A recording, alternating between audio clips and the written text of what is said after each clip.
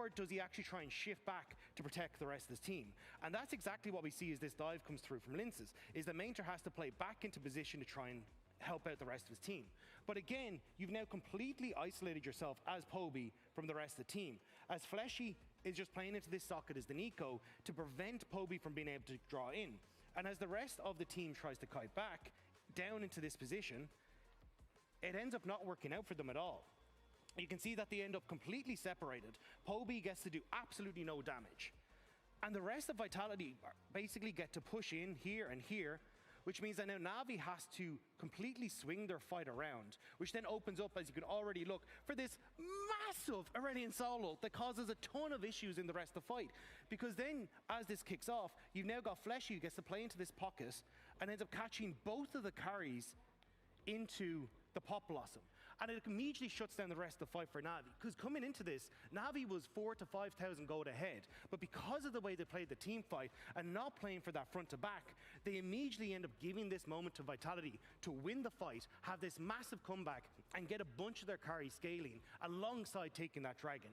And this is where I think Na'Vi have to try and focus on how can we try and play through the strengths of our competition and through these team fights better and ensuring position for carries and that they're protected to set up for the rest of the fight. And especially against a team like Heretics, I think it's going to be crucial for today. But I want to kick it over to Shox and the rest of the crew so I can find out their thoughts on what's going to be vital for today. Thank you so much. Yeah, I'd of course like to connect it to your breakdown because first off, welcome, Jack. Thank you. First off, they were up 4,000 gold versus Vitality. That's crazy, but they dropped the ball. I mean, I think there's a lot to be hyped about Na'Vi, even though they have some, I think, some questionable team fights here and there. They're a team that seems to have, like, if they can just play for the Drakes and the game is stable, they're very nice to watch. But once things start to get out of hand, that's definitely when you can see that they're not as experienced. They don't play the positions as well, as Daida highlighted. It's about those levels, right? And about how they're evolving. Because first it was like we put them in this box of if they get the dragons, they do well. Roulette is doing really good, so that's great. But I feel like both of those things aren't as dependable as they used to be. Yeah, they're not, because there's also other teams that are leveling up when it comes to their dragon control game. We saw, for example, here with Vitality, they found ways to attack the position that for Na'Vi used to be so well. And on the other side, we wanted to see more from the lanes because I feel like Poby has been a little bit lackluster when it comes to his individual performance. You can't just go for a full split or a whole year rather with just depending on, hey, we're only going to play for dragons, because you're in a race to improve, but other teams are also improving. So if they outpace you, then that's when you're going to have a problem. I mean, I think we do need to be honest, though. Like, Na'Vi are the team that we're expecting to win here. Team Heretics are definitely the underdogs. So even though we do have some criticisms for Na'Vi, those criticisms, they stem from the fact that we want Na'Vi to be a top team. We've seen so much from them. Relatch, incredibly exciting. So it's like we're kind of slowly raising our expectations and the bar for them. But speaking on Team Heretics... Yes. Are they not a top team, Jack? They're not a top team. Okay. And I've been really disappointed by this org. I played for Team Heretics for 3 years, and I just feel like they're, as an organization, they're starting to lose their identity. And for example, when I played for Team Heretics in LEC, I was told that I would continue to play for the whole rest of the year because they would never bench a rookie before the end of the year.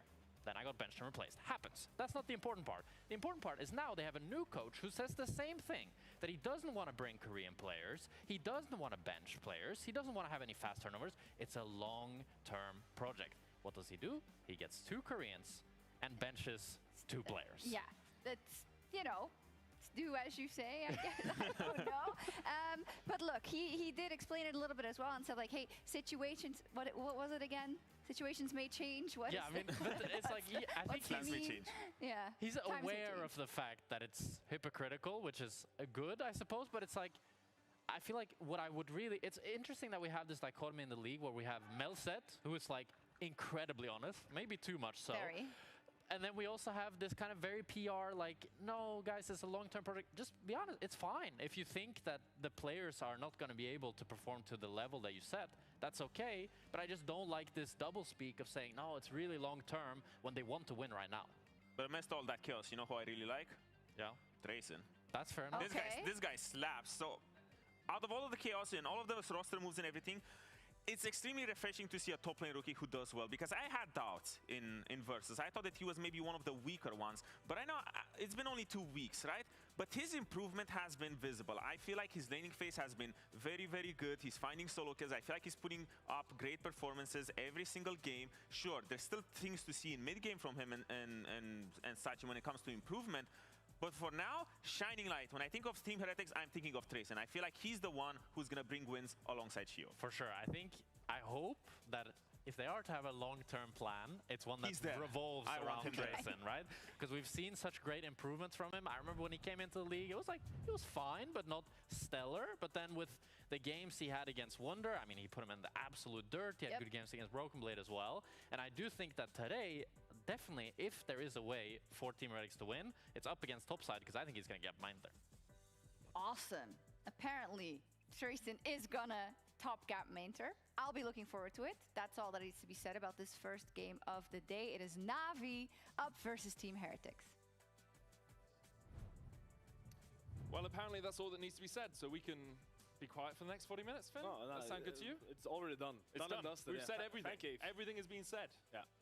You have an exciting game, though. That we do. Na'Vi versus Heretics is going to be a good one. Na'Vi still looking to see if they're one of those top tables teams. You know, they placed really well in the regular season in LEC versus.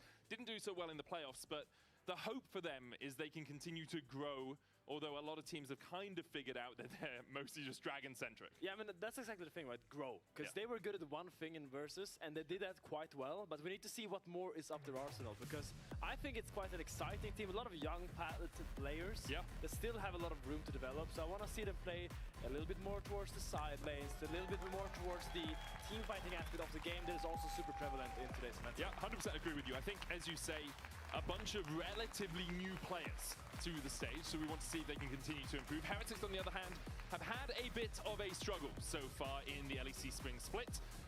Going 1 and 3 is not the best look. Have only been an SK so far. Yeah, I mean, it is surprising because when you look back at Versus, Heretics finished the split top 4. That they did. However, should we just talk about the first half of the split? No. Okay. They finished the split top 4, made some roster changes that are a little bit controversial these days, but I do wonder to see how it plays out, because Shio said in the interview he really likes playing with Wave because he likes having strong laners, because strong laners set up junglers to do whatever they want on the map. So I want to see them kind of lean into that a little bit more, like draft these potentially these Caitlyn lanes, because we know Ice on hyper carries can be very dominant. So right now it just seems like they're lacking an identity a little bit.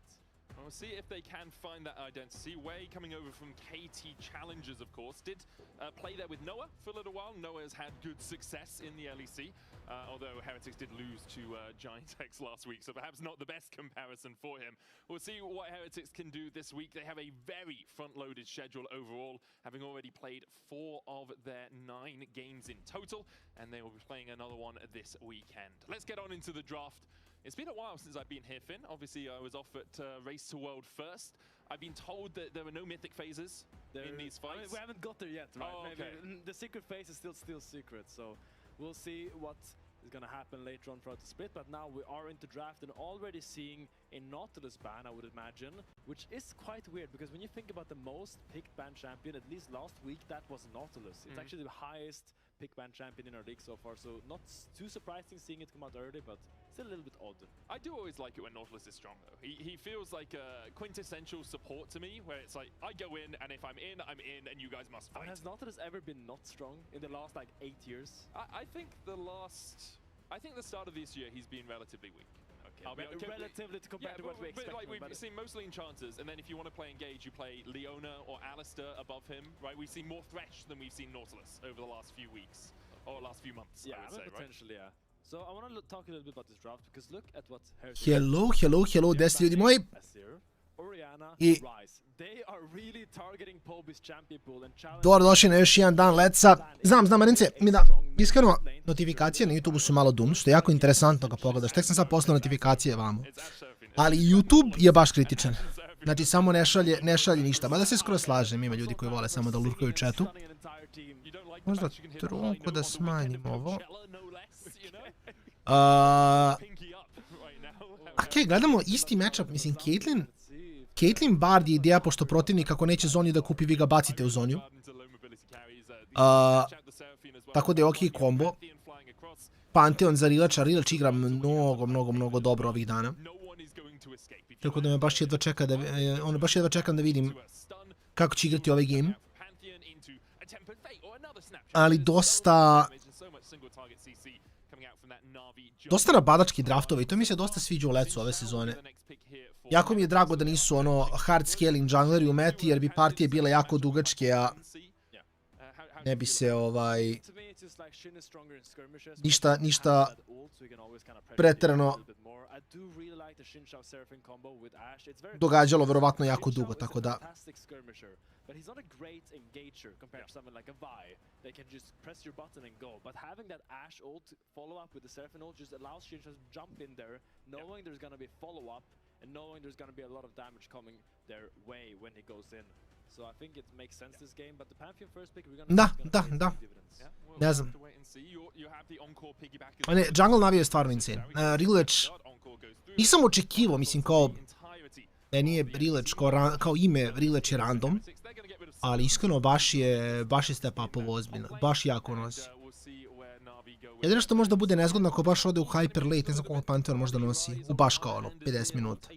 Ali mislim da je Rilech fazon, ako moram da biram ljude koji su me jako i lepo iznenadi, gore nak-nako, u džungli Rilech,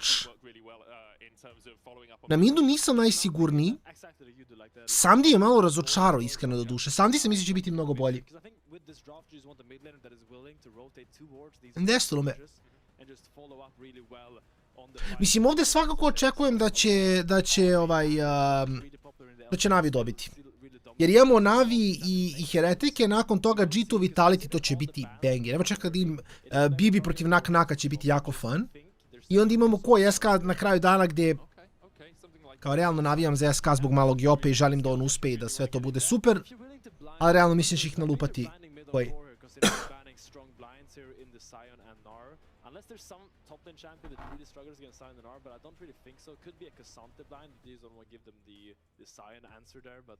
I would imagine a mid lane champion coming. Okay, it's actually Cassante blind. Yeah, it is Cassante blind. There we go. I mean, you got there, right? You still said all of the things that needed to be said for why a Cassante blind would work here. Yeah. Just because you didn't think it would happen doesn't mean you're wrong. I'm just sad. I want to see Trace on something a little bit more explosive. To be honest, he does make the Cassante look explosive. That solo kill on caps that we saw last week under the tower, I think that was really cool. And it makes sense. You have a Xin Shao Seraphine, you want some kind of a beefy boy that steps up, but that's...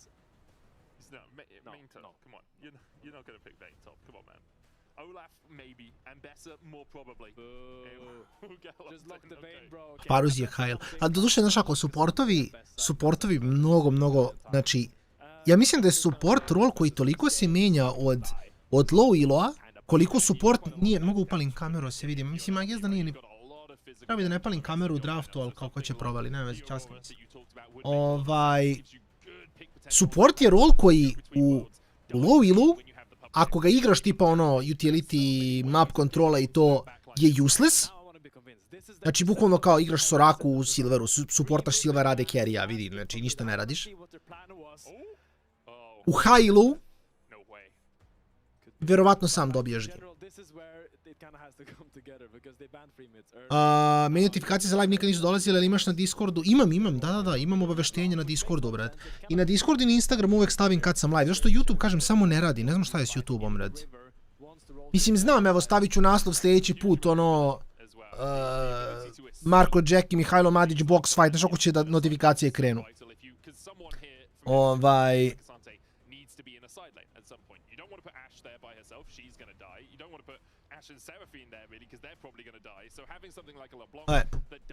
Nešto za Patreon, ne morali da proverim. Ali da, i onda supportovi, jer fore što u low elu, mislim zašto tako funkcioniše, džungleri su mnogo bitniji, jer džungler sam možda da radi šta hoće. I vidiš na red, nabadaš se, tučeš se, niko te ne kontesta, ako si bolji džungler sam maltretiraš protivnika. Fore je što si veći elo, to si manje bolji od protivnika, jer ne možeš ti kao challenger da smurfaš na drugim challengeru. Ne, tu nema smurfanja više, to je peak. Kad hitaš peak, si ste tu negde. I onda, iako je džungla i dalje najviše impactful, ono što enabluje džunglu je support. I onda ako support ima dobar roam timing, također da bude dole štiti AD carry, istovremeno pomogne džungleru, support sam i na game. Tako da je jako interesantno da je kao rol koji istovremeno je istovremeno je ono najbeskorisniji i najbolji rol u gameu.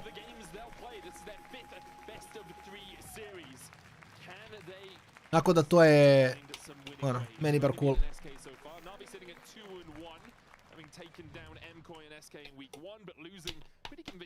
Gdje je Sigurno, si živ? Glava si, ja ne mogu, brate, ovo mi je, nešto je dan. I onda ovdje mi je prozor jedan. I datle ulazi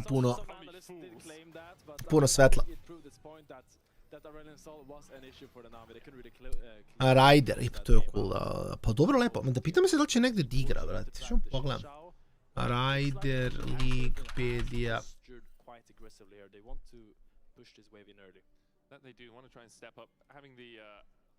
Jako je čudno, brate, da je toliko high-ilo.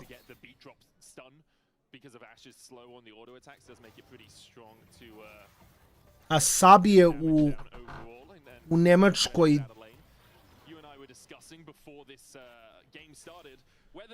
I guess prvoj ligi, nisam siguran, iskreno, mislim da je prvoj ligi. Ali igra kao sub, što je interesantno, nema slot.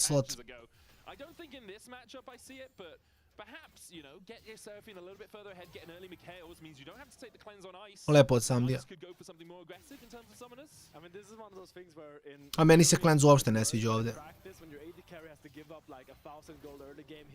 Loš prozor placement, protor. Ne, sad će sunce zađe još malo. Će bude okej.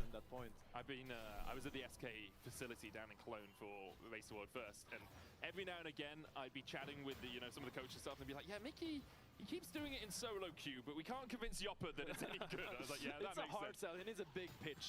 That makes sense. He needs to work on his salesman skills a little bit." That he does. Navi, bre, Heretics su već 1-3, vrte, kakav užasan start. Inače, Horva, da znaš, večeras ćemo da igramo svega i svačega na Game Nightu, tako da ako se igraju Arami, bani. Nećemo puno igrati ničega. Mislim da je večeras plan da ono uradimo jedan put oko svijeta što se igara tiče. Pa da pecemo svega pomalo. Odigramo tipa sat vremena Arama. Odigramo, to je realno šta jedno, 3 Arama, best of 3 pecnemo. Ili best of 5 ako budu brzi game, ako bude stomp. Ali kao igramo ono to. Možemo pecemo jedan game Dota ako je sudija tu. Moram kinem. A ne mogu. Problematično. Ne mogu. Znači ako se pita što gledam u kameru svetlom iza kamere, pokušavam da gledam u svetlo da bi kinuo. Obično radi, ali danas nije prošlo. Pecemo Counter 2 ako su ljudi tu. Pecemo Lost Ark. Raid recimo ili nešto. I onda možemo pecemo Valorant 2 pred kraj.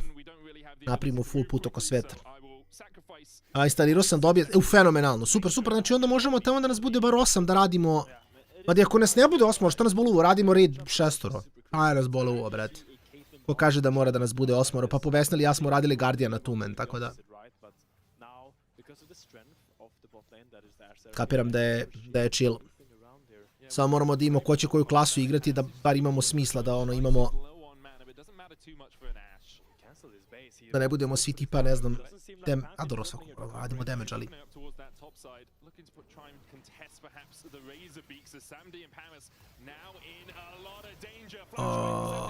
Daj, boga mi. Baš lep dive, gdje ćeš umrći od kripova? Vada baš evo. Da imao Q ovdje, ubio bi i Veja što je najjače. Mrtav je svejedno. Gleda samo da li može da baci Q, proboje. O! Ne. Kula se restovala. Lucijana. Ako je ono što mislim da si uzeo, u stvari je kinda teško. Ne znam da li si video, Marencija, mislim da ti je slagaću te na X ili na Z menjaš puške, imaš 3 različite puške. Ako je to ono što mislim da si uzeo. Je li Limbus dalje igra Lost Ark? Ma jok, ne. Ma ne igra, Sergej ne igra niko Lost Ark. Mislim, Lost Ark igra koja je zamrla malo, jer je previše grind i previše pay to win. Ali za ono što zašto ćemo mi da je koristimo, nije ni bitno. Jer mi ćemo samo da uzemo, napravimo partiju od nas iz community-a, koristimo level boost, idemo radimo ove raidove koje možemo da radimo i to je to. Nećemo da sad mi nešto tu grindamo, da jurimo, ne znam ni ja šta. Bukvalno ćemo da uđemo, odigrat ćemo sat vremena neki raid, čisto for fun i idemo dalje, brate. To je plan. A onaj Windrose Marence izlazi za 3 dana. Ne znam da brojim. Izlazi 15. Ne, 14. aprila. Da. To je fora. Mijenjaš puške, mnogo je zabavno. Jer uvek imaš neko dugme da pritisneš, što mi se mnogo sviđa. Nije ono kao, znaš, čekaš, nego konstantno klikćeš dugmiće. Završiš s jednim, pređeš na drugu, pa opet pucaš. To je realno baš fora.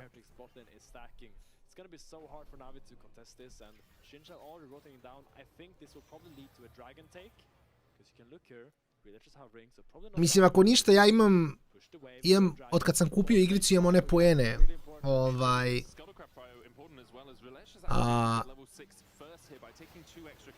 Imam tipa 60 evra, ja mislim, onih poena. Tako da ja mogu samo da kupim još jedan level boost, ako ništa. Još jedan power P7, ću samo roknem i ćao.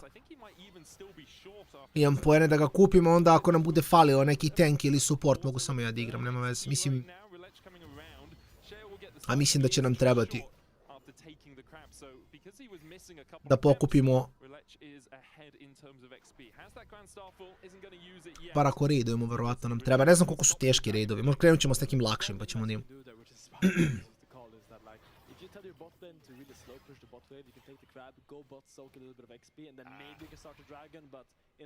Ali da, u fazonu sam pecnem u krug. Upalimo, idemo redom, krenemo s aramima, pa onda istićemo lepo. Ja sad, od danas zvanično kreće 6 kastova nedeljno, tako da to je žurka. 5 do 6 kastova nedeljno.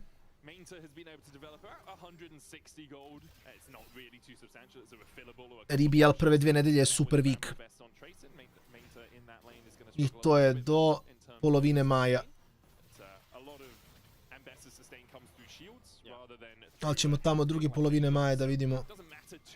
Prebacimo neku orgu. Aram, Dota, Lost Ark, pa mislim vidjet ćemo. Gle, ja sam u fazonu, okupimo se, vidimo zašto smo. Što se mene tiče, mi možemo da odigramo, lupam, zavisi koliko budemo, kakvi budemo s vremenom i to, ali možemo da odigramo pola sata golfa. Možemo da odigramo, možemo hokej. Mislim, ja kažem, ja sam bukvalno, ako se sprdamo zajedno, možemo igramo što hoćete. Meni je baš ono, ja sam u fazonu samo da igramo nešto, nam bude fan da klikćemo. Meni prošlog tjedna krenuo Final Cut za leto. Meni u ponedeljak, Korva, meni u ponedeljak. Iskreno sam jako iznenađen koliko mi je lako, vrati. Ovih dana sam na fazon Soma i 600, treba bi da budem na Soma i 800 kalorija, ali kao bukvalno mi se ne jede. A hodam 15-16 hiljada koraka svaki dan. Tako da, nekako sad bar prvih 5 dana sam giga lagan. Što ima smisla, jer imam dosta zaliha. Ali sad ću, evo, posle ove partije ću hodam. Nego sam šetao Luja, pa sam došao da sednem. Došao sam malo da sednem, rekao, bukvalno samo što sam prošetao Luja, došao sam kući u 10 do 2. I rekao, ajde da ne hodam odmah, rekao da sednem jedan game i skuliram. I onda, i onda se vratim na traku. Tako da, da. Koliko ćeš dugo ti katovati? Ja razmišljam da li da bude mjesec dan, da li da bude 4 nedelje ili 8 nedelja. Više sam okrenut ka tome da bude 8 nedelja, ali vidjet ću kako bude išlo. Ne, golfama. Moma sve, kaže, meni je sve, ja sam bukvalno šta god, ono. Ja sam u fazonu, što se mene tiče Marence, da je pravam da ispuštajem što više ljudi, sa što više raznih igara. A mislim da je skroz okej da bude po lupam, sat vremena svake igre. Znaš. Dobro, Valo što kažeš, Valo igramo svako veče, Valo i da skipamo, mislim da nije toliko strašno. Mislim da je to okej. Dota realno pecemo jednu partiju. Tako da, dok ne bude dovoljno, nemoj, ja to ne sam sebi da kažem. Ja moram se limitiram. Jer veruj mi, znajući sebe i moju prelepu body dysmorfiju, nikad mi u životu neće biti dovoljno.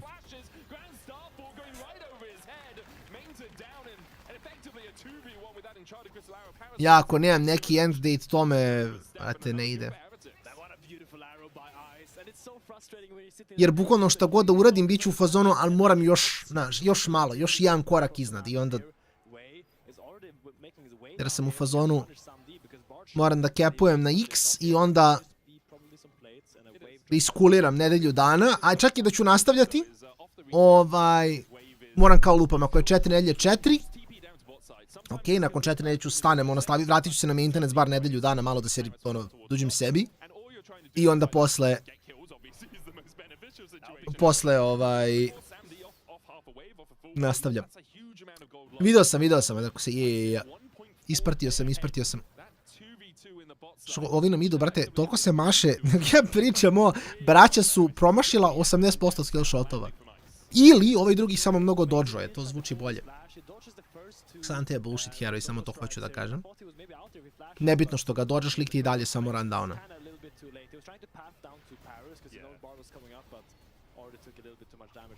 Kakav heroj, brate. Tank koji te šota. Što, brate, ne naprave AD carry-a koji tanka, ne razumem. Mislim, realno, ako Xante je tank koji te šota, što nemam AD carry-a koji klikne dugme, uđe u Iron Man odelo i bude besmrtan, brate. Naprimjer. Malo da okrenu.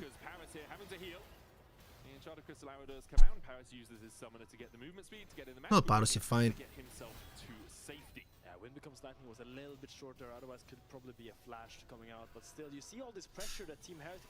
Ne znam, iskreno. Vidi Horva, nakon ovog first enda i toga što je G2 dobio Genji, meni više ništa u životu nije jasno. Ja sam mislio da znam nešto o LoLu, očigledno ne znam ništa, brad. Kad Genji izgubi od G2, ja sam u fazonu Genji će dobiti first, neće game izgubiti. Braći izgubi 3-0 od G2-a. Ja više ništa o LoLu ne znam. Mada s tim da sam sad na 300 LP-a skoro, fali mi 8 LP-a za 300. Očigledno mi stvarno ništa nije jasno ovu sezonu. Ko Parus igra, brate, zaleće se ko budala konstantno ili igra, a gdje mu je tunel? Dobro. Teo sam da kažem igra tu gdje igra zašto ima tunel da se porta dole. I brat mu je baci Q i flasha se, ne znam gdje mu je tunel. Nisam vidio da nije mu bio na cooldownu, nema zašto osim ako nije bacio kroz zid da dođe do tamo.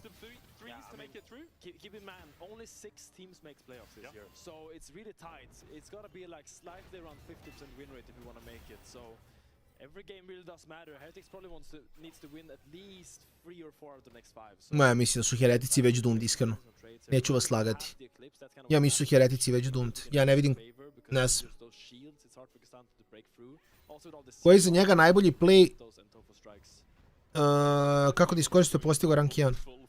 Pa pazi, on je već ranije bio rank 1, mislim. Rank 1?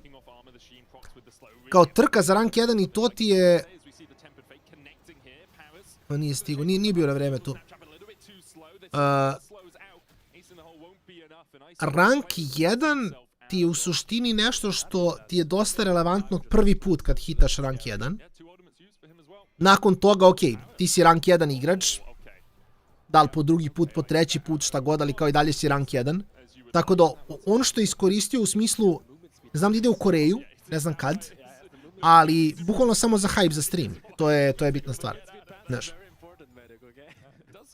Nema tu sad nešto sad specifično što ti rank 1 daje, mimo što ti daje hype kad streamuješ da si rank 1 igrač.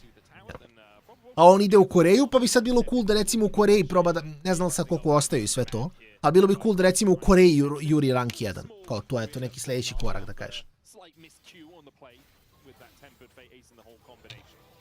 Jer je realno, random Englezima, strancima, mnogo zanimljivije gledati i u West rank 1 igrača koji ide u Koreju, igra tamo solo queue nego nekog random challengera. Ali evo, recimo, Net je dobio rank 1 u Koreji, pa je dobio malo hype oko toga, znaš. Tako da sve ti je to u suštini hype. Nema sad tu kao, ne znam, lupam, sad će ga G2 zvati jer je hito rank 1. Ne, mislim, G2 ako će ga zvati, zvaće ga jer Scuman igra loše. S tim da sad je Scuman 50-50, tako da ne mogu da ogrešim dušu.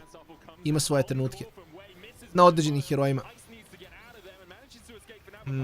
Opet je Pobi promašio sve. Nije bitno.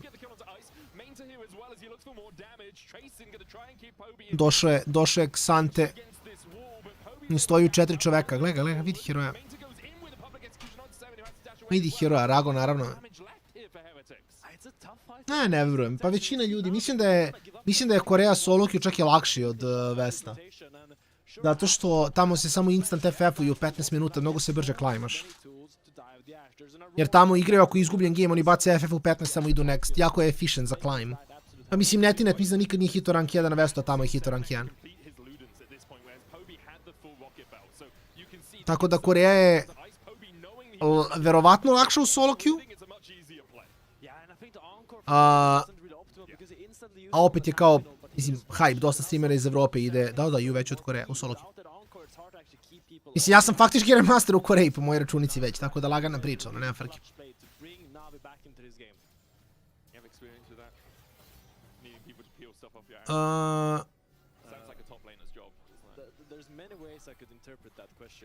Pa dobro, dobio je priliku u Los Ratonesu, brate, igrao je LEC. Mislim, igrao je LEC versus, ali to je faktički LEC, tako da...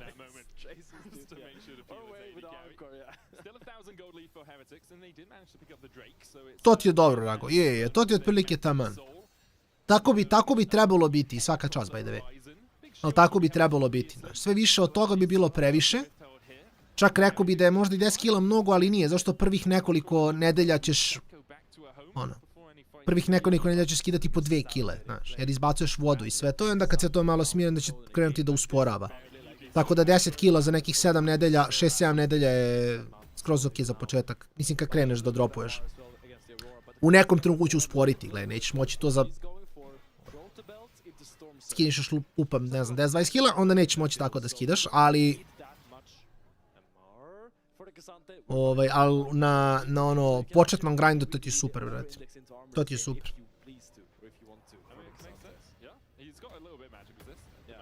I ono, mislim, na kraju dana bitno je kako se osjećaš, znaš. Ako si lagan, ako imaš energije da živiš, da radiš, da sve to je najbitnije. Mislim, bitno je da budeš ono relativno lagan kroz cijelo taj proces, mada ja znam da si ti uvek lagan, tako da.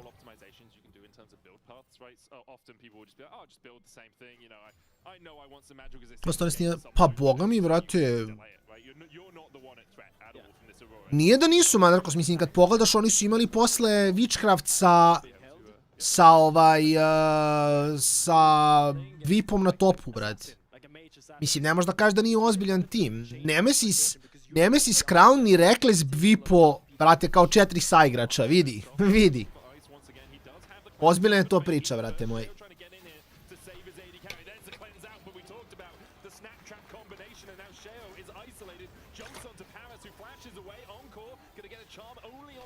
Ne dobiju previše od Serafin, iskreno. Nekako mi Serafin ima taj impact koji sam mislio će imati.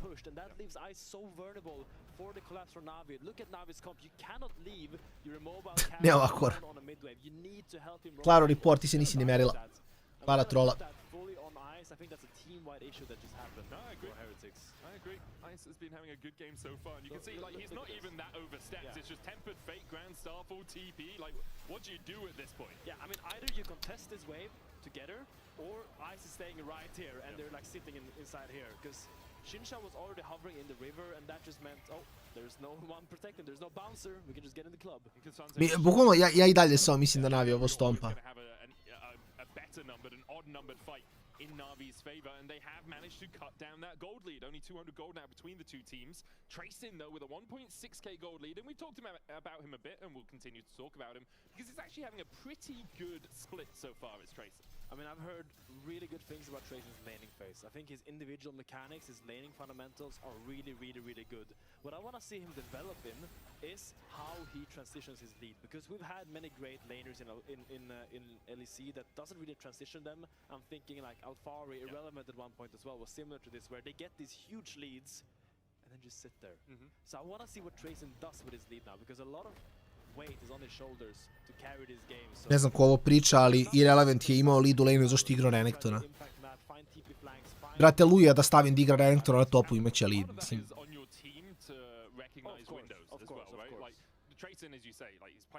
Ko mi je drago što nisam top lane, ne, neću vas lagati. Jer iskreno Ambessa Xante matchup mi je toliko ono... Ne znam. Ali top lane mi je definitivno najmanje omiljen lane. Jer ti kao pogledaš, brate, AD Carry je nekako... AD Carry mi je lane gde ja mogu da igram mog AD Carry ako ga igram 15 godina i dalje je viable. Pogledajte AD Carry matchup. Ashe, Caitlyn. Znači, ništa Zeri, ništa Junara, ništa od novih AD Carry. Mislim, mogu da se igraju, ne kažem da ne mogu. Ali AD Carry je baš specifičan u tome da sve radi. Top lane, bro, zadnja 2 heroa se igraju. I Sion. I kao, to je to. Znaš, hoću igra Malphite-a, nije viable heroj. Baš interesantno kako nekako top lane je baš strašno okrenut ka novim pikovima. I mislim kako funkcionišu counter pikovi na topu. Određeni heroji su unplayable ako moraš da ih pikaš rano, pogotovo stariji. To je baš nezgodno. Ja sam neko ko kao voli voli da igra stare heroje. Mislim, ako mi je nešto zabavno, zabavno mi je, ne smorim. Flash stun na Ice-a. Lepan besa follow-up, Vej mora da umre instant. I sad treba da zonuju Serina dok biju Shea i ostave Tracina. Tracina ignorišu. I sad onda na Serina. Sad mogu i Tracina da biju ako mogu. Samdi do duše nije ni blizu. Mislim, nema health-a, ne smije se, Samdi mora se pazi ovdje. Da, unlucky. Mislim, video je control ward tu, tako da ovo je greška s njegove strane. Čekaju full rotaciju od Serina. Minter čeka dash od LeBlanc da baci spell. Ej, Horva. Ej, ne vidim kako godin mi veze s tim. Prvi min. Vipu ima 70 godina. A ruku na srce Bipu igra Urgota, tako da možda ta teorija pije vodu. Možda teorija pije vodu, jer većina starih top playera igraju stare heroje.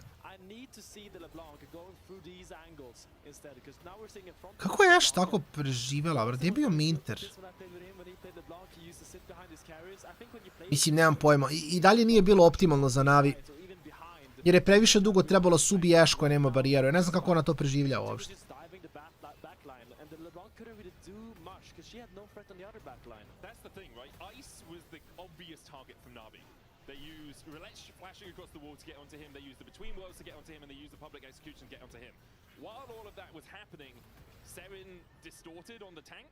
And there was an encore as well. If Seven is on the flank there, you're immediately jumping onto Samdi, onto Paris, and you're actually applying threat there, meaning that the Caitlyn and the Bard don't get as free of a time walking forward. Yeah, I mean, it is a reason why we say that the LeBlanc comps are difficult, because it requires a lot of creative thinking from the LeBlanc, because you can't just sit behind your carries or your tanks and just sit there and press your button. You just need to find these angles.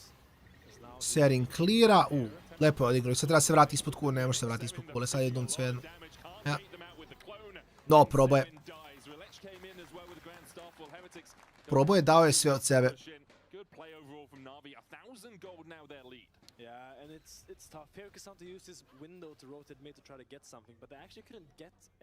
Nije loše. Znaš ti pošli nešto, pa igrali su godinu i po dana zajedno, brate. Nije, mislim, godinu i po dana igrati s istom ekipom ti je, brate, više nego što većina LEC ekipa igraju zajedno. Šta više, mislim da samo tu manje više igra toliko dugo. Tako da, nije, to je skroz okej, veruj mi, brate. Godinu i po dana zajedno, Nemesisku igra neverovatno. Mislim, tri igrača su bila u LEC formi, jedino je Baus bio upitan.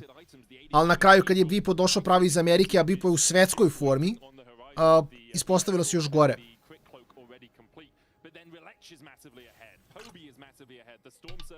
Mada to ti je više do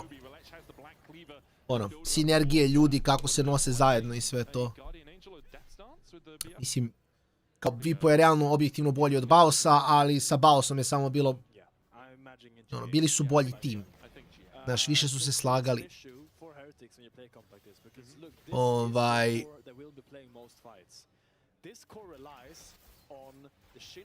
Što ti opet govori, kažem ti, nije ni bitno nužno uvek samo imena ko ti je u timu, nego ti je bitno i kako se s njima slažeš. To ti je fora. Treba je dobra kombinacija. Ljudi budu dobri i da također budu dobri zajedno.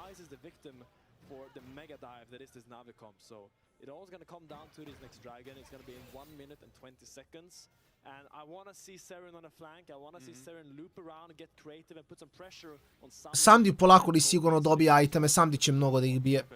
On kad uzme LDR, samo će da šota. Sve osim Xante ako je unkillable, naravno, s heroj samo ne umire.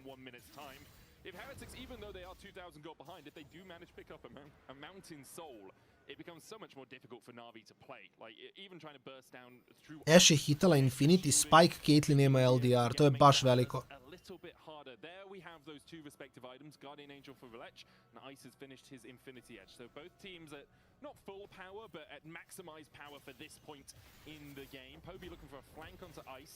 He doesn't have his flash. O, brate mili. I mislim da ne stižu do Ashe, moraju probati Tracina da shotaju. Nice. Flash na Serina nije baš idealan, Serin je out, ali uzet će Drake od ovoga svejedno.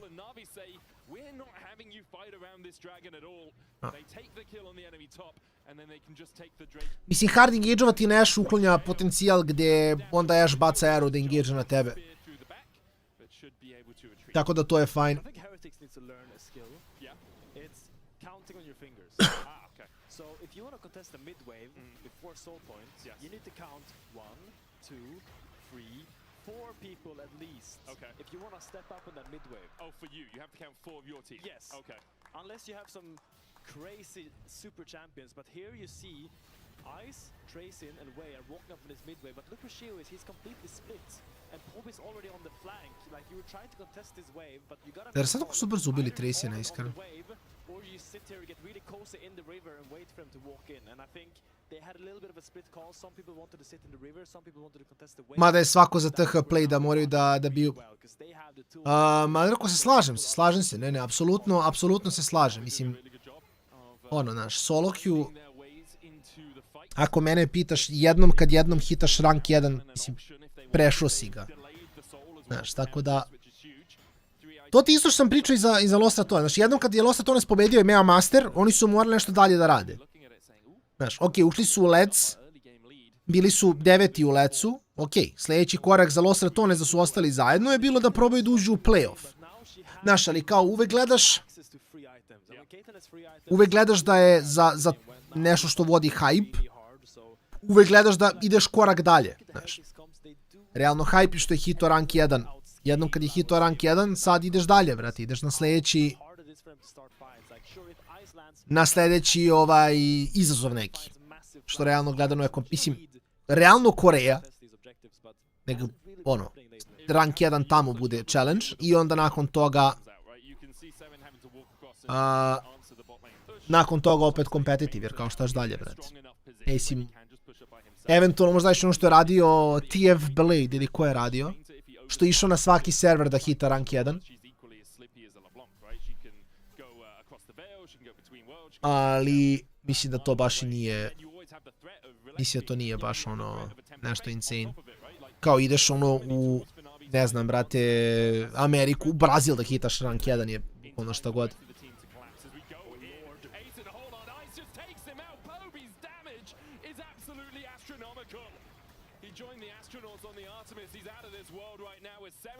Not bad. Bravo Casteru. Mislim, Artemis je sleteo, ali nema veze, nećemo sad o tom. To su detalji.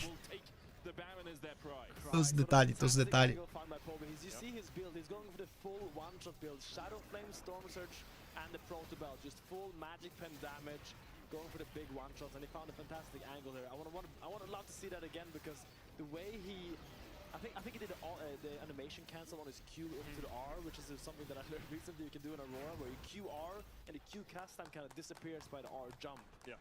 So you get a lot of damage really faster. You see he jumps over the pit here. No one knows. Actually, didn't even cancel. He just made it easy.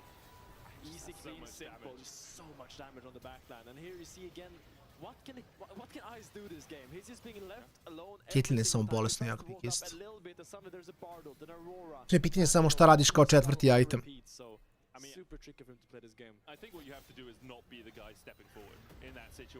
Jer iskreno ja čak i preferiram bez attack speeda. Imaš little tempo, dovoljno ti je. Umesto RFC odeš na shield bow da te LeBlanc ne ubija toliko lako možda. Pogotovo što competitive LeBlanc nikad ne može da prići da baci double W. To je fora.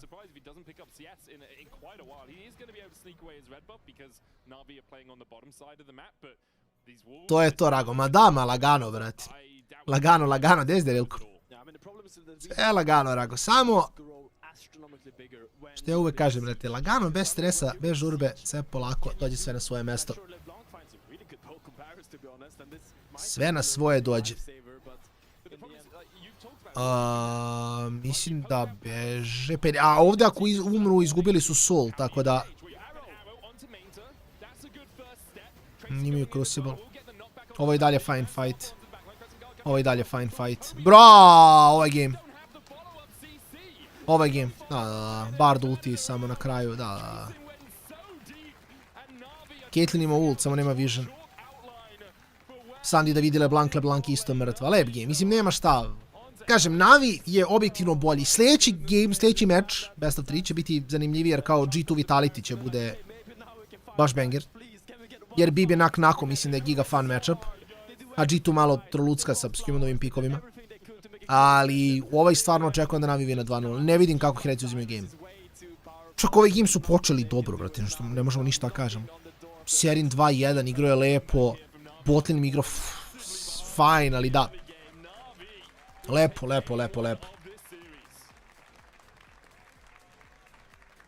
Dobro, Navi game 1, očekivano kažem, Navi skoro sam siguran da će ići na u playoff, iako samo 6 ekipa ide u playoff.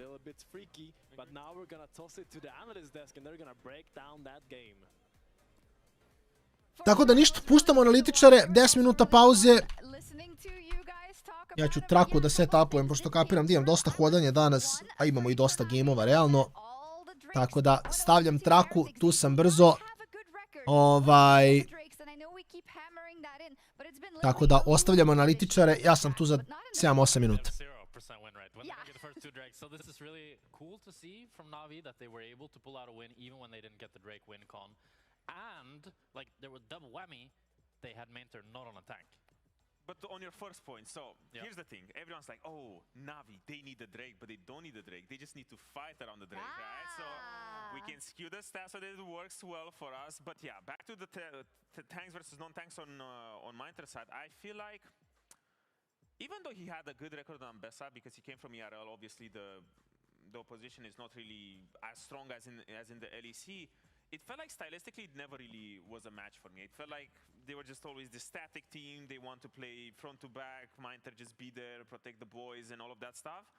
So it was nice to see that they finally break this curse or find a little bit more success on that side. It's true, but he didn't have a good time in lane. We have to be honest as well. Trayson got very, very far ahead. He did get a good arrow. That was an did also get a good arrow. It wasn't 1v1. He'll take it. was not 1v1. He'll take it, but then in those situations, of course, Rob, it's all about how you do in the team fights, and that's where then it paid dividends, the Ambessa. Yeah, I think that's where it really worked, and especially in working with Relech in so many of these instances, it felt like that was the 1-2 punch that you really wanted to focus on, because it was Relech who would fly in the Pantheon, and then you got this Ambessa to follow up. You got a lot of tools that can work alongside you, and I think that was the focal for me, because a lot of this could have gone disastrously. Like, you got to a good start. There was a great dive in the early stages from Heretics to get their bot lane ahead, but then Ice was just the focus, and they're like, as long as his Ashe dies, all of that gold goes with it. And again, it was just so well orchestrated on Navi on the dives that it worked picture perfectly. And Jack, if you were Ashe in this game, what would you think about the enemy comp as the game goes on? I don't know. Wasn't minus, Pantheon, normally, Pantheon can't really engage, right? Because he's so squishy. But in this game, Relech was just starting every fight with ult, and Ice was just dying first. And it's like,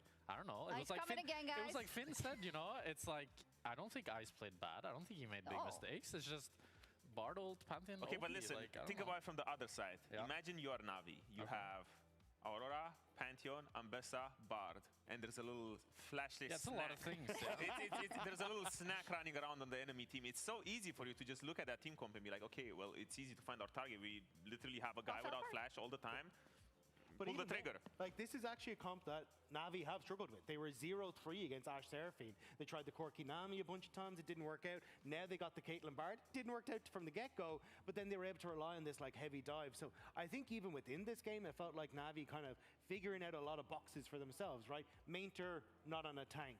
not playing around dragons, finding answers to the Ash Seraphine. It felt like to me, Navi started to figure out so many of these issues that have plagued them over the course of the last split. Heavy dive, that's what I'm remembering. It's super fun to watch as well, especially in those team fights. And Odo, you're going to break down one of those team fights, the one around the third dragon. Yes. Okay, Oli, come with me. See Let's go to the wall. See you, everyone. But everything came together extremely well for Navi. It felt like everything, they figured it out, everything clicked, and it was back over at the third Drake fight when they finally, everything caught up together. They figured out how their team comp wants to engage. They figured out how to use the Pantheon, how to use the Bard and everything, and it comes over here. If we can roll it out right now. Pause right here. Team Heretics find themselves in a position where they're in a sort of a dead ball team comp. Ash is still, you know, she got dove a couple of times, but she is still extremely strong. Now, Team Heretics team comp wants to keep everything on this side of the fight.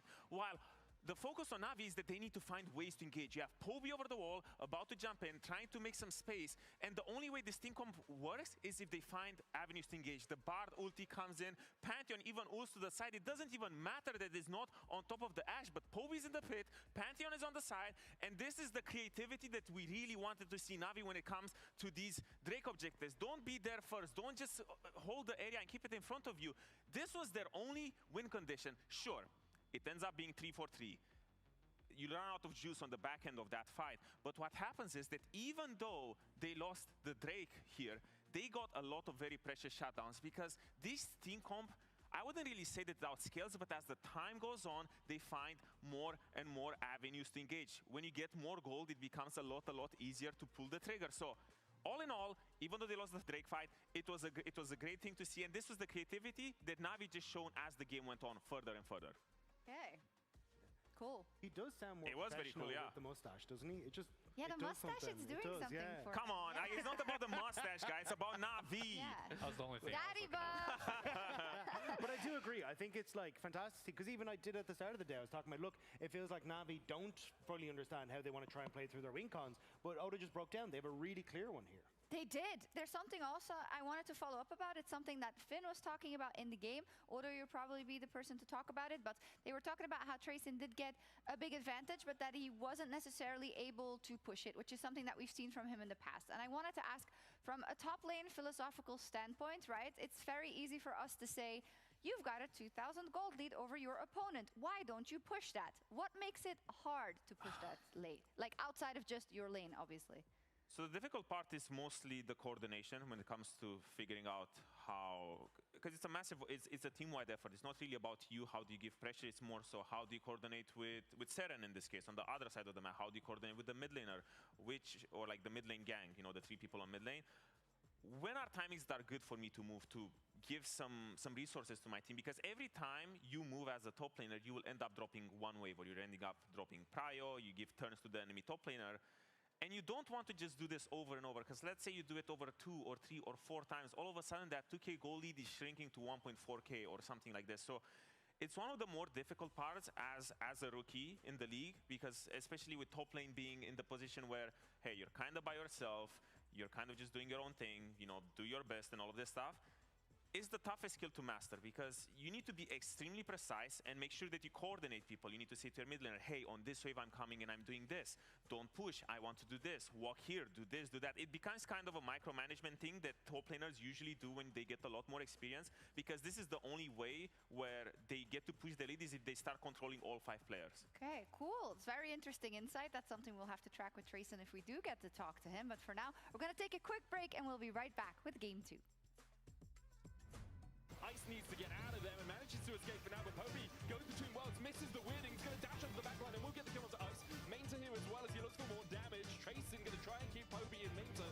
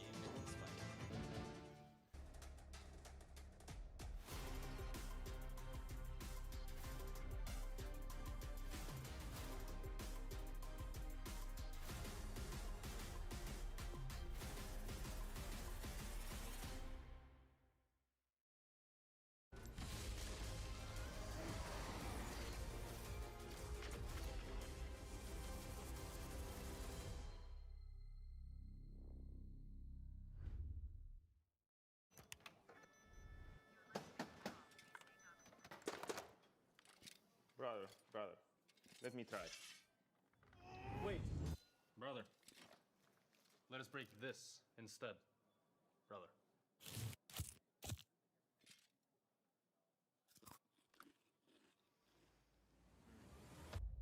Have a break. Have a Kit Kat. What is this, brother? Perfection.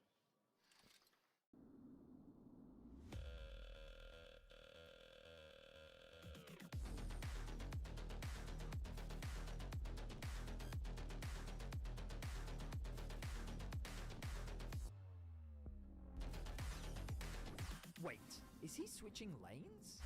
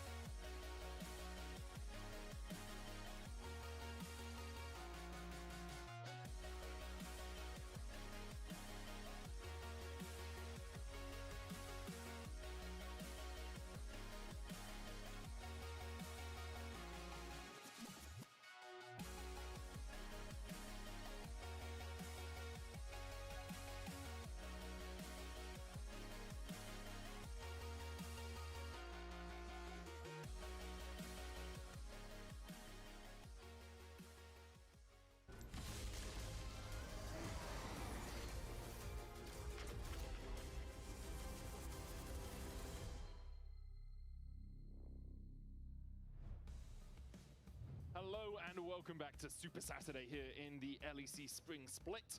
It's the third Super Saturday and the last Super Saturday we're going to have, where we have 3 best of 3s being played today. We have a special surprise coming up in the third best of 3, Finn. We do. We do. Oh my god. I'm surprised. I wasn't aware of this. Yeah, I'm looking forward to it. It's going to be a fun one. I'll let them talk about it when we get there, but you know, game 1 of the last best of 3 is going to be an interesting one. It's a super splendid Saturday. It's a super splendid Saturday, and we are into super splendid draft. The second match of this super splendid Saturday, super splendid draft, with Na'Vi picking the blue side and Heretics choosing a first pick. Na'Vi 100% win rate on blue side. They played it once. It was against Heretics, and they just won the last game. So we'll see if they can keep up that record as Azir and Nautilus getting banned away by Heretics, and Rise and Orianna removed from the pool by Azir Na'Vi. as well, just like game 1. So mid lane pool is getting a little bit pinched still, as we saw in game 1. So we will see what happens here. My eye is on the evo nas nazad, da vidimo šta će se izdogađati u draftu broj 2, kao što smo rekli. Pardon. Ekipa Na'Vija izgleda Ne sigurno dosta bolje, što mislim kažem da smo opet verovatno i očekivali. It's really no support that can kind of peel Yunara out of that bot lane duo, so I want to see if maybe that gets brought over to LEC, but it will just be a tried and true Rumble first. Aldo, Rumble, first pick. At least there's no Rumble Cassante to torment our memories, and we're gonna see a little bit of a different matchup. Maybe we get a Rumble Scion. Come on, man. It's a good time. It's a good time. Tracing does have a 100% win rate on the Rumble this patch, or this split. He's only played it once. But he only has 2 champions that he has wins on, and that's the Gnar and the Rumble so far. They got the Scion Rumble. Excited. Okay, never mind. Niko nikad nije očekivao ovaj matchup. Zna to tako da bude.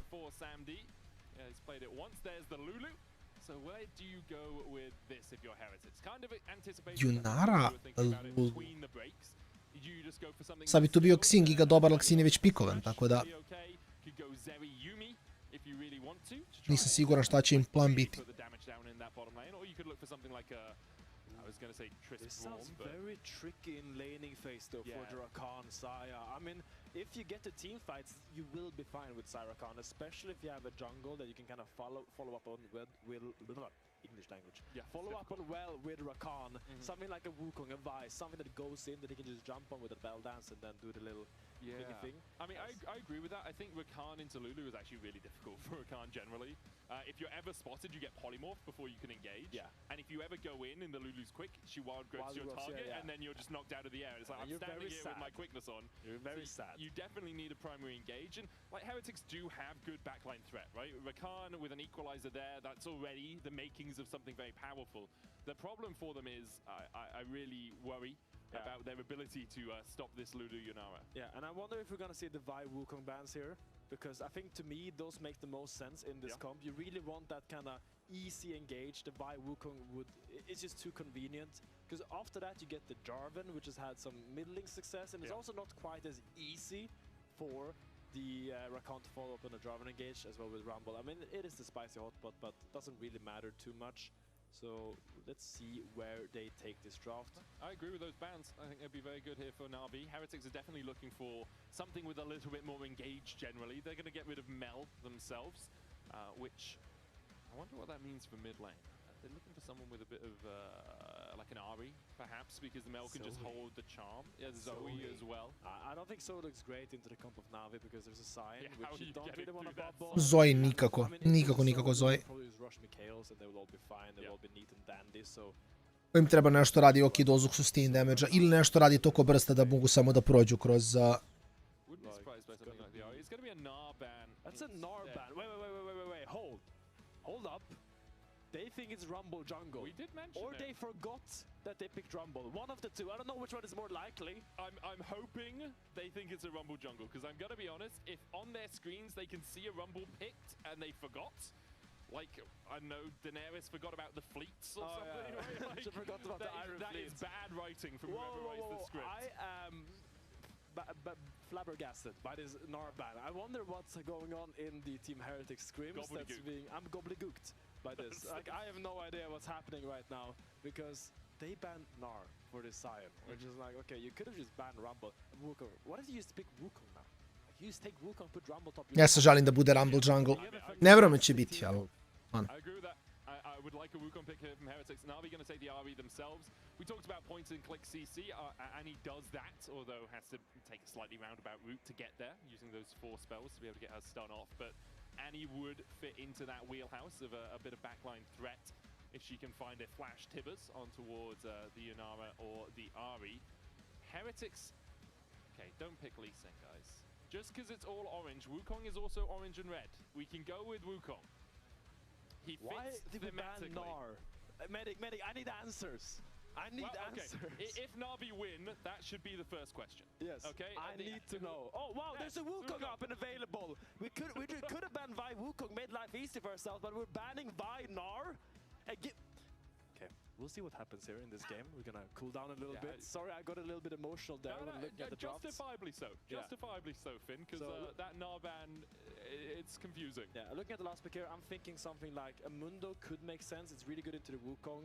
I'm also thinking like a standard Bruiser jungle that Village likes. Aatrox there, fantastic. Not a great matchup into the Wukong per se, but big comfort for Reledge has been dominating on that pick. So I do think Na'Vi in general has like a very solid draft.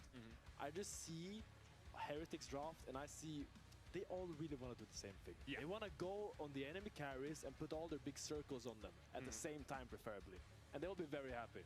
That they will. And it's also very disparate from the first draft they had, where they didn't really have any engage, apart from the Ash Arrow. They didn't really have a way to start a fight. Whereas now, it's very obvious what Heretics want to do. Like, they kind of want to walk at you invisibly if you're the Wukong, pop Cyclone, have a quickness on top of it, use an Equalizer, put down Tibbers and Featherstorm. And that's kind of like, yeah, cool, here you are. Sviđa mi se Atrox, mislim da će Atrox biti poprilično cool. If this was Rumble Jungle with a Gnar top, oh, that wouldn't really change anything. Gods, the draft was strong then. Gods. Okay, we're heading into game now, game 2 in Na'Vi vs Heretics, and there's a lot of eyes on this game. I think Heretics really needs to bounce back now because, as we said, if they lose this series, they're going to be 1-4 with 4 more games to be played. And they really need every win they can right now if they want to make that playoff run. Yeah, some really tough matches up for them as well. KC, MCoy, Fnatic and Shifters to round it out, maybe slightly easier depending on how Fnatic are feeling on that day.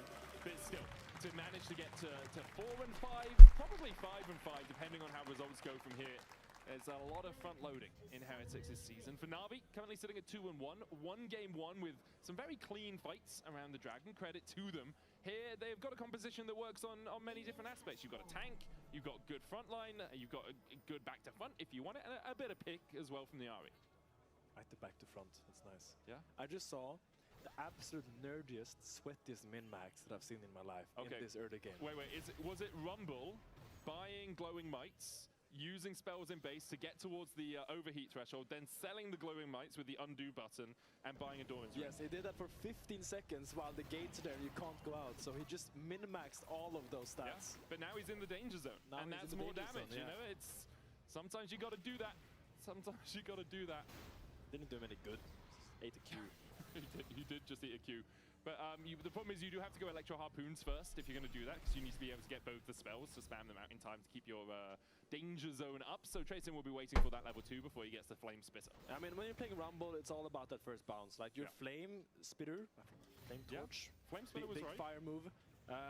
It doesn't actually do a lot of damage without the danger zone kind of damage buff. So you really want to just chill level 1, preserve your HP, get as much CS as you can, but then when the wave is bouncing, going back into the other side, and suddenly you have your Scrap Shield, your Flame Spitter, and your Electro Harpoons, that's when you're actually really strong and you can start taking heavy trades with that shield. Ovo će biti dosta interesantno što se skela tiče, iskreno.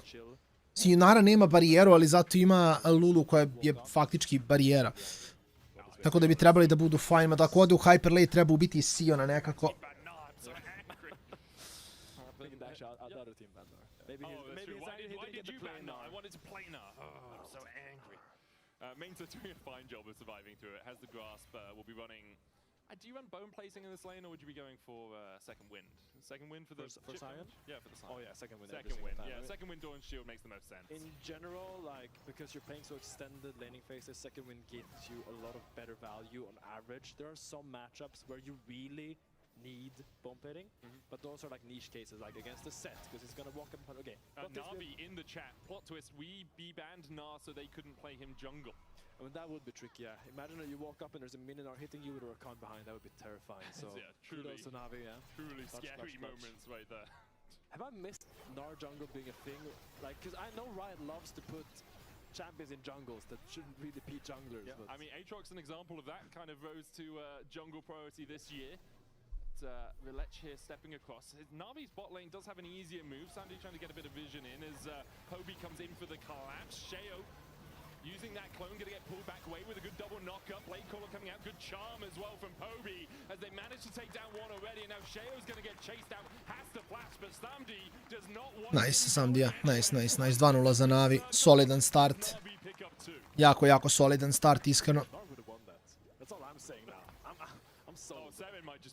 I Serim pa... O! Nice. Flash out, ima heal od pasivne, to je to. Ok.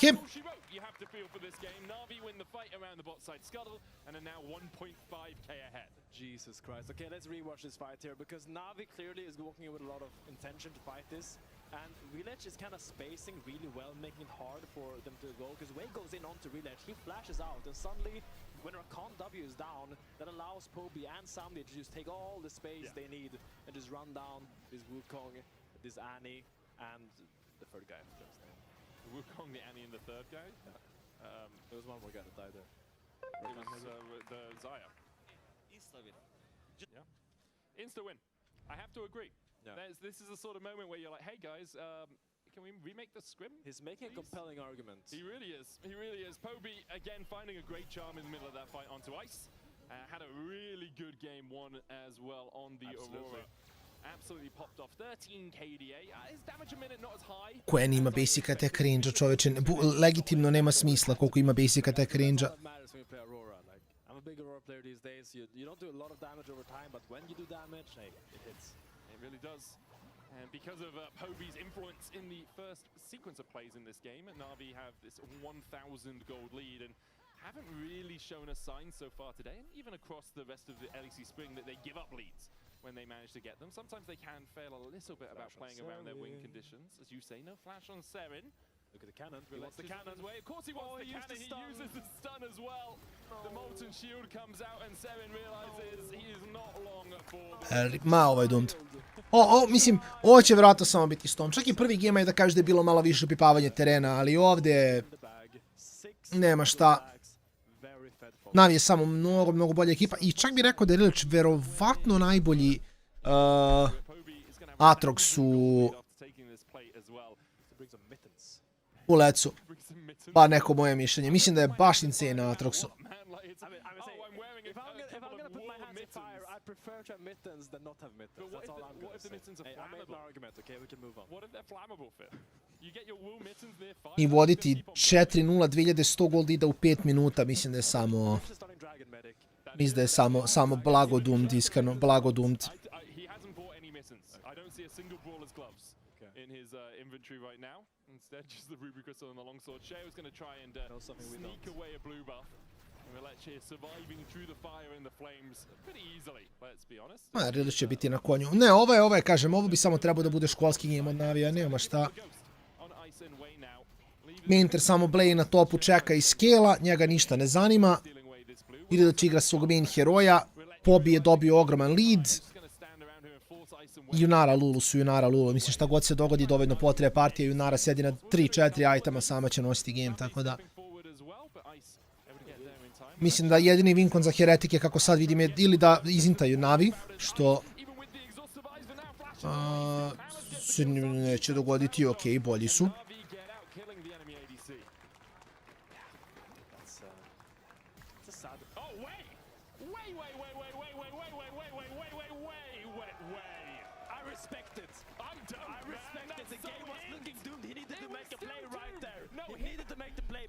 Čisto.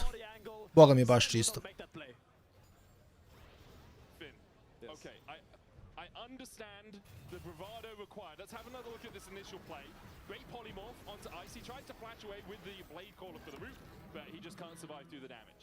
And then, at this point, Wei's like, I can get a kill. I've hit the Gleaming Quill. The beat is about to drop, Benic. The beat is about to drop. He had to go, it was on the beat. You don't have to go in. If the beat is dropping, Benic, you must commit. There's 3 people there. Yeah, smile away, boys. Smile away. The game is doomed, and yes, you can make a play like that, but even if he gets the kill, he still dies for it. What does having an extra 300 gold on your Rakan do for you in this situation? A smile, Medic. A smile. He doesn't have flash for the next fight as well, man. It's doomed. I mean, I think right now, let's be a little bit real. Heretics needs to find an avenue of opportunity. Yes. Because right now, I think that's gonna come from a Shio flash with a Rakan flash follow-up, so we got to wait. Da, legitimno ne znam kako igram. Evo, stvarno gledam, razmišljam i nije mi... Kao baš mi nije mi najjasnije kako igraju. It's not a great feeling when you're playing on a team, you're playing Rumble against Zion, and then you see what's happening bot side. I think when that happens to me, I usually close my eyes, like kind of mute them on Discord, I mean, that's valid. Take off your headset, you know, just play your own game. So players can't take off their headsets here, just importantly. We're playing white noise into their ears. They hear us flaming in these moments. Sorry, Tracing. Yeah, sorry, Tracing. No headset off, but perhaps desires to take it off. Big steal from Sheo as he gets the Gromp away. Yeah, as you say, it's going to be hard for Trace. And he's playing money, print a rumble, has that first strike, and kind of just gets to print bills whenever he wants because he's playing into a Scion who'll take the damage anyway, right? So you are just going to get a sizable lead, only 1 minion wave ahead, but 500 gold is his advantage in terms of moolah, we will say. Moolah. Here, maybe here, Shio looking for something. This could be what they need. Jumps onto Samdi. There's the quickness. Samdi flashes away and gets the wild growth and survives. And it was fun. It was fun. It was exciting. Oh, this is fun. Relech is also looking down towards that bottom side. It's been pinged out a couple of times, spotted on that ward just near the top of the Dragon Pit. Ice is waiting to see if he can find something. Has the Featherstorm. Will chip away at Paris, who has to flash himself. Relech now spotted, jumps in. Way's going to get the knockup. Relech sam, pogledaj šta on radi na Atroxu, čoveče. Almost claps Paris, who has to walk away. Exciting. Riveting gameplay here. A lot of fights happening in the bot lane, not a lot of like results. Oh, sure. But it's fun to press your buttons on the enemy. You gotta give it to them. Game actions, man. Yeah. That's why I play Storm in Magic as well. The more game actions I can take, the better it is. As Seven, not just to the side of the Charm and the Orb of Deception, and because of that, Sheo should be able to get this crab pretty easily. Has the numbers advantage. Navi effectively counting to form and saying, well, they have form, we don't. Yeah. So counting is a very good skill that a lot of League of Legends players lack. Yeah, but it will take you really far. I promise you, if you learn how to count how many players is on your screen and how many are on enemy screen, not that you can see the enemy screen, but you can see them on your screen. But if you can do that effectively, you're going to win a lot more games, I promise you. It's tip time with Finn. Tip time, yeah. What other great knowledgeable tips do you have for us if we want to win our solo queue games that can be applied to this game as well? Ping. Ping on your way for everything you do, and hopefully someone listens. Yeah. Genuinely, it's a really good tip. Also, when you play solo top, it's really important that like, if you can bait enemy to get TP advantage and then just steal their TP with an TP bot, he will be very surprised. Yeah, he will be very surprised. Because no other champion does that except for solo top, and hopefully he hasn't played against a lot of solo tops. Used to happen with a Kali as well, because you could shuriken on someone as they were TPing away. If you're really good. Yeah, with the Q, yeah. Well, I haven't seen that many Zoe tops recently in pro play, but perhaps we're going to see a resurgence of them. I don't even think it's a resurgence. I don't think Zoe top's ever been played. For the moment, though, Navi's still sizably in the control of this game. There's a Drake for them to take, if they so desire. Show is 6, so we have that combination online. The just look at the items gap. So look at this. That's a Sundered Sky, it's a Malignance, it's a Kraken versus all the items here. There's just components, man. It's just a scrapyard. So I think here Navi, they just want to take any fight they can. They're just going to walk up in their faces and say, hey, what's up? I think that's exactly what they're doing. Ne, ovo je bukvalno samo škola Lola u kompetitivu. Navi je u fazonu, ovo je naš game, Heretici znaju da nema šanse. Kažem opet, mislim, mogu ako partija potraje 50 minuta. Okej, da. Realno gledano, ako imaš Wukonga i Rambla koji po 50 minuta dođu do full builda, okej, da, mislim, očigledno da će onda imati dovoljno impakta da mogu da naprave neku razliku. Ali mimo toga mislim da je baš teška priča. Zaja također, mislim, s dovoljno itema će sigurno imati impakt da napravi neku razliku u gameu, ali...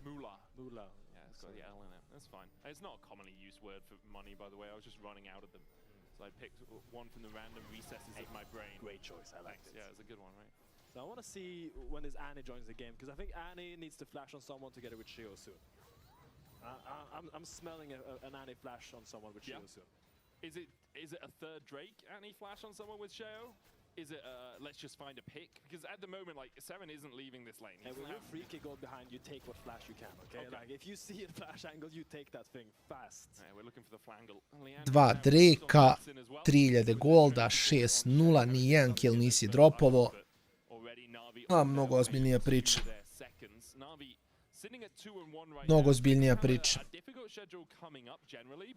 They could get to 3-1, it'd be really good for them. Giant X next week, and then in week 5 they have KC, Fnatic, and Shifters, and then in week 6 they play G2. So some difficult opponents left for them that if they go into next week sitting at 3-1, basically already on the cusp of making it into that top 6, as Relech steps forward with Paris. Navi have 4 players on the top side, whereas Heretics only have 2 for the moment.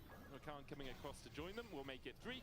But still, a numbers disadvantage means that Heretics back away. Yeah, so look what Navi did there. I really like this play. They actually based with the bot lane and then moved all the way across there. Sorry, I was trying to draw. I can draw here. They moved. Oh, is it by Okej, Lulu to ne def. A Lulu to vidi, postoje stvari koje možeš da, čega možeš dobiti svog AD carry-a, tako nešto baš i nije, tako da... Tibbers used on Poby in the mid lane by 7 just to force him away. I'm pretty sure Navi was also looking at the minimap because they didn't really see it coming either. Yeah. Really good call to action there by Team Heretics. They needed that so badly. Big shutdown onto Samdi, and the swap that actually was really clever now turns out to go a little bit awkward as now the Ari takes over top lane. Now you're gonna send the Yunara mid, and here we get to see this play once again. He's just going way too far. Yeah, he's just going way too far here, my dudes. Yeah, that was foolish to say the least. Heretics investing the flashes to make sure they get the kill, but because of that now, Tracing 1.3k ahead, and the Equalizer will start burning in this next team fight. Drake up in 2 minutes. Tracing will be looking to see if he can get to an item and a half, 2 items by that point. If he spends that gold, has yet to recall after that fight towards the top side. Na'Vi doing what they can to chip away at this mid lane tower, but Seven and Sheo will be able to hold it. One of the benefits of Xayah is that you can kind of leave her isolated in a lane to a degree because of the Featherstorm. She has a bit more safety than a lot of other AD carries, and Ovdje bio Sion ako ima 0 armora, by the way. Možete zamisliti kad jedan Clot armor dođe tu, na što će to da liči. Spoileri neće biti pretjerano fun.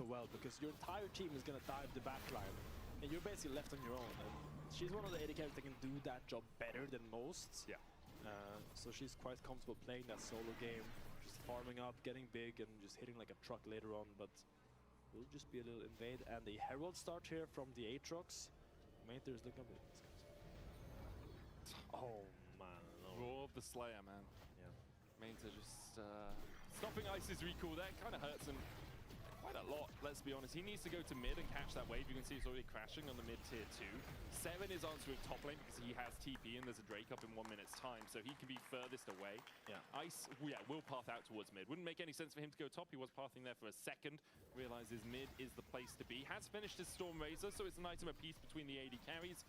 Next objective, 40 seconds away. Relech has that Rift Herald as well, so Na'Vi have an extra prong to pressure around this drag. Yeah, I mean, probably just will end up going bot lane here. He's just gonna put it bot, get that bot tower down, and then just start going into the Dragon Pit and you're starting that. It's quite a simple play when you have the Herald because you get this guaranteed push that someone has to respond to eventually, so...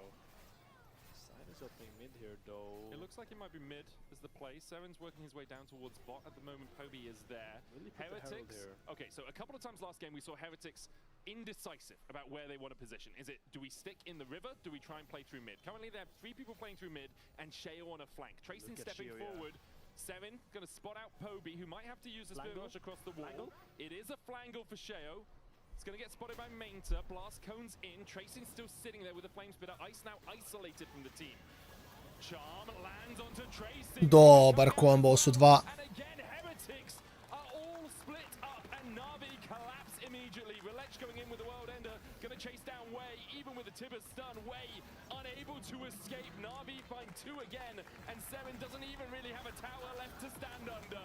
They take the tower down, they take Seven's life, and now it's a 9-for-1 advantage for Na'Vi. I mean, it's questionable decisions. You actually got the Ari ult. All you have to do when Ari ults out there is just back up. Back up for real. Da, ovo je 2-0 G2 waiting room, mislim, bukvalno nema šta. And then suddenly you have an advantage. There's an ult advantage in the mid lane, but here Tracing takes a little bit too much space here. Fantastic charm by Poby finds him, and then, yeah, everyone just kind of goes in and tries to help him, but there's just nothing to do now. When your Rumble's insta went on like that, there's no equalizer, there's no flash being used, and just sad, man. I mean, Heretics, they have all of the bones of good plays. They just can't quite get the connective tissue. Yeah, right, that was the bones of a good play. Sheo had a great flank. Seven was able to force the Spirit Rush out from Poby. They had Ice catching the mid wave. He could move across. They were guarding him as he did so. But because they didn't have Relech. to step back, Boga mi, anti-heal ga, ne, anti-heal ga previše tam sterovo. will find the kill.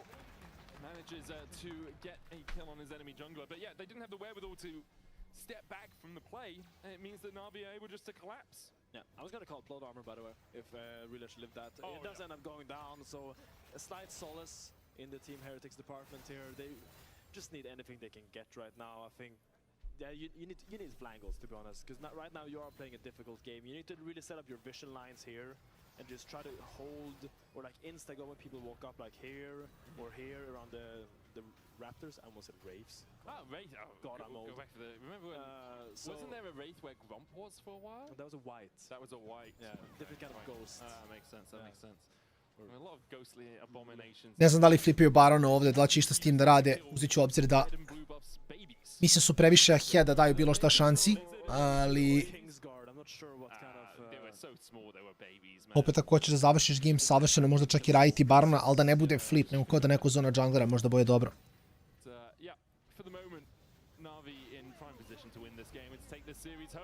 Got a Kanik Rukan completed on Mainta. He is fine just tanking up Tracy's damage, who is the only player on Heretics with a lead.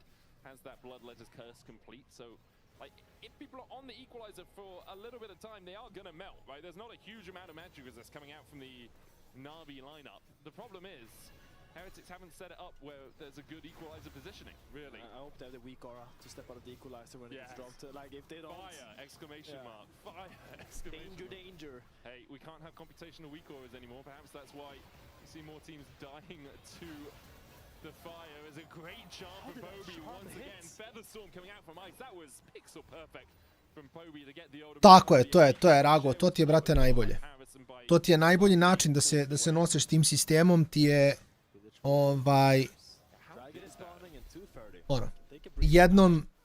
jednom nedeljno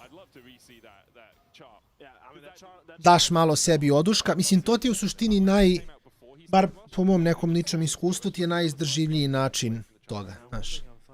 Jer mislim da ako se skroz, brate, restriktuješ i u fazonu si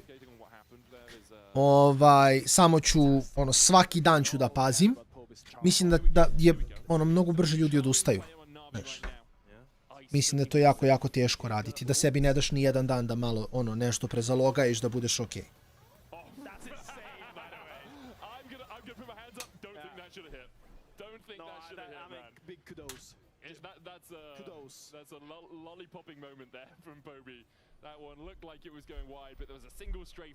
Tako da mislim da je jednom nedeljno samo, kažem, mnogo lakše da to držiš na duži vremenski period.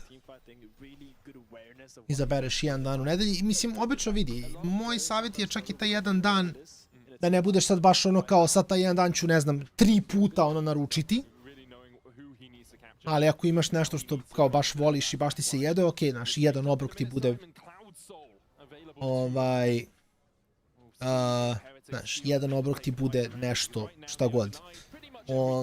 Znaš, baš ne gledaš kao taj jedan dan ćeš jesti, ne znam, 6 puta, ne znam još šta. Ali ili izađeš s društvom pa naručiš nešto, pa šta god, to je skroz okej. Važi, Rago, tu smo mi.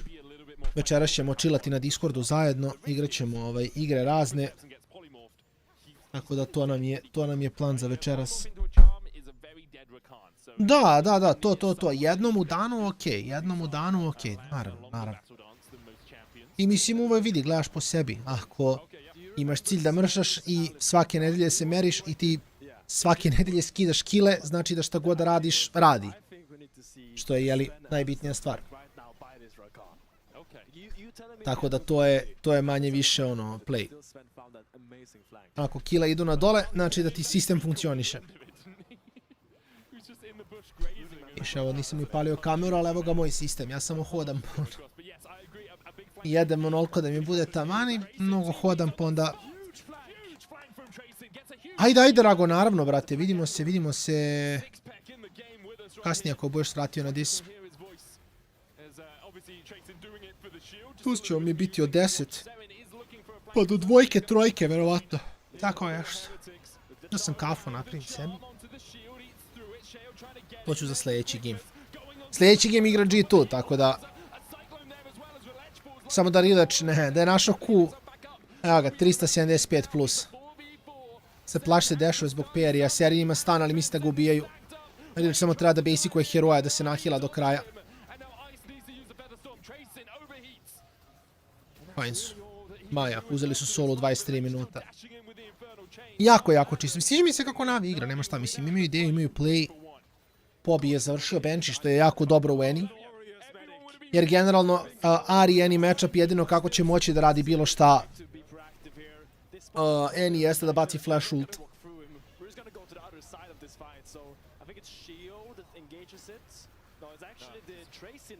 To je fora.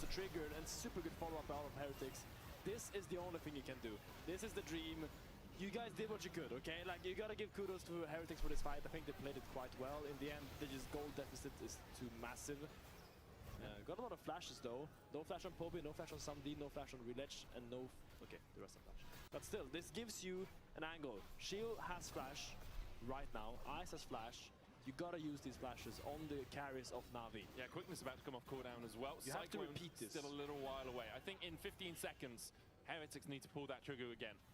That's when the Equalizer and the Cyclone are back up, you can kind of wait on the Featherstorm. Like, yes, it's nice if Ice has that degree of safety, but you really need to pull the trigger before Na'Vi have more tools. Way going... Lepo. I AORUS. Ult na svog AD carry-a i flasha, ali to vam je pravi support. Sad samo Samdi treba da... Da. Ne umre od Tejsina i to je to. Nice, clean. Nema šta, mislim, ovo je 2-0, idemo next game. 2-0 next series. 2-0 next series GG, ljudi moji, znate priču. Znate priču. Očekivano donekle, tako da tu nema šta.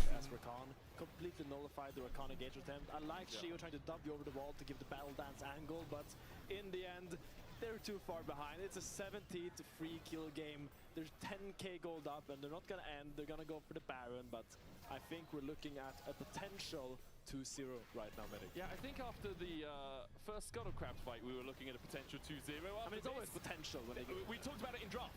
Like, it sucks to play Rakan into Lulu, because you get close and then Wild Growth comes out, it's like, oh, okay, cool, Samdi just survives through the whole thing.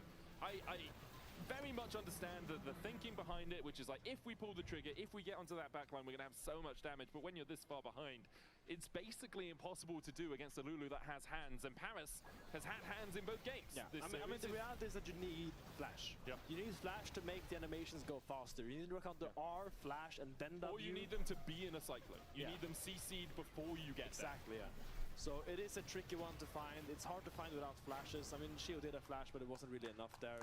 It's gonna be Baron for Na'Vi. It's gonna be a slow burner of a side lane push here. Yunara and Lulu is opening into the top side. They're gonna be getting down this tier 2 tower quite rapidly, and they will be putting their eyes towards the base of Team Heretics. Certainly will. No inhibitor tower in the mid lane, just that inhibitor open. Meanwhile, on the bot side, Tracing pushing up. Sheo was shadowing him as well to make sure that he manages to take that tower. Sheo taking a Scuttle Crab, trying to find something positive out of the end of this game. Maybe could find a flank, but Na'Vi are just all pushing through top. This will be an inhibitor tower and likely an inhibitor afterwards. Reset coming out from Tracing as he tries to get back in time. We do have the Cyclone Quickness Equalizer combination. If Heretics decide they want to enforce a fight, but every fight... Mislim, ne sme velika da bude kamera dok radim lec, tako da moram da budem ovdje u ćošku malo, ali chillamo. Tu sam svakako, jer... Nego sam obično sam s druge strane ekrana, sad sam levo, obično budem desno. Kad je in-game, onda sam to. U draftu i na pauzama. Mislim, kad je pauza, iskreno ja odem ispauziram, jer realno, ono, mislim, 3 best of 3, a možda bude 9 gameova, što možda bude 9 sati, tako da mako ko bi mogao da blimi na pauzama, realno ako program traje 9 sati, pauze će mi trebati, tako da između partije ja odem iskuliram 10 minuta, sad ću možda napravim neku kafu, nešto za sljedeći game. Na ovoj pauzi, taman 10 minuta, idem pomazim Luja, napravim kafu i onda nastavljam da hodam i verovatno, gledamo G2 ljudi, ne možete ti reći ovo ne mogu da dobiju, nema šanse, mislim, ne bi trebalo. 29. minut Elder Spawn, mislim.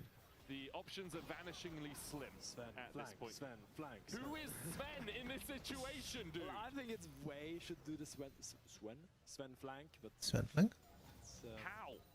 Show me how he gets. He has spellbook. He has spellbook. You want him to spellbook TP behind the pink ward. Oh my god, if he goes in for the gates as the equalizer as well. Samdi takes... Holy shit, oni su i topili ljudi.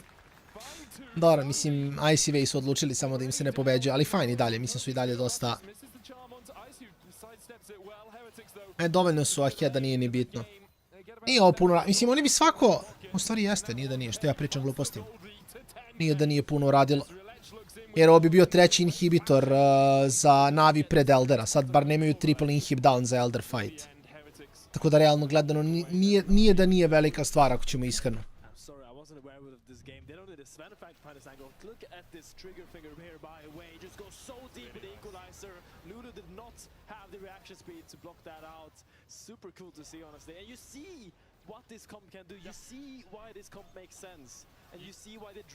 Lepo, lepo, lepo, lepo. Incredible fight forcing potential, but they need to do like at least 4 of those fights if they want to win this game. A few more at least. And I'm here for it. Oh, Heretics working. Maybe just an Elder is enough. Elder fight. Ice? Oh, Ice. Where is the rest of your team, Ice? Why have they abandoned you? He's melting, guys. Go save him. Baby kitten, where's mama? Well, that's the problem. Like, he's trying to walk through Hobi mora da the ulti. rest of his team is nowhere near him. Ili, dobro. Mora da ulta, pa da. Ali ajde, V je ultao također, tako da i to je decent. Samo su vifali manje više sve. Dobar charm, dobar cleanse. Rilač nije našao W na klona. Drake i dalje up, dobar W od Sandija. Mislim da je Sandi mrtav. Da, Sandi je mrtav. Mada bi Rilač trebao da ih poresetuje sve. Atrox je. Da. I šta sad, Zaja i Eni je mrtva dole. Zaja jedina gore. Jučer da rand... Ma kakav iceberg. Nema ni flash ni ult. Ovaj game. To je to, 30 minuta. Dobro, clean. Nema šta.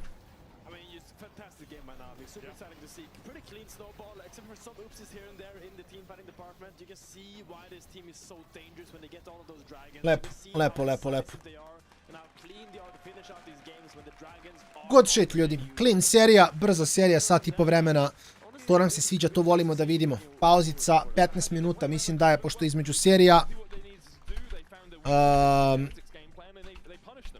minuta pauza pa G2. Tako da eto, da znate za nekih 15 minuta G2 igra protiv Vitality, apsolutan derbi dana, bit će giga fun.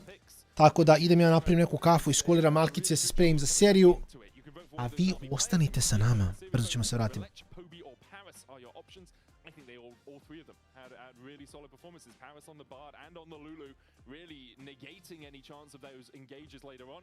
Poby as well on the Aurora and on the Ari. I think he only died like once through this entire series. You can make an argument for all three. I would probably give it to Poby just for the charms in general and how clutch he is in this team fights, but also Reledge in that Scuttle Crab is the one that walks up and kind of baits the engage on him so the carries can play. So just really good teamwork across the board for Na'Vi, and exciting to see what they're going to do moving forward. Solid teamwork, solid team fighting overall from Na'Vi. For Heretics, you're now looking down the barrel of 1-4.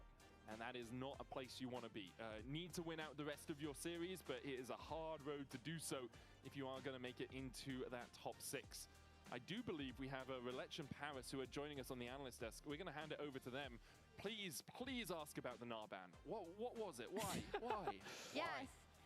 Yes. I'm going to ask Medic. It's not that crazy. Is it not? Well, we should ask them. I mean... His bobs, congrats. Okay, so I mean, you guys can hear the casters, but they were mind-boggled that you guys banned the Gnar when they already had Rumble locked in and you guys had the Scion. Yeah. But it's because you were worried about the Rumble flex to jungle, no? Yeah. So, yeah, that's what I was thinking. Oh, no, you just... But I don't think it's that crazy. I don't know why Finn and Medic were so I don't know. mind-blown about Medic it. was wondering about it the whole game, and then you're just like, well, they're obviously stupid because obviously But you Sheo, just like Sheo against G2 flexed the Rumble, like what was it, an LEC versus, and had a really good game on it. So yeah. Yeah, I mean, what can I say? No. School. Whatever. Congratulations, you two, back on the board after last week, which was of course Not good. It wasn't that. So, Paris, what went better then this match? To be honest, enemy is a bit worse than White Yeti. Like, to be honest, respect to White Yeti. I think they're playing decent, even though they have like sometimes they int so hard, sometimes they play so good. I think they are like almost top contender right now. They are. And today against Heretics, I think we had better comps, better early game. We just. Well, the game one early game was a bit. Yeah, but it's okay, you know, because they have Seraphine. You are supposed to lose early game, and you are supposed to get advantage after level 6. Yeah. And after we have Pantheonity, Bard ulti, enemy AD cannot play. Yeah, Ice did not have a good time. Yeah, no. I hate to be Ice that game. No, you love to be Pantheon that game, no? Yeah, it's like fun. Every fight, every ult, I'm just going in on Ice. I don't care about anything else. I just ult, and I look H, and like comms were like this. It was fun to play. Yeah, I can imagine.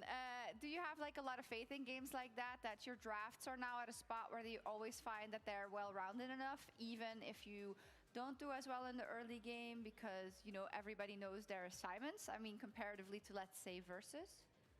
That was a complicated question. Can I hear the question? Yeah, yeah. Do you think you've gotten better, essentially? Yeah, better at like making drafts that are drafts where everybody feels comfortable, that you're able to overcome even, let's say, an early game deficit. Like, I think we are doing good, and like we are also working on it as well. It's like we have also like side part playing Aatrox and Mesa, but also working on this to play like other comps, other flexibilities as well, so we can be actually a top contender team, so we can win against like G2 and KC as well. I wanted to ask you, Paris, because when I played against you in 2024, I thought you were the best support in ERLs, right? It was Kadui and Paris, you guys won your Masters, and maybe it's my ADC ego, but I felt like you were kind of carrying Kadui. But then when you came into LEC in 2025, it was not the Paris that I was used to seeing. I think you've been much better now on Na'Vi, but I wanted to just ask you, like, what do you think happened when you joined the league? Why did you underperform, and what's changed for you now? I think in BDS, we had a tough year in general. And at the start, it didn't even start good. It started really bad. We started losing every scrim, official lose, bad mood, and we couldn't come back, you know? It was always some bad moods in the office. And I think we didn't manage well. So it just snowballed whole year. And I didn't play good. I could still play better, even though I have like bad mood. I don't have... Maybe I lost my confidence when we lost so much, you know? But this year, I'm happy in the team. Everyone playing good. We are winning scrims, winning official. You get more confidence. It's kind of snowballs for me. Maybe that's my personality. So this year, I'm happy and I'm playing good. So you feel like you're kind of like a confidence player, you need a good team environment. I mean, I think a lot of supports are like that, because like as an ADC, you could have a good game even when the team is falling apart, but as support, it's really hard, right? Like if your carries are behind, it doesn't matter how good your engage is. It's like... Yeah, it's a bit hard to carry carries when you're support. It sure is. Rilech, how do you feel that you're evolving also in like the ego department? And I asked your coach about this as well a couple of weeks ago, but now that it's not as much, I feel like for a lot of Versus, there was so much hype behind all of you in the team, and then maybe it kind of fell flat, right? How are you managing expectations this time around to make sure that you can hopefully make it to those playoffs and do really well in those playoffs? When in Versus, people were not expecting anything on us. They were expecting us to go 9th, 10th, like 11th, like for last place, not to win playoffs. Like we silent the haters at first, and we put our like bar above from the expected. But now people know that we are here. When we do this again, it feels like, it's Navi again, like it's not really something special. Yeah. That's why we are also working better and trying to improve to make this bar go more higher, and it also affects me as like ego and the courage part as well. Because now everyone expecting me to pick Aatrox, it's not hype anymore. I'm Aatrox, it's jungle. I'm Mesa, it's jungle. It's Village. Well, today you played it top, but I wanted to ask you, Vitality, G2 on the stage. Yeah. Who do you guys favor? You guys played against Vitality and lost, but I don't know if you guys have scrimmed much G2. What do you think about both teams? Who's winning today? For me, on a good day, so far, Vitality has no chance. But after last week performance against Fnatic from G2, I cannot say that anymore. But I will still favor G2. On a good day, they're really good. You see it in official when they play their own game and scrim as well. I will favor G2. Okay. Yeah, like for me, same as well. If G2 wake up to win, they will win. And if they didn't wake up to win, it's gonna be a bit messy. Okay, I like it. Vitality can win in that case. They could, yeah. Thank you so much for your opinions and for and congratulations on your 2-0, Paris and Rilech. Yeah. And we are going to take a quick break to see if G2 did wake up today in time to play Vitality.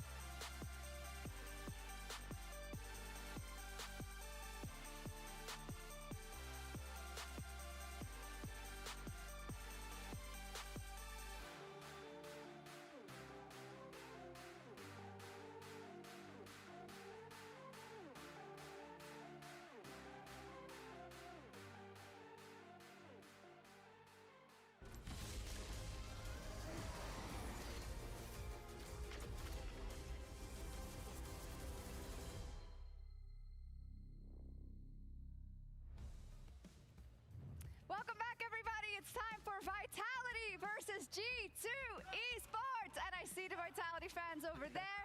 G2 fans are not making any noise, which is strange to me. They're on their phones, but are they tweeting? Hello, Samurai. They have to vote who's going to win. Hello, Samurai.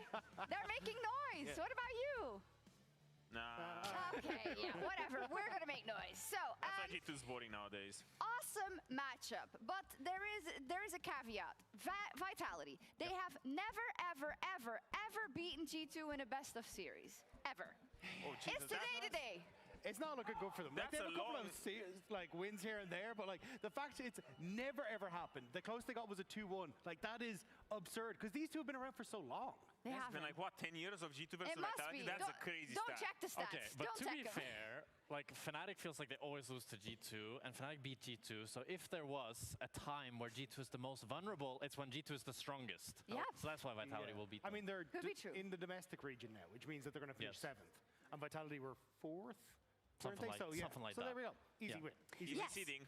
Exactly. So there's a lot to analyze. There's a lot to get excited for, as I will also grab a little prop.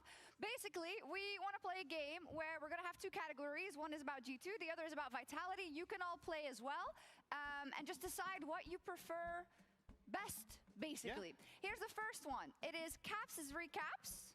Caps recaps with caps or without caps versus the check-in. Yeah. What? I mean, Check-in? exactly. Yeah, I'm over here.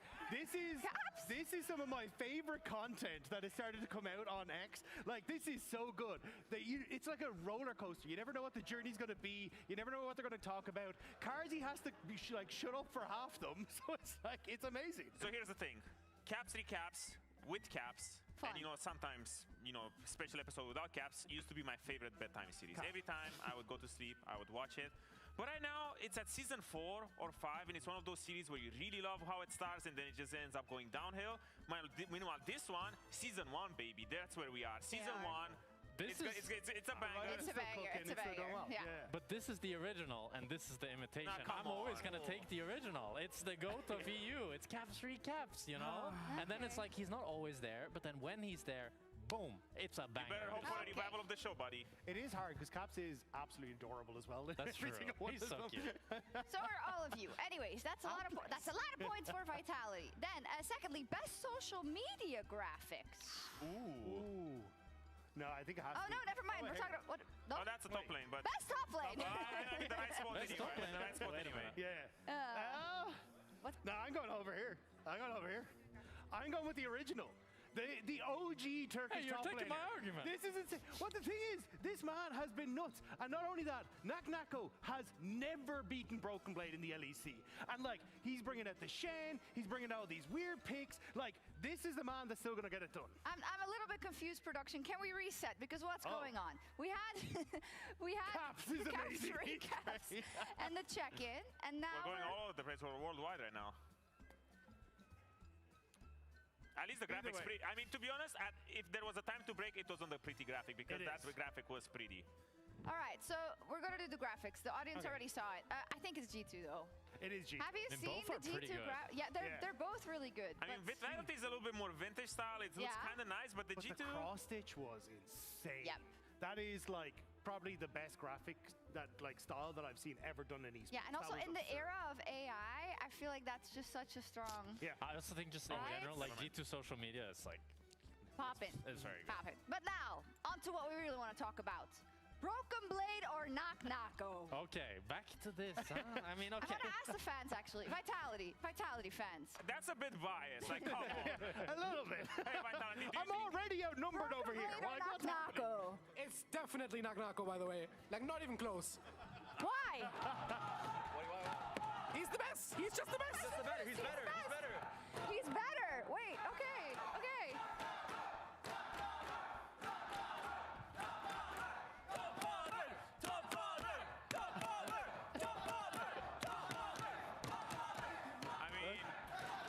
I mean, he's always owned I that hate Naknako. to break it to them, but he did find his top father last week, right? We haven't seen Top Father Broken Blade in a while. Now he's looking for his own Top Daddy, you know, and Naknako is the Top Daddy right there because it doesn't matter. It doesn't matter that he never won against him, right?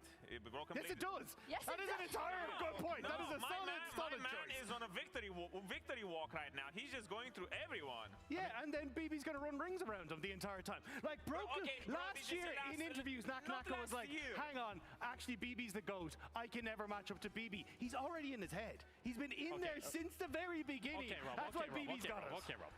Odo, level with me here. As the Fnatic assistant coach, would you say that Naknako is better than Empiros? Hey, come on, man. Sorry, my client can't speak about this right now. He can't speak about this. That BB Odo is now on Broken Blade side. I'm not in game 2 and 3 up against Empiros. Statistically, maybe. Okay. And Empiros, I mean, BB went 0-14 against Empiros. He did. In game 2 and 3. That is also Everyone has a bad day. You know what? And you know what? Things happen. I'm staying here. But he did break his best and lose streak. I saw that tweet earlier as well. Anyway, Things are coming up big for BB. We gotta keep going because we have 2 more. We have Linsas versus Skumond. That one's also an easy one. Oh no! Hansama versus Karsi. versus Karsi. Okay. I'm going Hansama. No, Okay. guys. Yeah. Like, look at him. Look at him. Anime superstar. Look at that hair. All right. Okay. They're both on teams. Yeah? Yes, that's how it works, yes. Okay, gameplay. Hold up, let her cook. Yes. And they're both on their favorite late game carries. Okay. Yeah? Okay. And they're up against it. The team's down a few thousand gold, but if they win the next team fight, they got it. Who are you putting your money on? Hansama. No! How do you put your money on Karsi? Bro, putting your money on Karsi is like a 50-50. Like, it's the most inconsistent player in the league. Karsi's Ezreal. So is the shopkeeper involved? Yes. Bro, we're not bringing that up again. Are you kidding me? Come on. That was one time he didn't buy That's why I asked if it's involved, because if he's not involved, it's easy Hansama. Hansama has been just so consistent and leveled up so much over the last... But that's what I was going to say. Think about this man at first stand. He ran the Rift. Yeah, but every single game he stepped. I'm really sorry. That doesn't matter. He's gone past that. Okay. You know what? He's in stocks. He's moved on. He's got someone who personally buys on his behalf. 9 It's to fine. Vitality, 7 to G2. Last one, best basketball team. Ooh. I mean, I have seen Linsys do a dunk on X. I don't know what that is. This was Linsys had so much This looks like the new version of Dodgeball with average Joes. That's what this looks like. Yeah, but that's the aura part of it. They look like average Joe, but they have LeBron James. Like, come on. I don't know. It's in the name. I don't know. I feel like I've actually seen Linsys run out after winning the series last week and do a dunk outside. It's true. These managers holding the basketball. I can do that. It's true. I don't know what the final tally is, if it's 9 versus 7. Oh, it is actually 11 for Vitality, 9 for G2. Ooh. But about the basketball, apparently they shot some hoops before the game. And we can watch right now. Okay. Yeah, okay. Come on. Nako stepping up. Oh, okay. That's a big one. That was clean. That was pretty good. Okay, BB. Oh, that was... Oh, that's devastation. Can I take back who's going to win in top lane? Linsys. That's why he's here. That's why he's here. Oh, making it look easy. This guy done, okay? Skumond? Oh. Hey, it's about League of Legends. It's about League of Legends, not basketball. Like, come on. Well, it's 2-0 for Vitality. Yeah, this doesn't look very close. Caps? Oh, not even the goal. That was a nice try. Yeah. Come on, big LeBron James. That was the worst one. That's your guy? That's the guy you want to carry? Him? The guy didn't even hit the backboard. That's my guy. Did you see that? Low confidence anime superstar throws it, lands the shot. Come on, bring it home. Okay? Okay. LeBron James, that's my guy. Oh, Linsys again. I think it's a tie now. Yeah. It's a tie. So everyone gets one other shot. Come on. LeBron James. But is nobody going to make it? Please, someone has to hit it, lads. Guys, the segment has to end. Like, come on. You cannot be here forever. Like, oh my God. Maybe giving sports here wasn't the best idea. Yeah, we need to play some video games, I think. we need some referees in here. Please, lads, someone. Make it stop right now. Okay, we got two more. Okay. Someone has to. BB. Oh my God, bro. He did a backspin on it. Okay, Wow. So is it just a tie? Is that the end? It's a tie, and it's time for Vitality versus G2 Esports. Let's go. Yeah, let's go. That was something. As a man that hasn't played basketball since high school, I don't want to judge. But I was expecting someone to come out. Was it Wilt Chamberlain who used to shoot three throws underarm? I think it was Wilt Chamberlain. More effective, apparently. He scored a lot more points, but it looked weird, so he didn't do it. I know Wilt Chamberlain dropped 100 points one game. That's all very I know good about player. Wilt, yeah. That's the extent of our basketball knowledge. Thank God these players are playing League of Legends and not basketball. Hey, Linz's form looked like Linz's looked really like clean. a proper, elbow, whatever. Also, like LeBron James is throwing it at the backboard, hoping it goes in. I think that was strategic because the backboard wasn't properly attached, so like you could just yeet it at the backboard and hope it would just drop straight down. Anyway, League of Legends to be played. Vitality up against G2. Vitality on a fine run of form since their loss to KC. They continue to dominate teams that they play up against. Probably the most exciting team in the LEC right now. I mean, it's a good time to be a Vitality fan. Yeah, it hasn't been in a long time, but right now, if you want to invest, it's right now because they have some really exciting players, fantastic social media presence as well, just great personalities. It's a super exciting team to watch. They're exciting outside of the game and inside of the game, and the plays they are making are good as long as you don't look at the drafts sometimes. Sometimes the draft can be weird, but we're all abuzz about Vitality right now. G2, on the other hand, coming off a loss against Fnatic. I think the question always was could they keep up the form that they had at first stand? Could they continue to develop and grow? And the LEC stage is not the glaring lights of Sao Paulo. It's not the opposition of Gen G and BFX and BLG. But I think a lot of people expect them to come out fighting today against Vitality. I mean, we know it's G2. They do like to throw in a little content series here and there. Now, I do assume that G2 is going to come into this game because I think they want to shut down this buzz that Vitality is currently having right now. Yep. Getting buzz, bees, Vitality. Yeah, it's a good one. But basically, they want to shut up all the fans saying that Knock Knock was better than BB. They want to make sure that they reclaim their throne in EU as they have held for a long time. So a strong showing today would be important to spread that message. Yeah, definitely. It would. I think if G2 can win today, I mean, the thing is with G2 now, and this is a debate we always have as casters, like if they perform poorly in the regular season, can we say that they're falling off? Can we say that they've been bad? The answer is no. They were 7th seed going into LEC versus playoffs, and then they won, and then they went to first stand and made finals. So at some point, you do just have to have a bit of faith with G2, but what they often do is struggle against some of the lower tier teams and then manhandle some of the upper tier teams, right? And so we'll see if they can do that today against Vitality. We'll see if only one B is allowed in the top lane or if BB can make Naknako his top son, I guess. Absolutely, yeah. Isn't that a Dota player, top son? I'm not sure. Maybe, I don't know, man. Okay, let's see. We are into drafts right now, and just like the first series, we're seeing Orianna, Azir, Ryze bans. They're very common, it seems, to just target that mid lane pool. Meanwhile, on the other side, it will be Karma, Varus. I evo nas nazad, vreme je za G2. Ajmo da vidimo šta će se dogodi.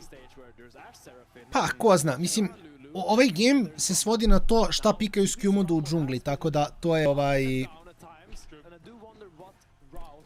to je play, to je pitanje. Znači šta s Q-modu pikaju, to nam govori šta se događa s partijom.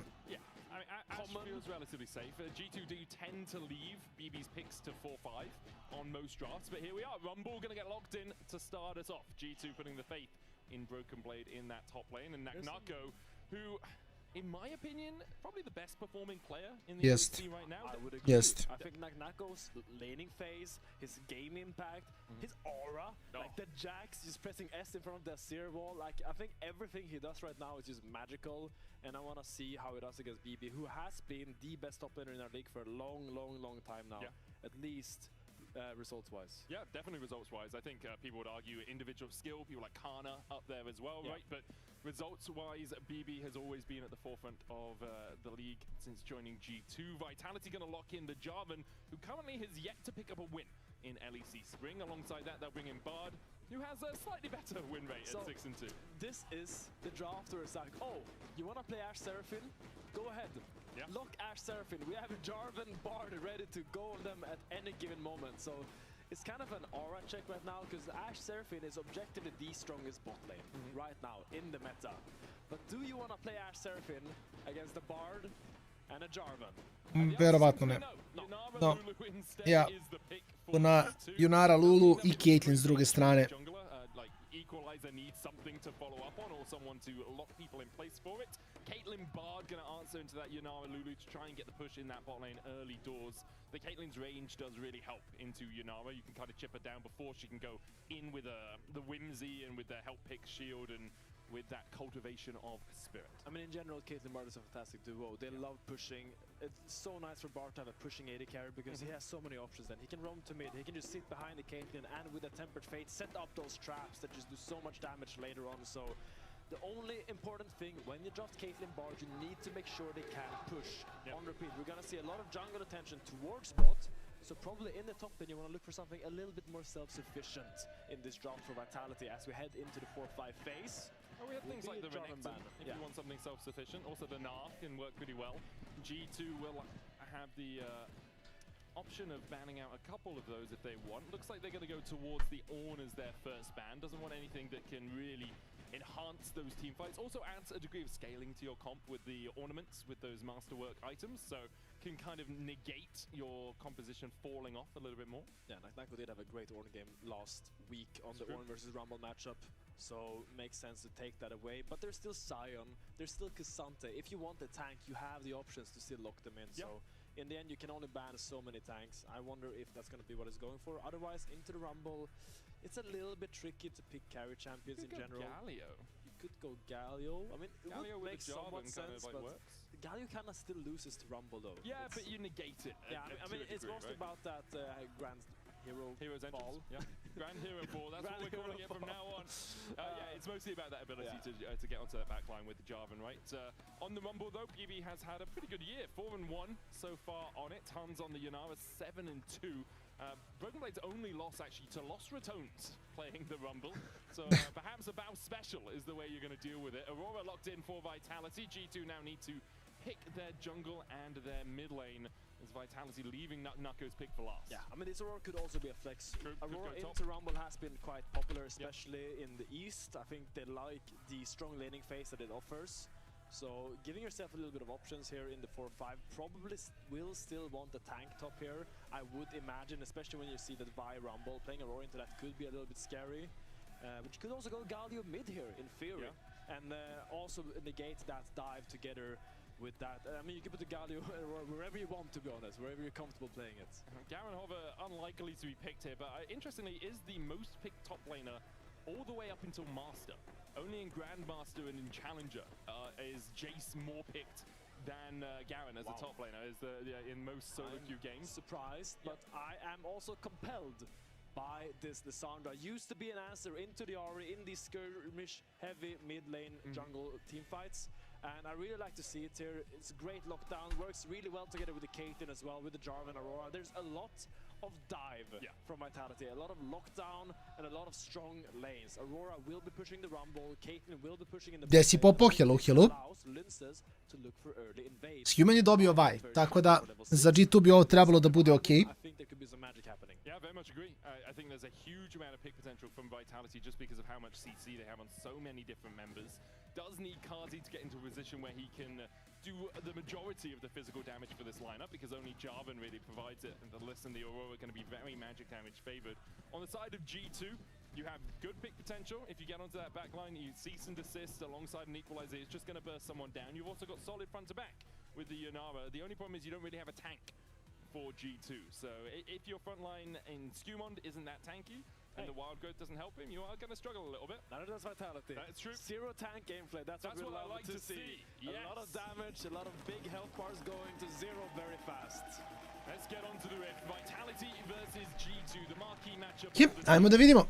As we'll see if Vitality can continue their winning ways. 3 in a row for them. For G2, a win against Heretics and then a loss against Fnatic.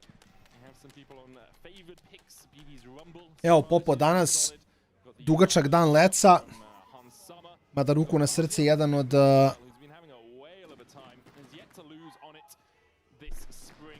malo dana leca gdje u stvari traje jako dugo, jer ako se ne varam, nakon ovog dana više nemamo 3 best of 3 dana. Ovih dana je baš bilo, to jest ovih nedelja je bilo malo napeto, prve 4 nedelje su 3 best of 3, pa se onda izduži dan ko lud. Do super well with it. He has an incredible kit. I think it was like 14 or 15 KD on the Caitlyn. 17 to 11, incredible. So it's all about getting the push. Together with Fleshy, they've had some fantastic laning phases. And I think this is a matchup where they in theory should be winning. So I want to see how hard can they push this Tako da, radi se LEC, još 2 best of 3 serije. Nakon toga, ako ima vremena, teretana. I onda Patreon game. Danas ćemo svašta da klikćemo, igrat ćemo malo i... Precu ćemo vjerojatno i malo Kantera, i malo Dote, i malo... Lost Arka. Tako da večeras planiramo malo chill zajedno na disu s Patreonima, diskuliramo. I kažem, ja ako budem stigo, volio bi da odem u gym, pošto sutra ne radi teretana. I onda sam u fazonu, bilo bi baš super da ono stignem, ali pošto mi gym radi do 10, to znači da ovaj program mora biti gotov do fazonu 8 sati. Da bi ja stigo do teretane da istreniram i da se vratim. Jer onda sutra svako moram da pauziram jer je neradan dan. I onda u ponedeljak vraćanje na normalu.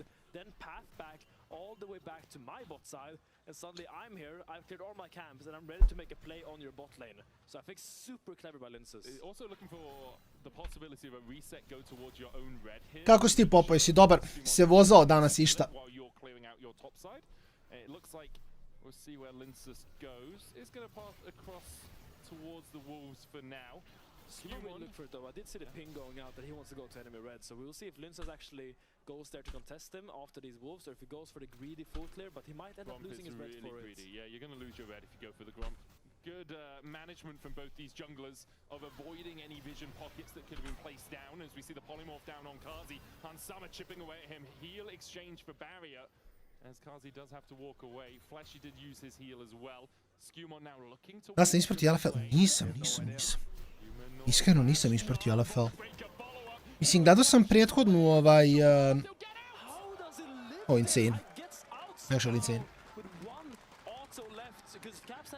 Could not follow, and Skewmon is a melee champion. He cannot make that distance. Super clutch by Humanoid to not die to that gank.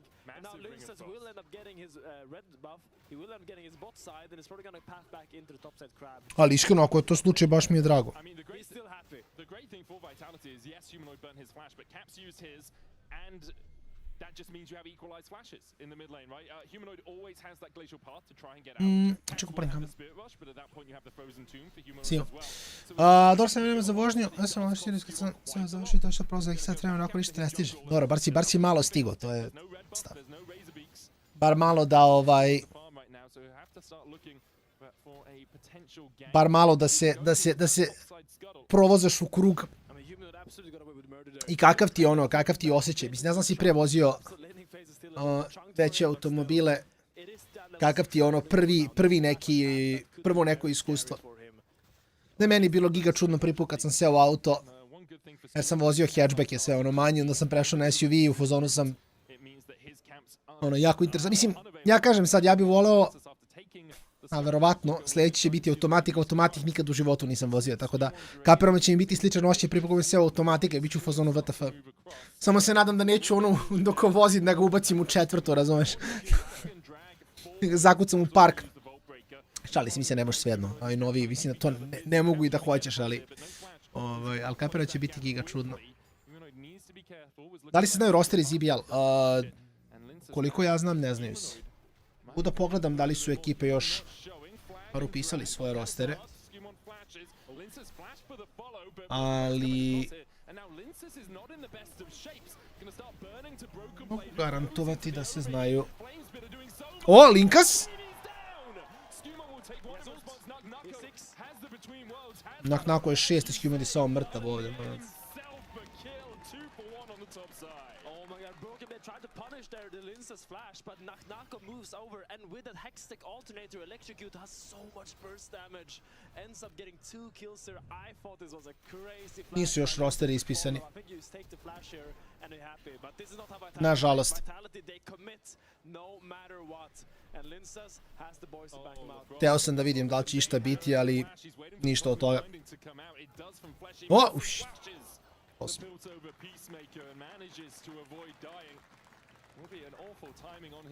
Sjećate sense, okej, znači vozio si ranije, je. Dobro, da, mislim, ima malo drugačiji motor, drugačiji handling. BMW je onako dosta i specifičan kao auto.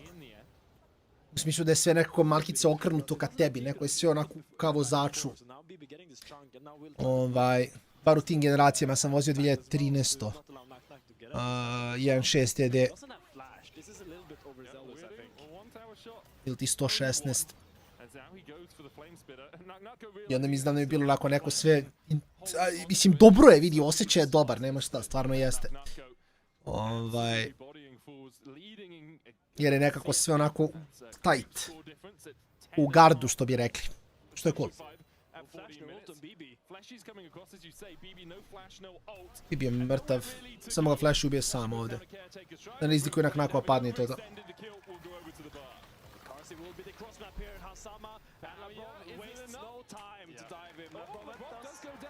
No, ovo je fajn.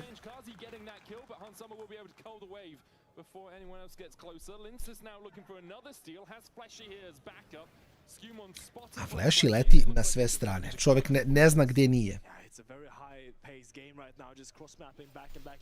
Flash is actually one of the supports that roams top the most. I think we checked the stats before. He has the highest top support proximity out of any support in the league right now. So really nice to see that he is actually using all of his options here. Naknako already having the proto belt now will make this laning phase really tough for Broken Blade. Look, he has 2 ambushes. Čekaj, juče si kupio.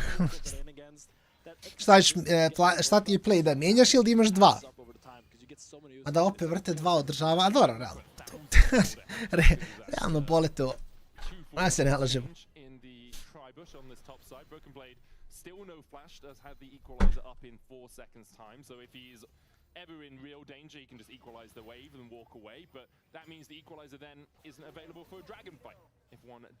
Ja ne znam, ja sam uvek ono u fazonu da mi sve ima smisla. Jedino što bi uzeo ja... Ali mislim, znaš što je meni nezgodno mnogo? Meni je nezgodno što ja nemam parking. Mislim, iznajmljujem ja parking mjesto, sve to. Ali... To je garažno mjesto. Caps je fine. Ali i u tim garažnim mjestima što iznajmljujem ne mogu stvarno veliki automobili. To je fora.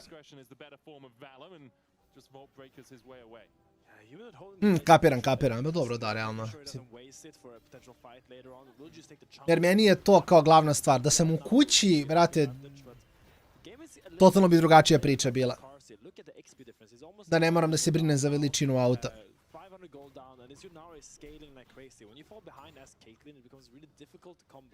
Mislim, meni lično estetki su mi najlepši Jeep Coupe, znači tipa, ne znam, X6 nova, mi je baš insane. A realno nije praktično uopšte. Mislim, izgleda jako cool, ali to je bukvalno početak i kraj svega. Niti imaš nešto puno prostora za putnike, niti imaš veliki gepek, niti... Po dizajnu nema smisla, jer je kao preveliki auto s premalo prostora. Ali je cool. Ali baš je cool. Tako da to je...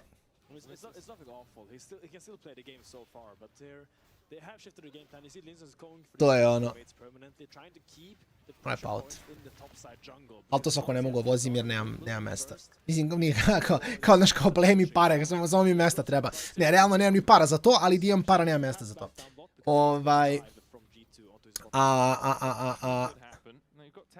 Znaš šta me zanima, šta će biti za jedno 4-5 godina s Kinezima? Jer iskreno, Forting T5, ne znam si je taj auto. Iskreno, za pare koje daš, brate mili, lepo je, jako lepo izgleda. Jesi? Upravo, ne? Sebi napad. A? Gdje? A, što je rekao imam kafu?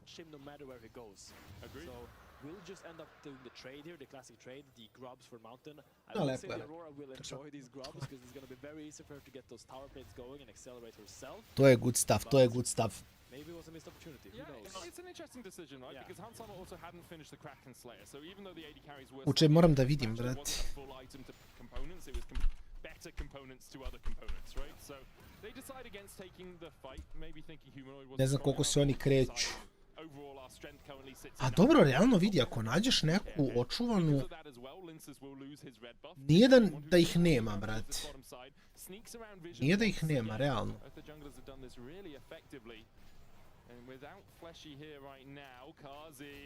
There's the ball breaker, cease and desist will follow up on it, into the wild grove, into the polymorph. Like, what's the man got to do? Lebrov takes the kill, which G2, I mean, they'll be okay with, would have preferred to give it to Hansama, but now Kazi falling... Može se naći.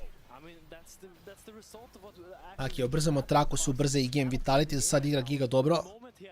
Nako je doktor igrice, BB je 0-2 i gubi 30 kripa, nako dajvuje. Mislim da ovo samo bio chunk pred dive. Da, jeste, jer to mislim stariji su automobili. Što kažeš, tu moraš da... Realno moram malo te ukinja, mislim. Znači, to su automobili koji su, iako su prešli 200k, pitanje je da li vraćano na 200. Tako da je to malo zeznuto.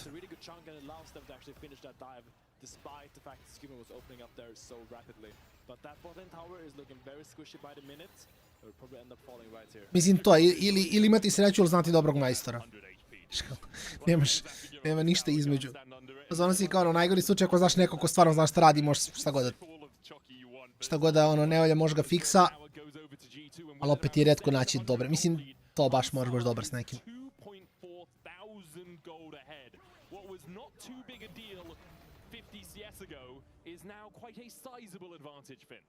It's a very big issue indeed. Ardent Sense from Labrov, Kraken Slayer, half an item almost on Hansama.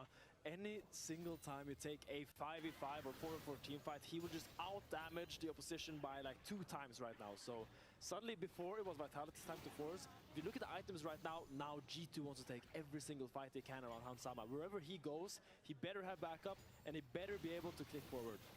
Importantly, that gold lead will shrink a little bit when Kazi finishes his cull and gets his quest complete because you get that infusion of gold. But we're still looking at like one... Kap sa Merksom, poštuje matchup. Opa. Dobar, ima još 2.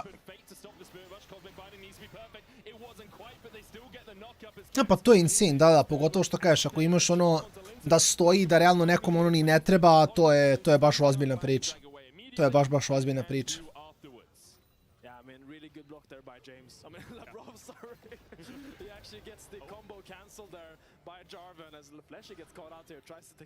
Još imaš i neko ko ti rešava, to je to, to je onda GG samo, vranci. Samo treba srediti što kažeš, naći vlasnika, dogovoriti se s njim.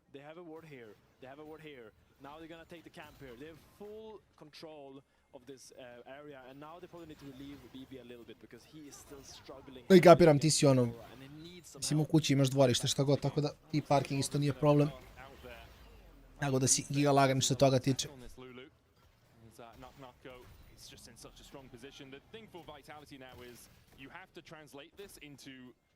Ne znam kako to funkcioniše, kako ti je dalje gledam LEC.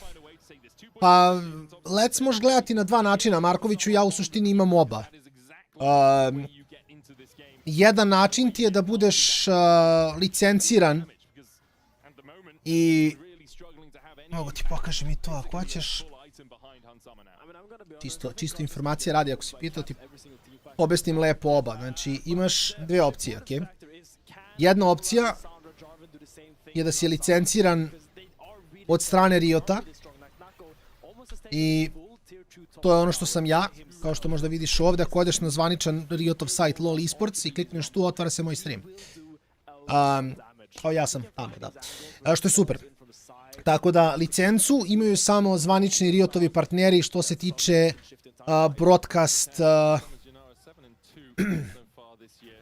broadcast partnera. To znači da na Balkanu samo imaš jednog broadcast partnera, u Španiji imaš samo jednog, znači svaka regija ima jednog broadcast partnera. To je Fortuna Esports, ja sam malo Fortuna Esports, tako da li je to sad na Fortuninom YouTube ili na mom, nije nužno bitno, to svako nama ide na Sport Club Esport i sve ostalo, tako da to je jedan način kako možda gledaš LEC. Drugi način, Riot partneri, što sam ja mimo Fortune, također mogu da se dogovore sa Riotom da gledaju LEC na konto toga što su partneri i onda oni rade watch party. Taj watch party nije prenošen na Riotovom sajtu, nije na LoL esportu, ali u suštini mogu dobiti prava i preko Riot partnerstva i preko firme. Sad kažem, u mom slučaju trenutno imam oba, jer kao radim u Fortuni, a Riot sam partner, s tim da ja koristim licencirano iz prostog razloga što onda izlazim na LoL esportu, što mislim da je dosta cool. Tako da, to ti je manje više čitava fora.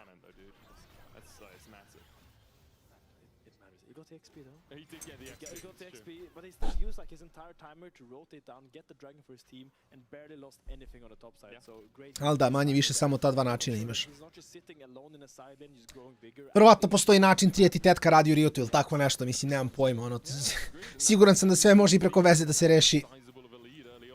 Ali kao na legitiman način mislim da ne postoji ništa drugo.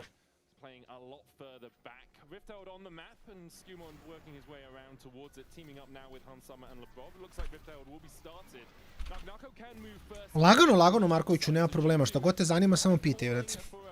Samo pitaj, tu sam pogotovo, kažem, ove godine LEC se radi u watch party fazonu, tako da chillamo, gledamo, zjazamo se, pričamo. Ne moramo nužno samo o gameu da pričamo. Možemo, ne moramo. Tako da koje god pitanja, to je okej. Linkas je bolje jungler. Humanoid. Dobar poli, mora se ulta, ali on je mrtav i dalje. Dobar bard ult, ali mislim da džabe, oni njega prodaju svejedno. Ne su mogli samo da odluče da se biju, ali...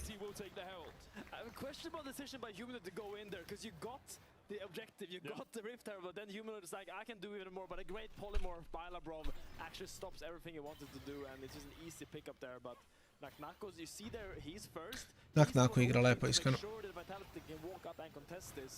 And he's the one that allows Linces to walk up and go for his 50-50, which he then ends up winning. Yeah, just lands the alley-oop, takes the Rift Herald away, and then Humanoid, he takes the Glacial Path. It's like, dude, like everyone's fighting on the top side. And he saw an angle. The angle wasn't very good, but he saw an angle, and that's okay. That one was, that's how Vitality plays. They go for plays. It's a Scalian angle right there. Pretty obtuse from him overall. Gold equalized between the two teams. Rift Herald in the pocket of Linces though, and without any of the plates going down on this mid lane tower, expect to see that used in about 2 minutes time to help the setup around the Drake, unless Vitality can find a way to accelerate the game a little. Nako najbolji top u lecu, jeste. Nako je stvarno insane. Mislim, kažem, Nako i Rileč su me toliko iznenadili da nemam reči. Znači, stvarno, baš lepo igraju. Mislim, Nako igrao dobro je meo, ali nije bio kao sad ono... Ne znam.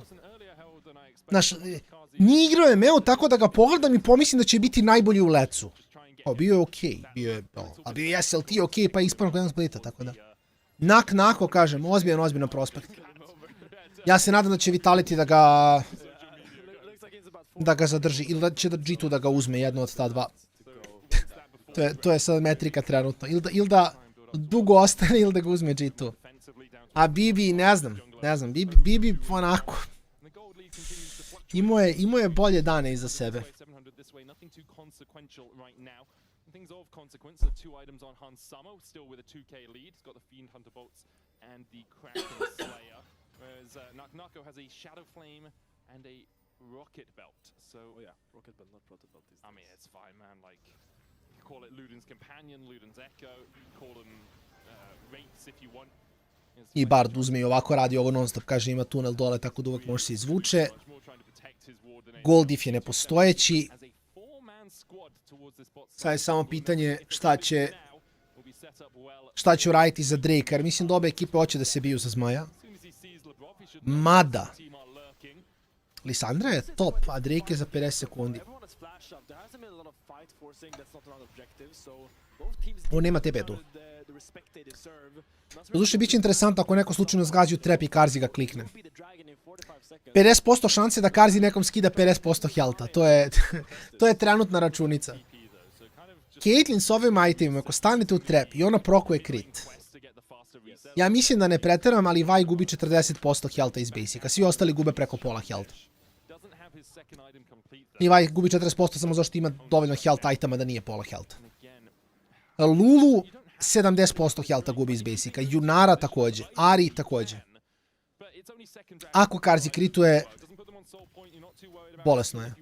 Znači ovaj deo na Caitlyn je samo insane. Junara vodi 1700 golda i tih 1700 golda je Soma i 300 na Nunk Weaver i 350 na Longsword. Znači tačno ta dva preko ono što mu stoji. Ali opet sinergija, Han sam je samo u openeru, a Caitlyn je u cijelom sustain damage. Samo što nisu ludi stanu u trap, ali tako? Caps. Dobro. Jako lepo od Capsa.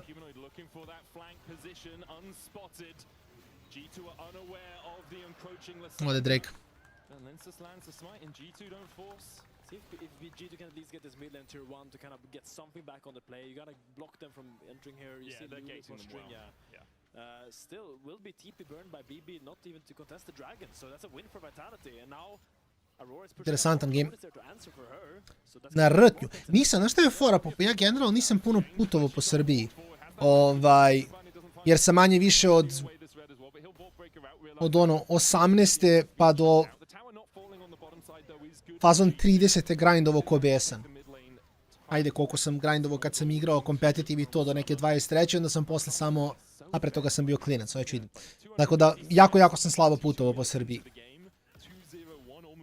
Više sam putovao po Hrvatskoj i po Sloveniji kad odem s Klarom, sad tamo u skorije vreme. Idemo pa malo putujemo.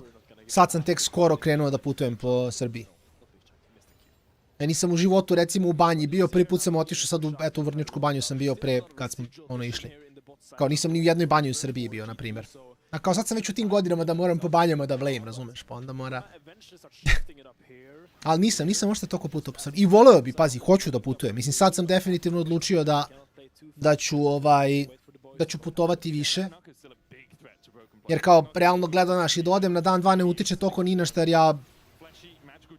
Kao ono, odem jedan dan, ostanem drugi, vratim se treći uveče mogu da upalim stream, znaš, tako da... Jedino mi je oko kastovanja malo problematično, jer kao kastujem non stop. Javi kako bude, gde god budeš... Gde god ideš, brate, javi, šibni slike, recimo, na Discordu i javi kako ti je. Jer koji meni je cool da znam gde je lepo otići u Srbiji. Što kao realno, ono, lepa je zemlja, a ja je video nisam. Tako da, mislim, nije da se razumemo, ne želim, kao ja sam, znaš, grindovao sam koliko sam grindovao jer je bilo potrebno i grindovao sam da bi nešto radio. Sad sam ono što bi se reklo na maintenance modu, trudim se, grindam ja i dalje, mislim. Zabode se decembar, zna se gdje je najjači content u decembru, ali mimo toga, tu sam. Chillam, radi se i onda mislim da svaki mjesec, svaka 2 mjeseca može se nađe 2 dana da se negdje ode. To je fora. Pa Solti, kako je sad vamo na grani do Zagreba, mislim da je to bolji ugao. Mislim da je to bolji ugao.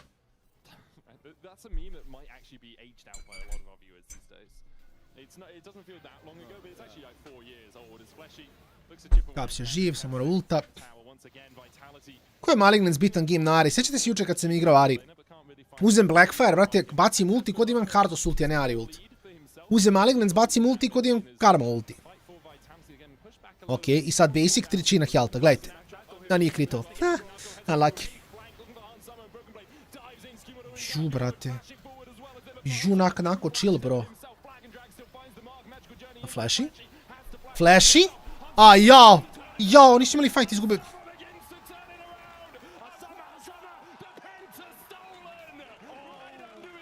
Ovo je bar Vitality probacio game. Pa kao...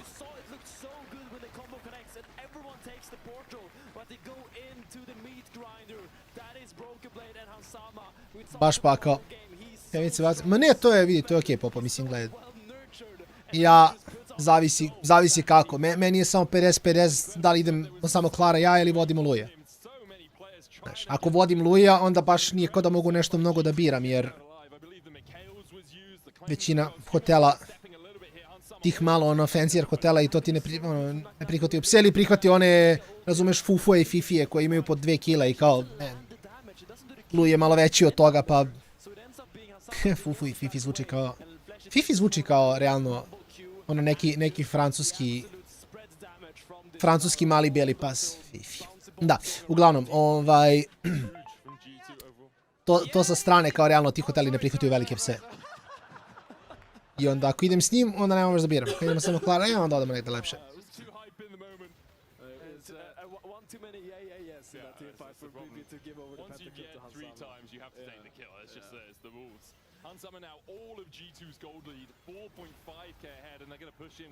Može kod Soltija.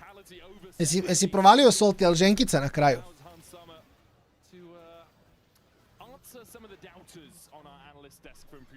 Jer ako nije ženkica, teško da može, vrati.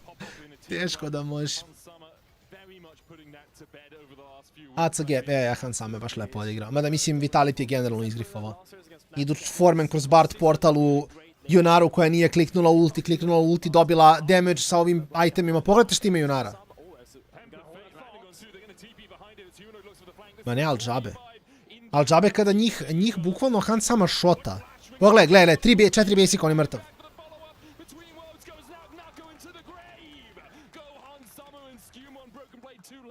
Napet game.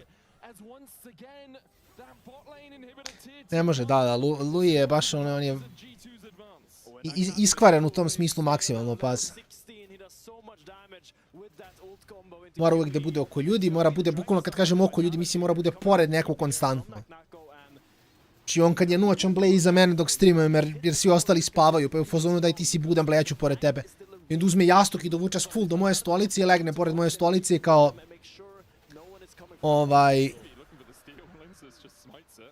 Solti mislim, ne može. Šroveri. Kako piški, što bi se reklo.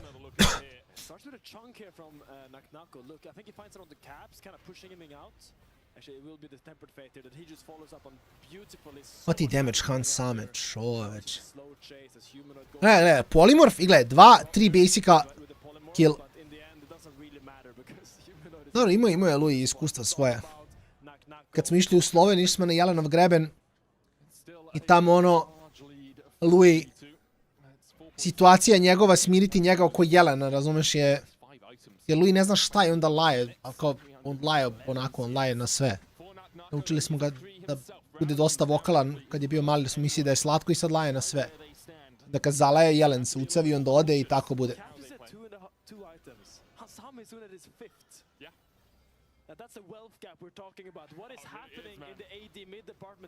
Wealth gap, 4500 gold leada.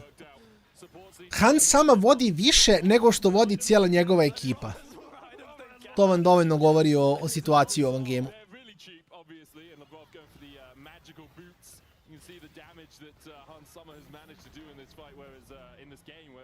Ne znam li je za Nak-Naka najbolja Aurora. Mislim, Aurora je heroj koji kao vinaćeš top, jer si range top laner i kao većinu ćeš topa vinati. Ali da li Aurora, da li Aurora može sama da nosi game? Mislim, kao u teoriji ima reset, trebalo bi da može, ali da. To je fora.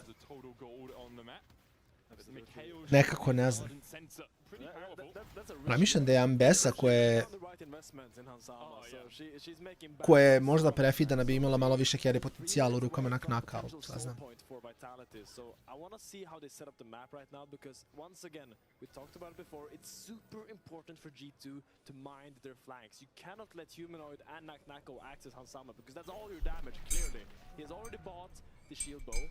So make sure he can live a little bit longer, but still, that's not gonna save him against an Aurora and an Lissandra diving her. It's gonna be so hard for him to survive. You need the Mikaels, you need the Wild Growth, you need the Polymorph. LeBron's been doing a really good job of finding those. In fact, his Enchanter play across 2026 has really leveled up generally. Ne, još jedan game da hodam i onda poslije mogu sednem kod čovjeka. Hitam 12k odmah i čao, Flash je mrtav. Han samo je prefidan. I onak na... Da nije imao stealth.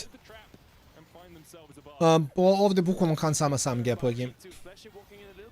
Ovdje legitimno samo sam gapuje game. 1-3, 1-3, 0-0, 2-1. Dobra je Labrov, mislim okej. Lulu je, shielda ga, razumete. Ali... Baš je prejak. Mislim da čak i da Vitality uzme Ocean Soul nije bitno, jer način na koji G2 dobije Han sama klikne ulti nekog šota, tu mu Cloud sustain ne znači apsolutno ništa. I'm not surprised because Humanoid is sitting on a sweeper, right? Because usually you have two blue side. Look at G2, they even have 3 blue trinkets right now, but having only one makes it quite difficult to face check. Unless Jarvan is there to throw the flag, at least for Bard it becomes really tricky because he can't really walk up there without dying.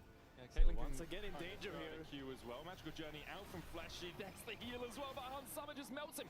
Nako trying to trade back in. Shubo procs Han Summer. I'm getting deja vu. Can't see Nako as he went across the veil, and because of that, Han Summer was able to walk out. He just walked in, died, waited to respawn, walked up, walked into the same place and died again. Yeah, but someone's got to do it, and apparently it's Fleshy's job. Because Fleshy's down though, G2 will be able to take the Baron. Humanoid and Linsus are pushing through the bot side to try and take a tier 2 to get some gold back, but now G2, I mean, they're really using the fact Han Summer is so far ahead very effectively. Constantly pushing and Aj se uzeli su tier 2 na bot, ali to je nebitno. Nema, mislim da, ne znam. Jedina stvar koja kao da kažeš za Vitality, što baš i ne znam koliko se teše s tim, ali kao Han samo još da uzme Infinity Edge i više ne može biti jači. Ne znam da li si osjećao išta bolje povodom toga kad sam to rekao naglas, ali ajde.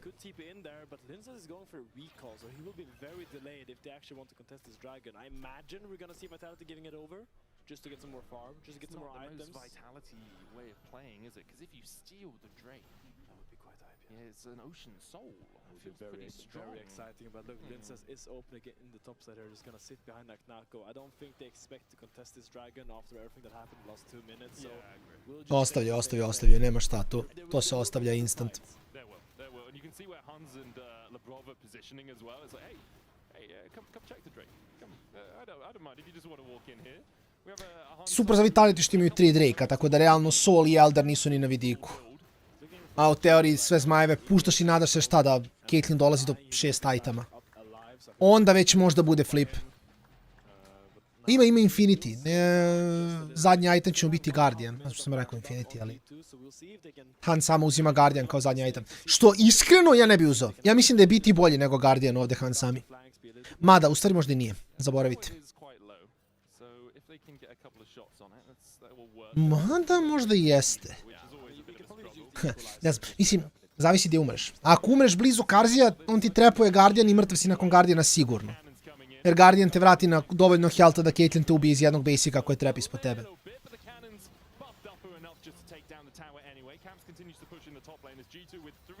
A opet biti ti sprečava da budeš brstovan, biti shield i shield bo shield su 2 shielda, 2 shielda su jače od jednog shielda, tako da možda i preživiš donekle brst. Imaš Lulu da te ostavi u životu također, možda samo igraš oko toga da ne umreš. Tako da BT ili GA. Što nije otišao LDR? Pa nemaš tenkova s druge strane, tako da mislim da je fajn da ne igra LDR ovaj game. Može uvek da proda shield boz LDR, ali realno mu ne treba. Kad pogledaš s druge strane koliko ima armora, imaš Jarvana koji ima Guardian i imaš Barda koji ima Locket. Znaš, realno gledano bez konkretnog tenka ili bez recimo Rendion Zomena na Linkasu, što Linkas je mogao da prepozna. Da bude u fazonu, ok, treba mi armor. Ali onda ovaj samo proda shield kupi. Ili proda Kraken na kraju dana. Mislim, Kraken je fajn, ali Kraken ne skela toliko dobro. Caps mora flasha ovdje, zašto bi ga humanoid ultao.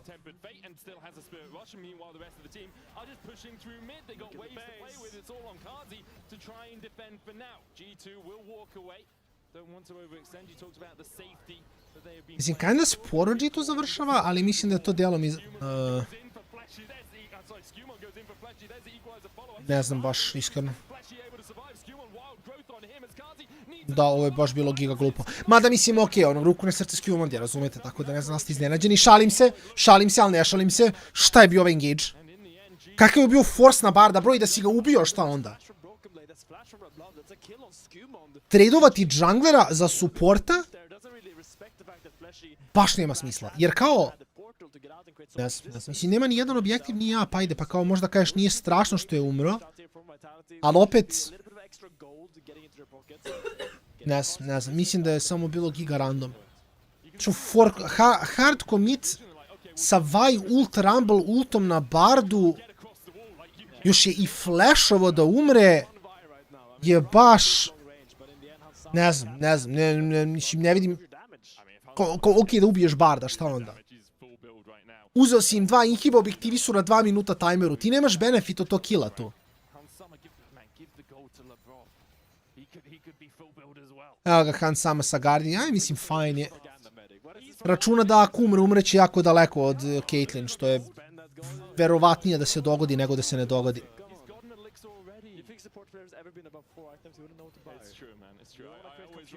I sad samo... Najgore što može se dogodi za G2 je ovdje dizintaju fight. Jer ako izgube fight, ako pogledate tajmere, Vitality uzima Barona i Sol odjednom ako dobiju ovdje. I onda odu u bazu. Ili čak ne moraju da uzmu Sol, mogu da ostave. Samo Barona da dobiju. Odu u bazu i Blay AFK. Interesantna 4 trepa umjesto 5 na Kate. Skroz levo, u sredini, između trećeg i četvrtog i skroz desno može se prođe. Ja više volim 5 trepova setup odmah. Više volim 5 trepova da blokiram skroz prolazak od znam da sigurno defam jedan passage.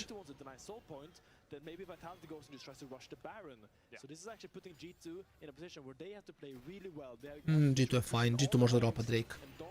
Šta više, mislim da je za G2 jako dobro da dropaju Zmaja. Jer šta ih bolovo za Sol? Realno šta ih bolovo za Sol. Markoviću minimum je 5000 evra mesečno za LEC igrače, a maksimum se ne zna, mislim da čak i ne postoji cap ako se ne, možda postoji cap. Ne znam da li postoji cap iskreno. You do need to be cautious about a double TP into backdoor coming out from G2 if you overstep. Vitality trying to step forward. Nemam pojma. I think Fleshy really wants Lenses to lead the charges. I do, please, just put a flag in the bush or something. As G2 are already on the Baron, it seems. Hunsama now pulling off it. Dragons now spawn. Caps looking for a flank. Down towards the bottom side. They're two-manning the Baron. Caps is looking for this as G2 will be able to get the Baron. Spirit Rush away from Caps towards that bottom side. He is flanking on Kazi and did chip away at his HP.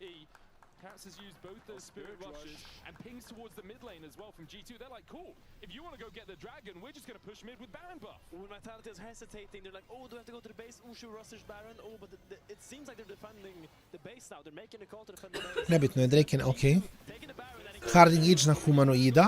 Moram da priznam da je jako čudno, interesantno. Humanoid ima flash, ima ulti. Odlučuje da ulta sebe i da se stanuje i sad će da umre. Ok, čekaj, stani, Karzi nije tu, nema trap, CC-a nema na Skewmondu, Skewmond je odlučio da rikne opet, neočekivan razvoj događaja za ekipu G2, ostali su bez junglera, pogledajte Sol po jednom, koji kažem nije bitan. Možda Skewmond namerno izintovo ovdje. Pozorno, ja ću da umrem da oni uzmu Drake-a da se nama Elder spona ranije. Mislim, iskreno, po priču je teško dobiti game kad tvoj jungler ne želi da pobedite. Neću vas lagati. I Relija na to zavisi, ali verovatno na topu. Mid je jako kratak lane za Reliju, specifične matchupe, ne može da nam davaš toliko.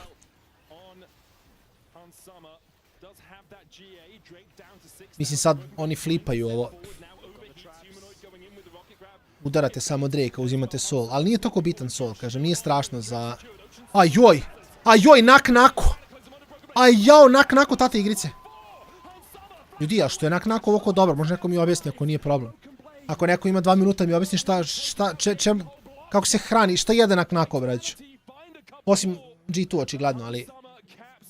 Brać, oni stvarno izgube game.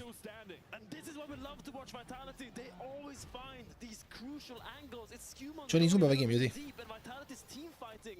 Jel ovo real life? Jel ovo stvaran život ili samo iluzija? Če oni stvarno izgube game zašto je Skewmond 1-5 i rundowna? Mislim, pardon, GOAT Evrope najbolji jungler ikada.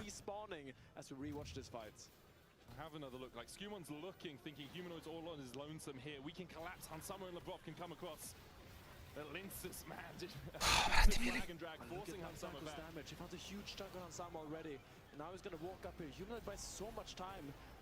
Da je Caitlyn malo ranije došla je trepovala, Skewmond je bio mnogo brži kill, ali sve jedno je free. Full overextenda lika. have another look at this. The Drake secured was always likely to be from Linces because he has that smite. Then Nako again with huge damage. It's just bizarre and his combo as well. Mislim, gledajte, znači, samo opet ja moram da se ogradim, što mislim da je jako relevantno u ovoj situaciji, ali ja ne mislim da je Skewmund najgori igrač na svijetu. Okay? Znači, ja ne mislim da je Skewmund Oscarinin nivo. Znači, Oscarinin, on se raspada. Oscarinin je, razumete, ono, lik je fraud 9000. Znači, lik je ono GP OTP koji ne znam kako ušao u Fnatic. Skewmund nije loš, ali pričati o Skewmundu kao najbolje, kao GOAT jungler Evrope, bro, ja kad sam igrao Go for LoL u sezoni 3 sam bio bolje njega. Znači, ja se sprdamo. Znači, on ima 4,5 pika na kojima je relativno okej. Znači, gledajte, dobar je, ali da pričamo o tome da je GOAT Evrope je malo, razumete, nije baš realno. Ima, ali iz nekog razloga to sam izvalio, znači sve te igrače koji pokušavaju da force hype-uju, to mi nije jasno. On kad odigra dobro, u fazonu su, on je najbolji igrač vremena. Sad je run-downovo 2 put za redom. Niko nije rekao, a što Skewmund intuje? Ne, taman posla da on intuje, vrati. Treba biti objektivan, znači kad igra dobro, kad intuje. Znači isto sam ja tako za upseta, ja sam upseta flameovo, ovdje možda imaju pik, možda nemaju. Znači, upset kad je grifovo i kad je ispalio Fnatic za World, ja sam rekao, brate, vidi ga lik šta radi, ono, jer realno to radi. Prošle godine upset kad je igrao dobro, ja sam bio u fazonu, brate, svaka čast upsetu, stvarno je step upovo, mnogo lepo igra. Nemam ja problema da kažem kad neko igra dobro, znaš, ali mislim također treba biti realan. Ono, Nako, vidi, Rileč trenutno igra bolje od Skewmunda. Straight up ima veći champion pool, ima više carry potencijala. Sad opet, kako bi igrao na International, ne znam, a nisu otišli International, ali kao Rileč trenutno igra bolje od Skewmunda. Nako igra bolje od Brocknuma. Fact. Trenutno samo Hansama radi više, ali kažem, jako bitna stvar je Karzi. Hansama vodi 5k, ali šta s tih 5k? Možeš kupi 10 potiona. Tako da to je ono što sam rekao, znaš, sad kako traje partija, Hansama i dalje se nabu 100. I dalje ima Lulu, tako da full build Hansama, full build Karzi, Hansama ima Lulu jačije, ali ali opet kažem, Karzi će doći do zadnjeg itema, Karzi jedan trap i vrate, Caps je mrtav od trapa. Kao Caps ako stane u trap, on mora prokaz zoni da blokira basic. I da se nada da ovi ne mogu da follow upuju nakon toga.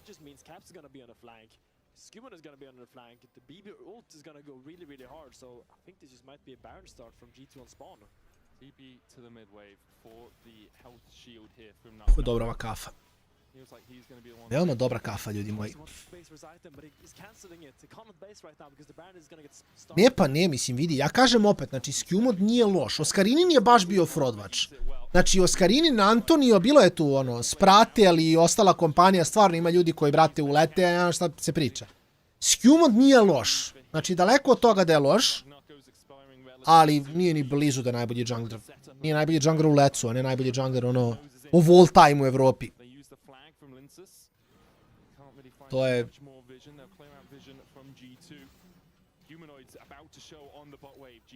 To je deluženo. To je kod ja kažem da sam ja bio daleko najbolji AD carry u Evropi kad sam igrao, a nisam u lecu ušao, razumete?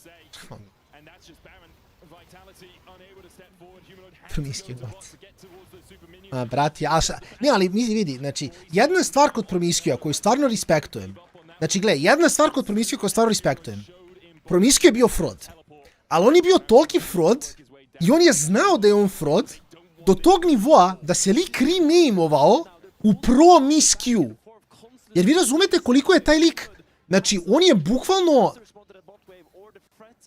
ja vama ne mogu da opišem koliko je taj lik, znači on je bio u fazonu, ljudi, ja kradem plate i bole me uvo.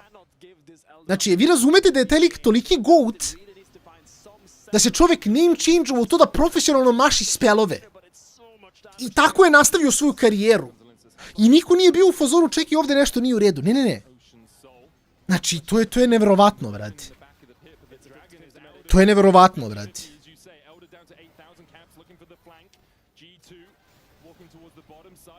To je ko da se, brate, ko da se Oskarini name change-u Paycheck Stealer LOL. I kao, si kao vidi ovo, brate.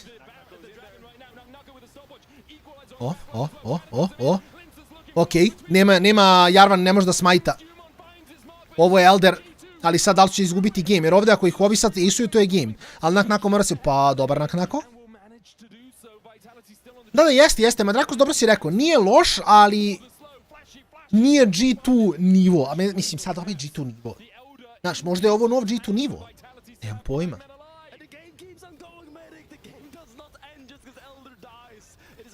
Ne znam. Jer kao G2 je jedina ekipa, bar ja verujem, koja je ostavila neki standard.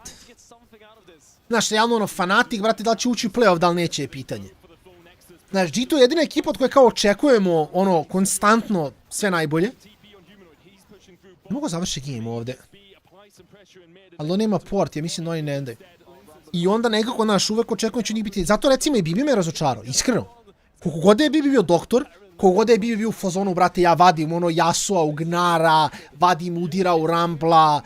Bibi je stvarno bio baš zverina u jednom trenutku. Ali sad, ova forma Bibija nije dovoljno dobra za G2. I znam da sam kao, ono, kritičan dosta od G2, a to je samo zašto očekujemo od G2 da budu najbolji. Jer kao, realno je ekipa koja ima budžet, organizacija koja ima neki legacy, i te očekujemo od G2 da će uvek imati najbolje i da će svaki igrač u ekipi G2 biti najbolji. I mislim da Bibi trenutno nije na tom nivou. Ok, na International provali su ako igra tenkova da će to da ima priču, što je skroz ok, igrao je, ispunio tu ulogu. KC me razočaruje jer na papiru su jako dobro prošli u transfer sezoni, ali na Riftu se baš ne vide toliko.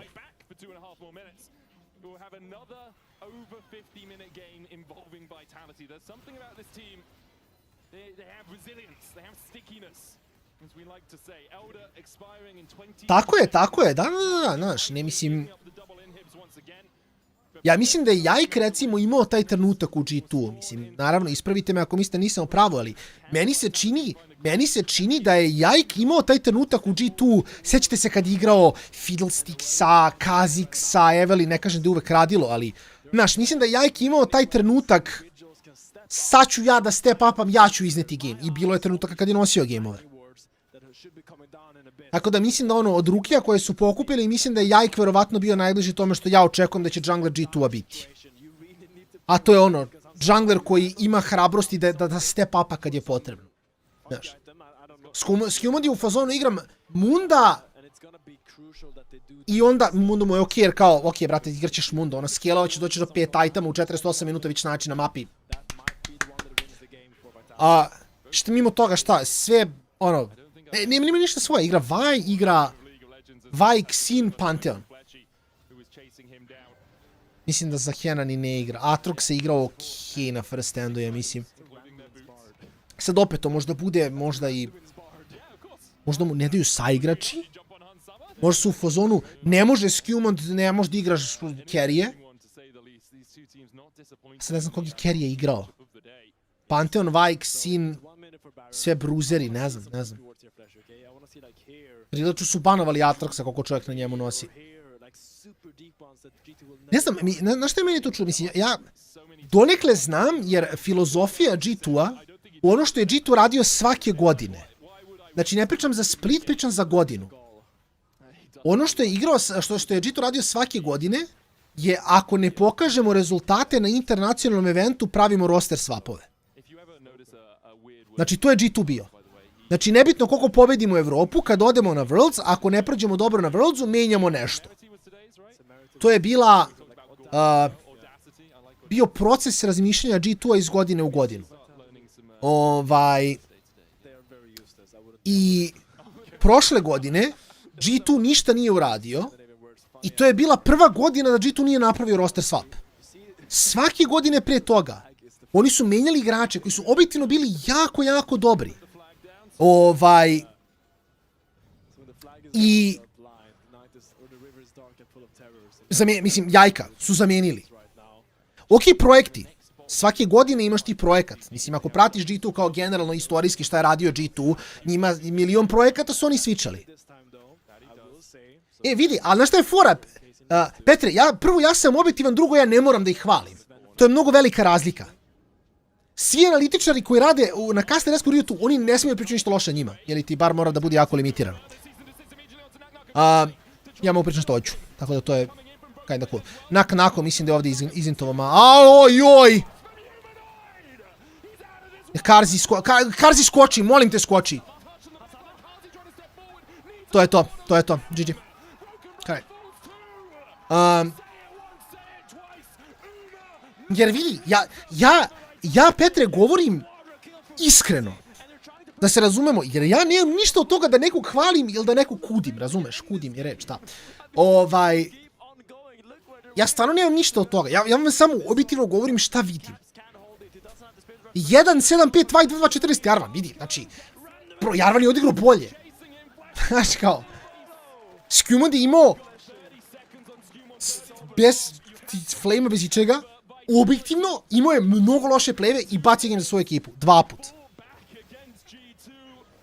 Ovaj zadnji fight moram da pogledam 3 put da vam kažem šta se dogodilo, jer su se previše fanilovali u Lisandra, čoukali. Kao pre toga imao je 2 fajta, onaj Bard engage i onaj Red Buff engage koji je bukvalno samo bacio game svoju ekipu bez razloga. Znaš. Što je snok nakon mu dobro, brate. Nadamo se da mu je samo utrnula noga.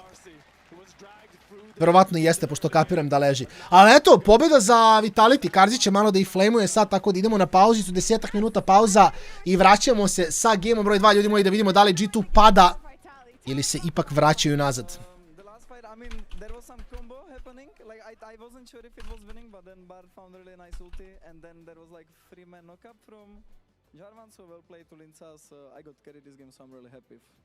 I don't think that's completely true, but there was a Yunara on the other side who the whole game had like 5,000 gold over you. So does it feel just so good that you were able to beat her? I mean, it's just Hansama, you know, he's the best AD carry in EU. So. You still beat him though. Okay, we'll see you for the next game. You can go and see your team. I'm going to go back to the deaths because we stood on stage and you had to decide between Karzi or Hansama. What did I say? Give them a late game carry. Give them something that they can influence the game. I will pick Karzi 100% of the time. I stood on the wrong side of the stage and Karzi stood on business. All right, I tried, but oh my God, what a banger of a game to start things off. Like, is this not what you wanted, Berlin? This is insane. Yeah, the Vitality fans are super so much happy. Back and forth. Yeah, and I will say, we'll talk to Karzi. He is right though. Yeah.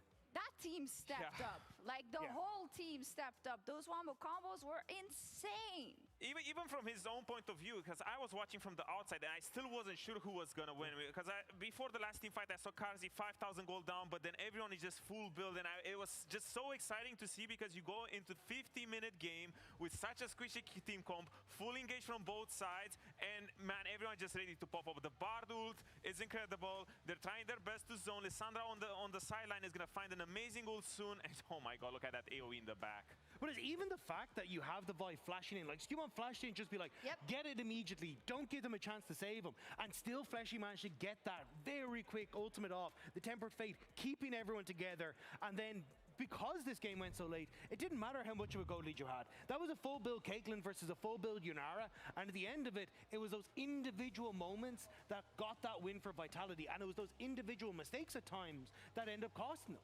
It's true, I think, for both sides, individual mistakes to get into different parts of the game, but for the majority of the latter part of this game we were watching, we were waiting for G2 to kill the base. They made a few crucial oversteps where Vitality are able to hold because of their play, and that's actually not something I've seen from G2 that often, right? Usually, when they make a mistake like that and they overpush, they reset and they make sure that that does not happen again, but maybe Vitality was just too strong. What do you make of it? I think it was a bit of column A, a bit of column B, right? I do think there was mistakes that were a little bit more uncharacteristic, right? I think I look back at that Elder Dragon fight where Hansama dove into the backline, was like, I have GA and I have these moments that can try and keep me alive, but not realizing the rest of his team couldn't follow up. Traditionally, when I look at Hansama, he's not one that's going to try and make that play and get caught out. Now, I am happy that he is growing to try and make these plays, but it does mean that he puts himself in a bad position and ends up getting caught out. On the flip side, though, I think that was also because of a ton of pressure from Vitality. Like, look at these fights. Like, it is just go, go, go, go, go, go, go. There is just this engine of running over you between the Lissandra and the Jarvan and all these different things that you have to watch out for. And look at the difference between this fight and the previous fight we just saw. It's just so hard as an ADC right now in this meta where there's just 5 people who can just blast you and blow you up every single fight. Is just so incredibly difficult for both of these sides. Hansama, he has to bob and weave, he has to dodge, he needs to look out at, you need to look out at Bard, you need to look out at Java, you need to look at Alessandra, and all of a sudden, you don't find times to dish out the damage. And now, the one time where he feels like Javan is in GA, the Bard ulti misses, Elder, we get it, now I can finally step up, he just gets blown up. Boom.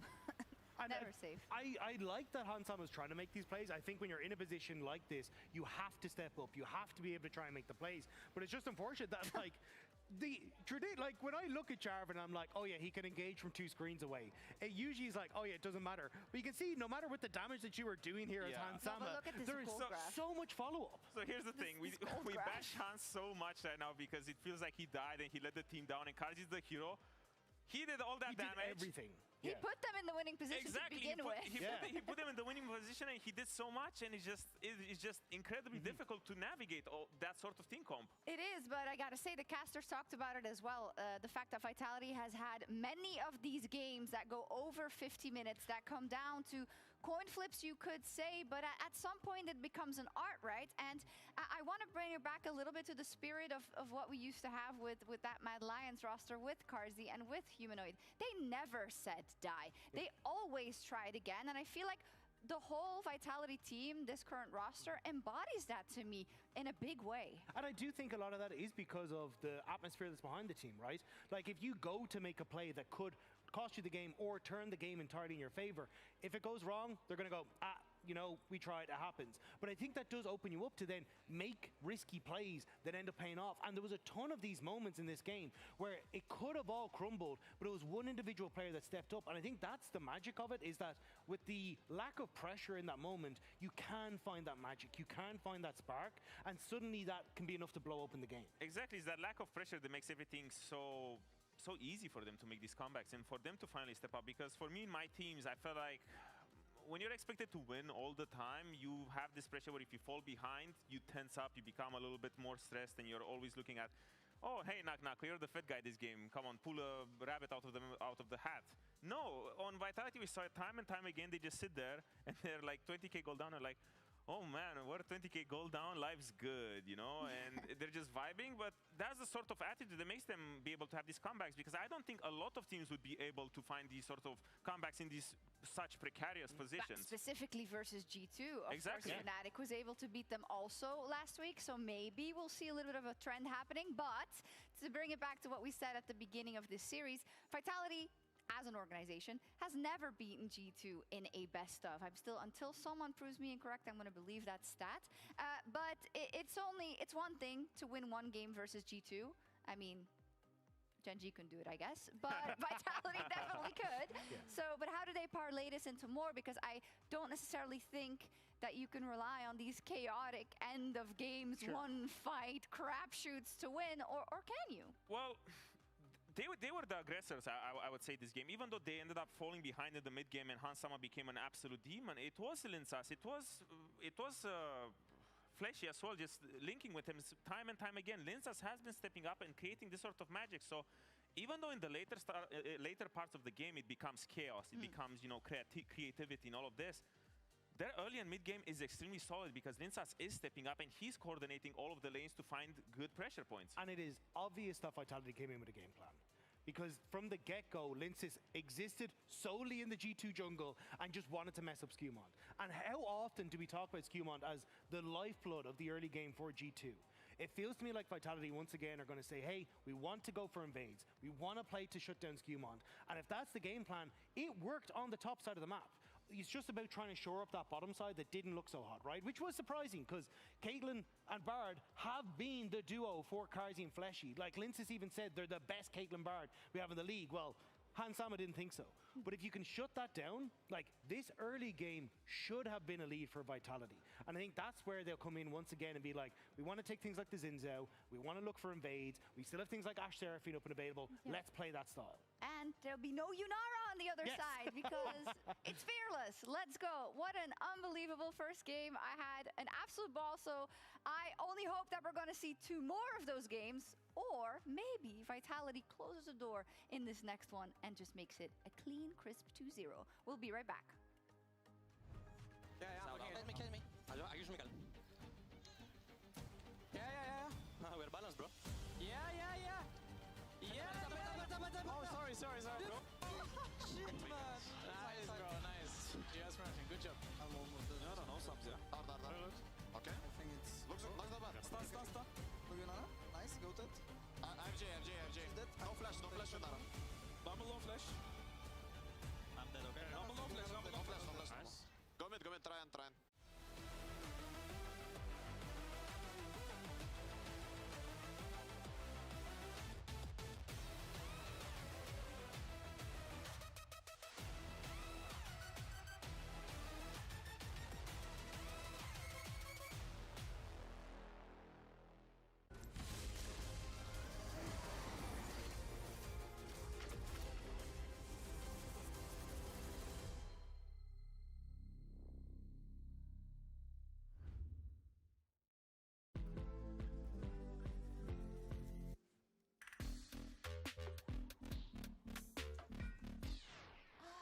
What's wrong with me today? I think you should have a break.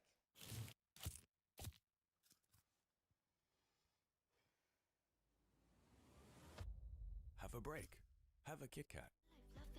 Baby, cause I'm crushing.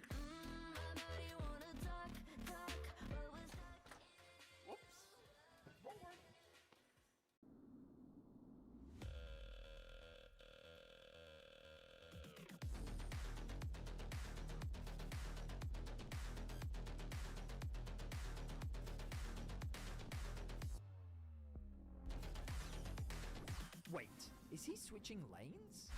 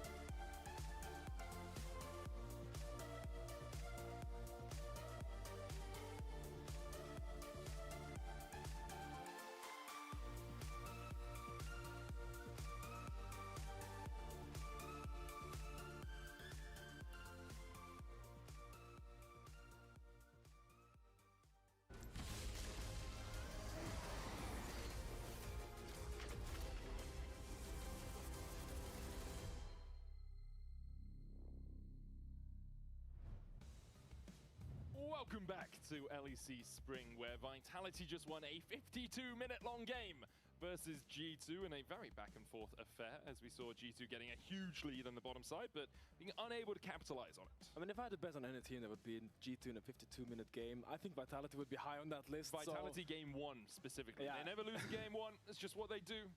It's not that surprising. I mean, it was an absolute banger. I don't know if it was 3 or 4 Barons and how many Elders that happened that game, but in general, I do love to see Vitality's tenaciousness in that late game. The way they keep looking for fights, they always punish these micro mistakes by enemy teams, and they never get scared, especially even though the stakes are so high in the late game. But we are into draft for this game 2, and the bans that we saw game 1 are not really showing up.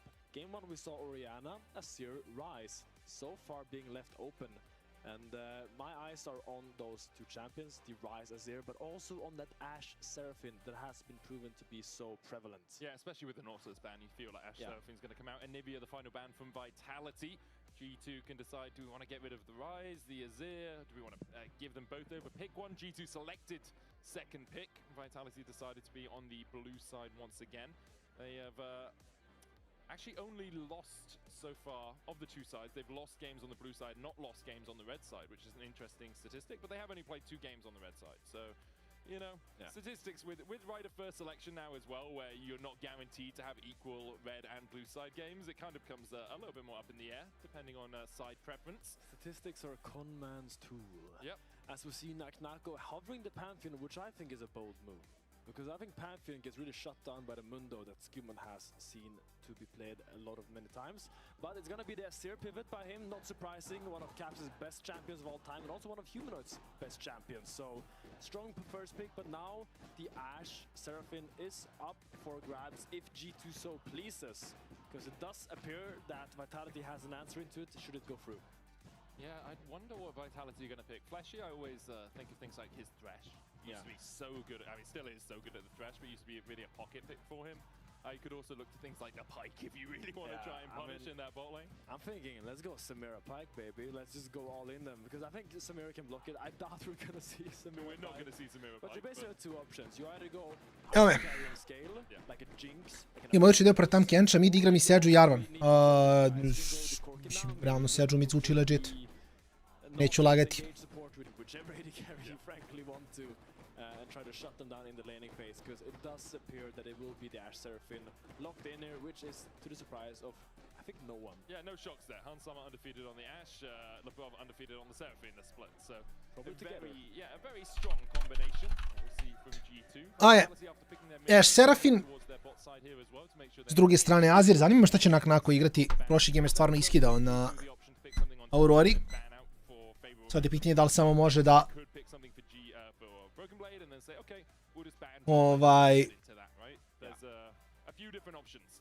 da ponovi na nečemu drugom. Vidjet ćemo kakva je tu situacija.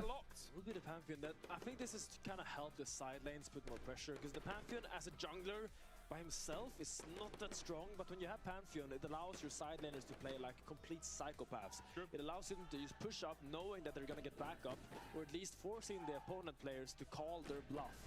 You don't have Pantheon on your side right now, he cannot ult, so you all in, but then suddenly there's a Pantheon dropping on your skull, and you die.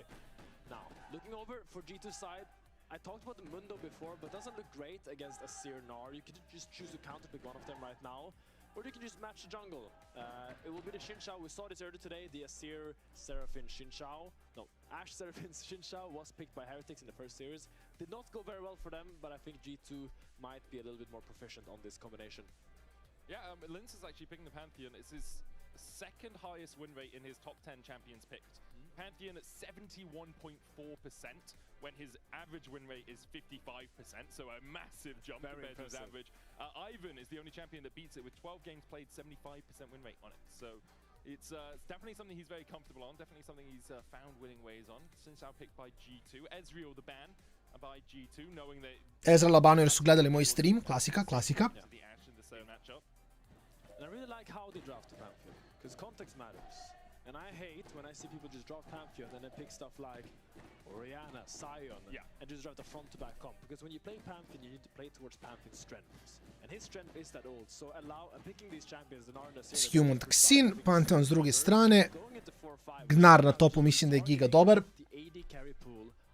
Vitality, Karsus Estral, one of his most comfort champions in his history of playing. I would not be surprised if we see a Corki ban as well, just to kind of target those strong laning AD carries to kind of force the kind of advantageous bot lane state for the G2 bot lane.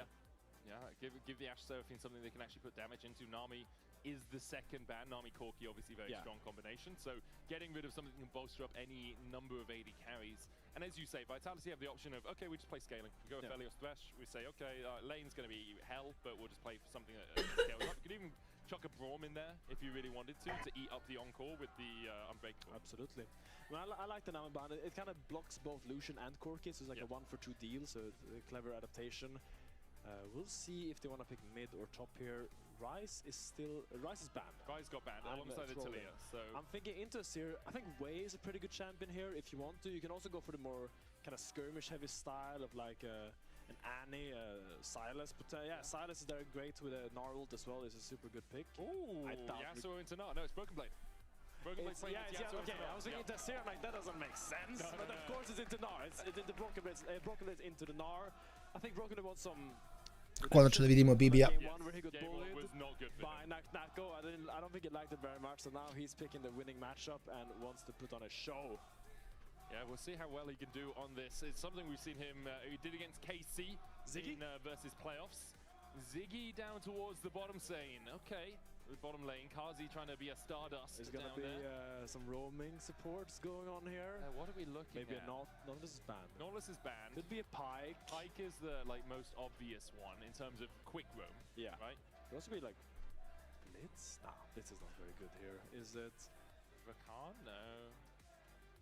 Trying to you think could of just stammer Leon as well, or like a Rel. Yeah, Rel would be fine. Rel makes a lot of sense. It's just a big suck-in ult. It's really good time. So it's also really hard for Yasuo to play against Rel because it's just really easy to mark him in team fights. So you just lock him down. Yeah, all of those can't get to anything to dash. Yeah, and also nothing gets blocked by the wind wall as Rel. Like it's not like the Leona E that you can block. It's not like the Pike Q that you can block. It's just really easy targeting actions there. So where is Caps going in the mid lane? We have to assume that the Yasuo is top.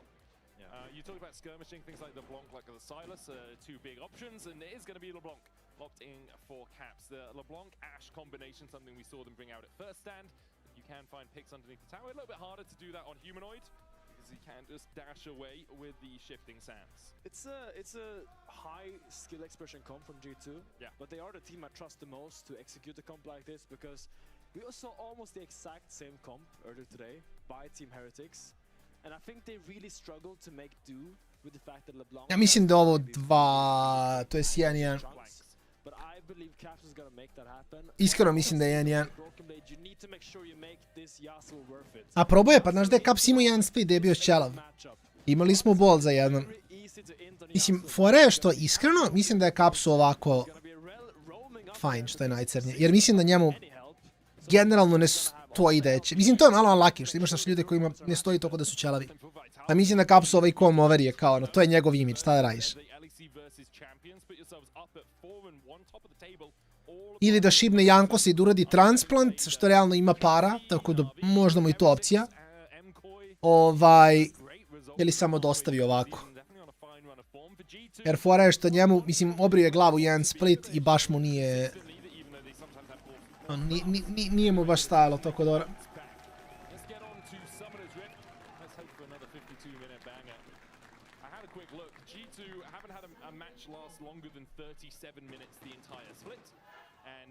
Vitality have had 3 that have gone over 50, which is that's very cumbersome. And if I could make a request to the observers, I would love to track the early laning phase in top lane, because this matchup is very compelling, and it's very important that the Yasuo executes the first levels very, very well. Because if he doesn't get a lead pre-first base, if Gnar gets his Ninja Tabi and just keep his back and he's fine, suddenly the matchup doesn't become that clear-cut, because when he's Mega, as a Tabi, he can kind of stat check the Yasuo, so wanna see how he makes do with this winning matchup. Yeah. Either you start E or Q. I think E is a little bit more common, and use like hard trade level 1. Just make sure that you're fighting really aggressively. Ali jeste, a samo što mislim da ne može da pusti bradu. To je problem sa Capsom. Što Caps ne može pusti bradu, a generalno je, ono, ne jede, ne trenira i onda mu je baš loša priča. Prvi misija ne može da ne znam. Može one meksičke. 2-3 dlačice sa strane. Nije, to nije play nikako. To nije play. Mislim, ja kažem, vidi, uvek je play. Ako možeš pustiš bradu, realno ono, napucaš se, pustiš bradu i koga bolo si ćela.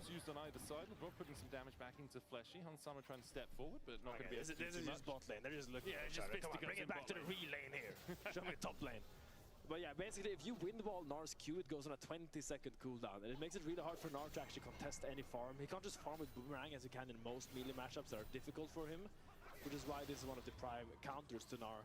But it looks like BB is just going to go for a classic free wave crash, then might see him try to fight a little bit harder on the bounce. Yeah, Wimwall comes out. Knocko now needs to make sure that he farms up all of these minions underneath his tower. Should be able to do that relatively successfully. BB is going for the reset as Fleshy's going for the engage onto Hans Summer. Has the cleanse, has the flash, but with Lincers here, no way out. The spear lands. LeBron, the new target, tries to flash away. Ide Vitality, boga mi, ide po priču, dobro. Hans Summer dying like this early in this winning matchup makes it really difficult, not just for the bot lane, but now Carsey and Fleshy is going to have so much ages in this lane as we re-watch this gank. Ili ne. Zeznuli su overlay u replayu. Znači su morali ga seg. We cannot show this on a broadcast. It's dying to a level 3 gank. Unacceptable. We do not condone that. Nije, ovo je fine level, mislim level 3 gank, ali šta je Linkas gankovo, radio je botliru bot gank. To je column juggle diff, iskreno. Jer znači Linkas je clearovao botside, gankovo je bot, i Skewmon umjesto da mu ode u top džunglu, da mu pofarmuje sve, da ovaj nema šta da radi. Jer to je ono što treba se dogodi, vi bi trebali budete panišovani za greške koje, mislim za greške, za play koje napravite. Znači ako Linkas gankuje bot, Skewmon možda uđe u njegov top. On mora nekako da paniša to što je Pantheon gankovao. Na kraju jedini paniš koji će naći će biti dupla kraba, što... O ne.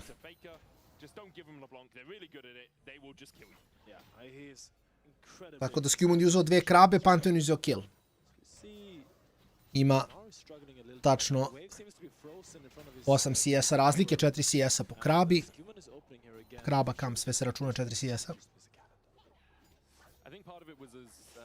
Ovo je BB-ev, baš sam pričao prošli game o ovome, BB-ev clutch, ono, clutch pick Yasuo u Gnara. Što sam realno mogu i na story da stavim da vidite da, da vide ljudi koji nisu na streamu da se igra Yasuo.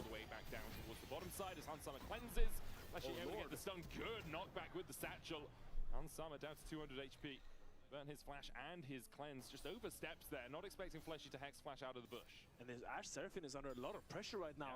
This was supposed to be the winning matchup for G2. This was supposed to be the power pick that they picked 1-2, but tako. 6-rel is really working out so well right now for Vitality as Broken Man is fighting. He just to smo rešili. Farm is somewhat even. Da bi se story podeli, to bi bilo super, ali mislim da je teška priča. Story plus.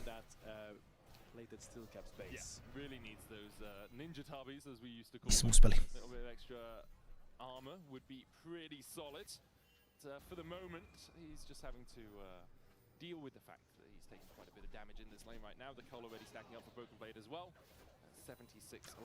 I ovdje bi trebao da rašuje plated steel caps naknako.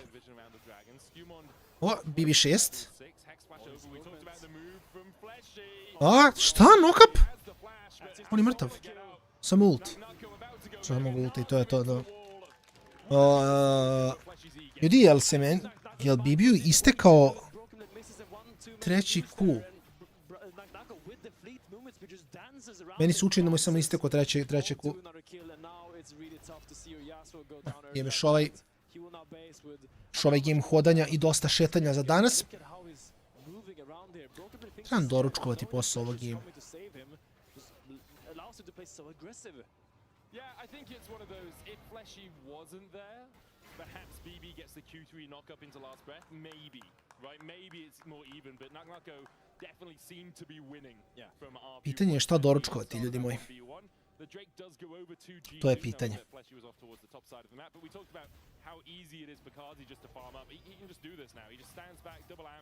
I nemamo odgovor na to.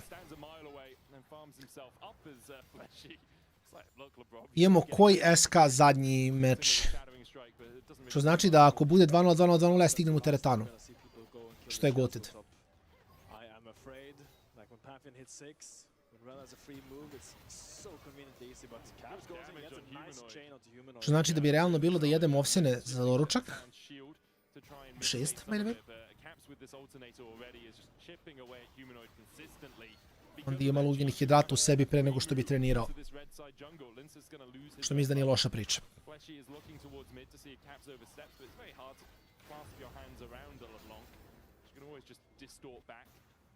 Absolutely.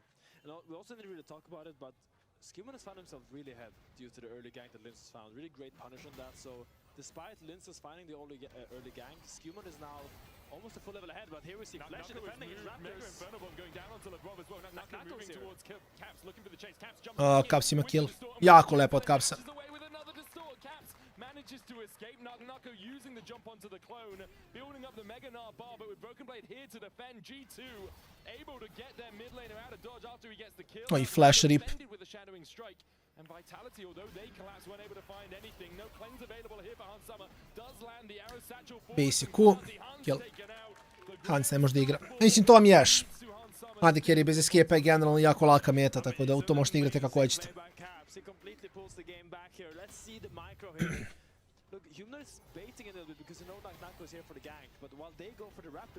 Ko nemaju damage-a.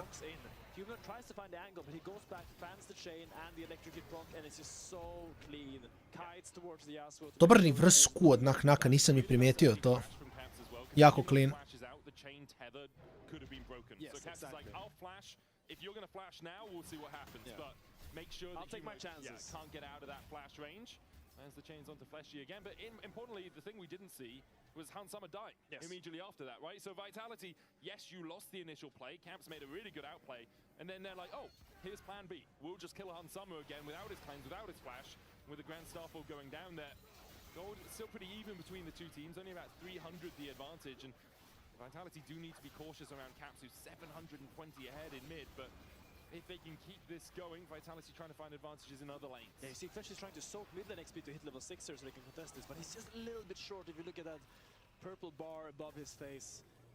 It's so close. I think if Flesh was level 6, they really wanted to contest these grubs, but will end up going over to G2. Don't think they're going to be hitting that many towers. Maybe Caps will hit a few, but still nice to deny from the Gnar and the Asir that pushes those side ends so fast. Oh, definitely. And I do think they didn't have Kazi's Mega Inferno Bomb. He did have TP. Humanoid didn't have... Čako mi čudno gledam Real. Sad razmišljam o tome koliko samo Real nismo vidjeli 300 godina. A ovo inače mi se dalje ne sviđa. Mislim da ovo 1-1 što je najjače. Zato što mislim da Ziggs samo... Da mislim da Ziggs išta valje, ja bi ga igrao. Problem je što ako dovoljno potraje partija, Ziggs baš slabo radi.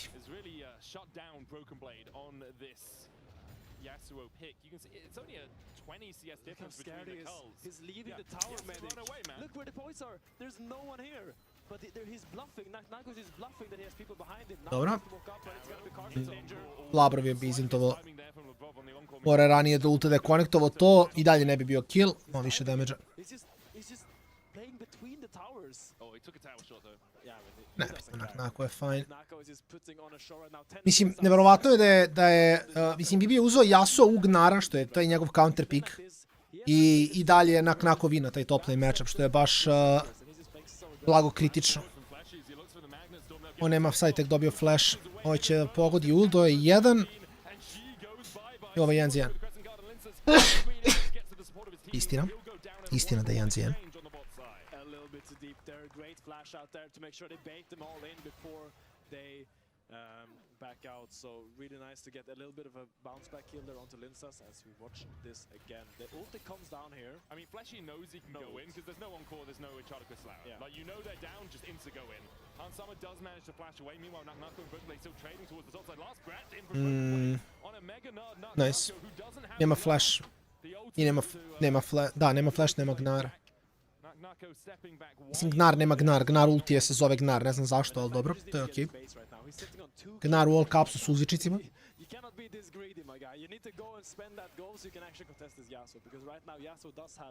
Ne može se recall to. Mora da cancel recall. Samo mora opet baci recall. Da, Nako malo sad ga ono. Sad treba se recalla što kaže Bratcaster. Samo backup. Opet mu je cancelovao. On ostaje ispod kule. Nako baš grida ovdje. A blindovo ga je.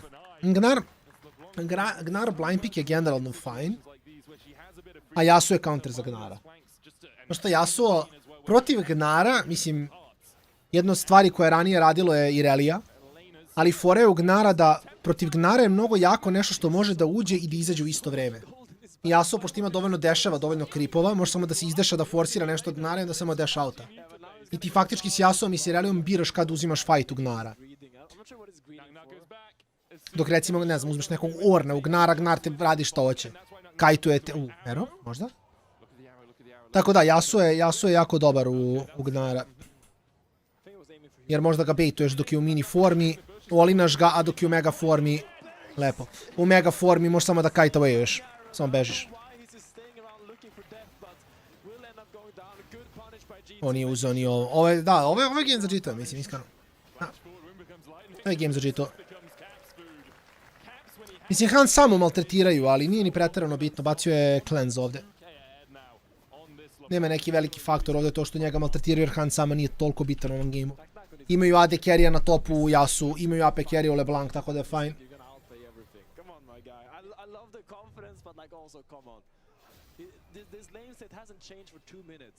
Even though he's 800 gold up. Really good play by Broken Blade, really nice combo, finding the knockup, so makes it clean and easy.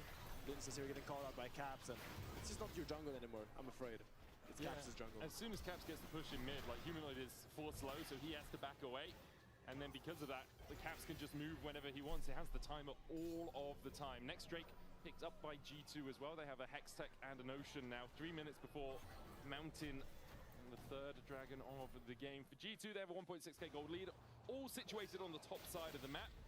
Kazi and Hansama haven't really been the story after there's a couple of early kills onto Hansama. I sad botrkne na... Mislim, Bibi bi trebao da outscala. Bibi agresiv, to radi Yasuo u tom matchupu. I Ješ opet kaže, Madi carry i dalje, i da je 0.70, Ješ će raditi mnogo posla. Jer ako samo stoji free DPS-u, onda je na konju. Plus uvek ima ulti da engage-a sa Serafin follow-upom. I sad gledamo Bibi, viš, dok je ovaj mini Gnaro, samo ide i tuče ga.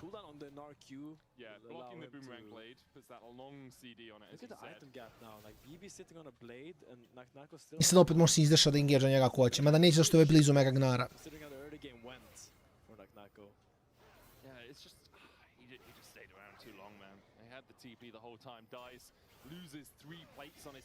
I opet bam. Doleš da pogodi nekog ubilo bi super, ali evo više, opet sad disengage na mega.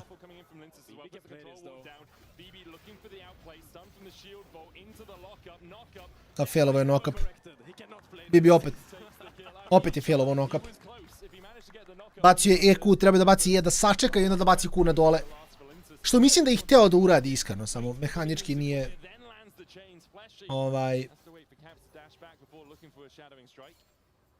What's the deal with our top laners, man? Why can't they just play normal? Why did it... Oh my god! Oh, just Caps things, baby. Like, Fleshy is there to try and protect it. He doesn't have Locket, so all he can do is stand and watch as Caps jumps in. Mega Inferno Bomb onto Hansama, with a bouncing bomb going the wrong way. Hansama will just be able to walk out of it. I've seen a lot of games of League of Legends Medic. I've played many games. This is one of the weirder ones I've come across. Yeah. It's so hard to pinpoint what is happening because there's so many weird plays that are not really conventional, and yeah, I'm not sure. Something is happening right now in the studio. Some mojo is going on. But in the end, it is G2 sitting comfortably on with almost a 2k goal lead right now. Yasuo is scaling and Caps is turning into a monster in this game. And it's not just gold, it's XP as well. Look at Caps versus Humanoid. That's almost a level and a half. And then look at Skumon versus Linsus. That's almost a level and a half as well. Like, Linsus has 138 CS to 94. Sorry, Skumon has 138 to 94 on Linsus.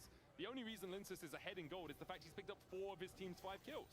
It's absolutely correct. I mean, this game... Sim, bilo bi fan da odemo u treći, ali vidjet ćemo šta će se izdogađa ovdje. Han sama mora da flasha i sad se nada najbolj. Rel ga je stanovala. Dobro, Labrovi je malo umro, imao je flash. No, kako je moguće da Rel toliko posla radi, a ono uopšte nije... Ne znam, čudno. Još čudno.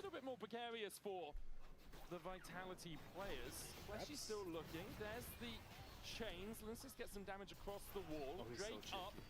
Vitality want to take this. Lebov already back up. He's on his way out. They have no Enchanted Crystal Arrow. They do have an Encore. Caps is going to keep poking and prodding and seeing if he can get close enough. Riftheld used as well with an Encore to back this up. G2 could charge in.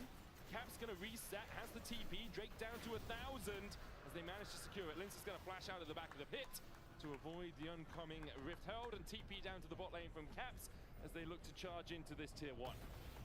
He drives. Wow, okay, so will actually be the Dragon take for Vitality, denying I možda mid. Samo treba da izvoza lepo.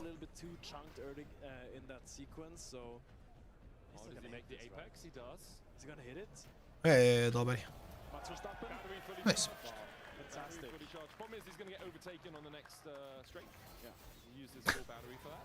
Dobro, dobro, nice.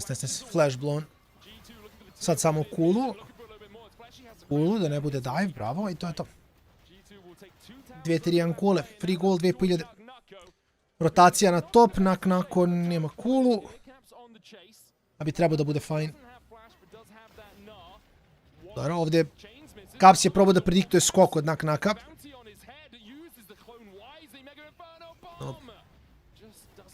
Zizulti previše spor za ovakav play.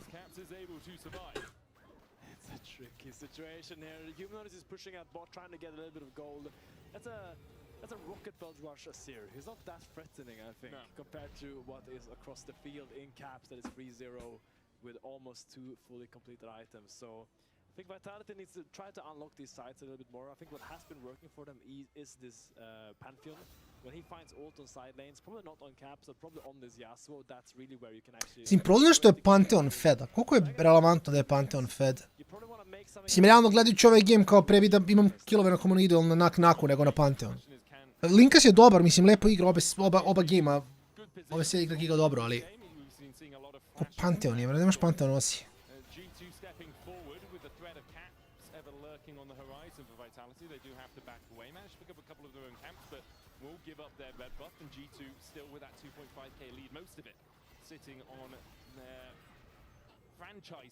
In the mid lane. Nako is going to be given some gold towards this top side. He'll get himself a tower. Only player really that matters with a lead. I know Fleshy is 100 and 200 gold ahead, guys, but I'm going to be honest with you. Supports being 200 gold ahead doesn't really matter unless you're really at an item breakpoint. Nako around 300 in advantage himself. Fleshy still looking here. Shattering Strike's going to land. Fleshy needs a crash down. That wall can be tricky to get over. Does manage to do it just in time. Chain's going to land on Humanoid as Caps distorts back and dodges away from a Humanoid's Emperor's Divide, which could have come out. And right now, we're either going to be witnessing a Caps LeBlanc masterclass or a Vitality team fighting masterclass. It's got to be crazy. It's one of those two, and I'm here for it. I think the fact that Caps is now going to recall Mountain Soul bi bio dosta dobar za obe strane. Behind Broken Blade, if he so pleases. Meanwhile, I think Vitality, you need to start finding a little bit of fights, because if you just wait and let G2 scale up, I don't have a lot of hope for their late game team fights, unless Naknako and Fleshy find some legendary combos. We'll have to see. Bibi će scalovati ko besan također. Vitality je malo teže da igra. Mislim, ok, da oni će ubiti Ash svaki fight, ali uvati LeBlanc i Yasuo koji skaču na sve strane, ili će biti baš teško. Samo G2 ne smije se klampuje ovdje, ne smije se zagrle i da stoje zajedno kao unit.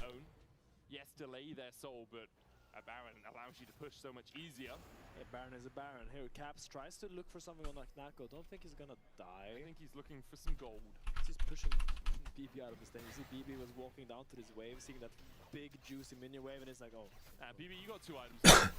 Right, that's enough for you right now. Sorry, Caps, please take the wave. I insist. Look, man, if Caps ever says to me, I need the minions, I'm good with that. He's getting the minions. Like, come on. You're welcome to them, dude.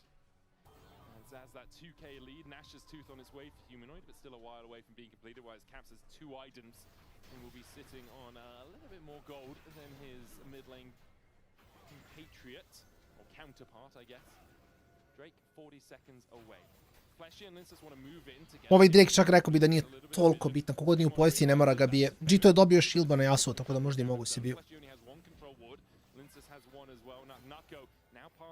Jer G2 mnogo lepše klira klira ovaj vision, što je jako bitno. Hard for Vitality to really contest this. But Scuman is actually so empowered because whenever he walks up, Vitality cannot go on him. As long as Ash and Seraphine is behind him, there's no way they can ever go on Scuman because the only way Vitality wins a fight is... Bravo, Nak-Nako. On mislim, Nak-Nako ubija Kapsa, bez Jemara ga ubija. Jer je Gnar je prejak. Level 15 Gnar sa ovim Sterakom samo ne umire, ne može da umire od jedne rotacije. Ovo bi bilo super da Gnar bio na Relu. Rel ult, Gnar ult, u Azir, Ziggs ult. Ali kao što vidimo, Azir je trenutno na topu, by the way. I onda se dovodi u pitanje što se biješ. Ali kontestaš, ne kontestaš. Ako kontestaš, onda je Azir tu. Ako ne kontestaš, onda Azir nije tu. Imamo Giga random, ali dobro. It's one of those weird plays as Rel where you're like, oh, I could catch the LeBlanc. There's a 540 gold bounty on her head. Let's get it. And then she just double distorts. Ja bih trebao skinuti traku, tako da ću mutati mikrofon samo na minut da to uradim i onda nastavljamo da sedem malo da odmorim. I don't blame him. I'd be petrified. There's Flashy has only died once this game, but struggling to find ways onto that back line, and it is a difficult team to do that too, because Ash and Seraphine just stand a mile away. As you mentioned, you can't engage onto the Xin Shao. You try and jump onto a Blanc. Good luck. And then Broken Blade hasn't often been in the fight in a way that you can actually get into it. Have another look at this. Like, Flashy, yeah, he really thinks I can just get on Caps with the follow-up from Nak-Nako. Caps buffers the distortion out onto the Rel Q. Super nice by Caps. I mean, I see what Flashy was going for. You see what he was looking for, but it's not really... I mean, against Caps, you just can't expect him not to react. Arrow. Ooh, Nak-Nako dodges it. Caps is here. They saw him TPing in. No jump on Nak-Nako. Lince is trying to do the damage as well as Caps jumps forward again. And that's a TP used with Vitality not having to invest anything in terms of full defense of Nak-Nako. Nak-Nako is a radical Raz, I'll give him that. He's very fast and he's dodging a lot of skill shots this game. A lot of... Oh, Flashy. Oh, Scuman caught. Can't really follow up on it. More about denying vision than anything here for Vitality. Level 14, 2 items. Probably gonna get his third, or at least half a third one when he goes to base. He's almost 2 full levels ahead of Linces now. Caps in only 1 level ahead of Humanoid now, but still, the XP advantages for the mid jungle of G2 pretty sizable. Broken Blade slightly behind Nak-Nako. To give Nak-Nako his due, about a level there as well. Evo nas back. Into this Narc and Broken Blade, but doesn't really need to, because Caps Valja malo odmoriti. 263 CS-a na Nak-Nako. Brat, moj igra u country matchup i vodi. I to farmuje bolesno.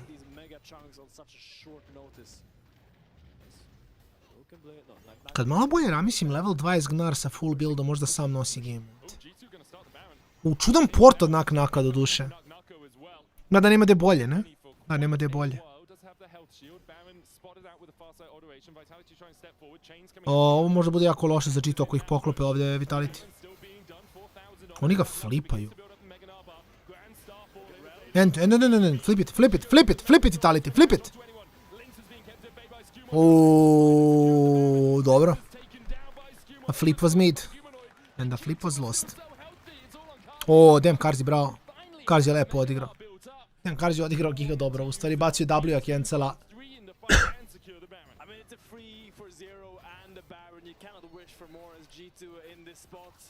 And I don't think we're seeing another 50-minute banger, Medic. I will not caster cursed it, but I think G2 is looking really poised to take this game as of now. Man, if we do see another 50-minute banger, that is a sizable caster curse, man. Kazi caught out by Broken Blade. Last point coming out, will Satchel knocks Broken Blade against... Da, ovo je 1-1. Ovo je 1-1 sigurno. To je 1-1 sigurno. I mean, sure, but like, the guy walks away, dude. Lebrov might be in a bit more of a predicament, doesn't have the flash. Hansama, Skumon and Caps are on their way to chase in, though. Nak-Nako does have a flash of his own. Has to use it to get away from the chains.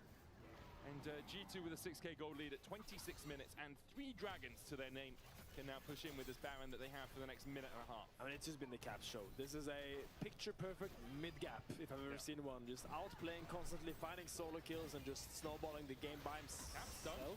They don't have the follow-up damage is the problem. Like, Kazi's there, Mega Inferno Bomb, Caps able to dodge to the side of it, walks away. Lebrov takes most of the damage as Kazi flashes for it. Oh, he's angry. Say what you want about Vitality, but they're unwilling to give up. They'll always try and make the play as BB continues to push through the bot side.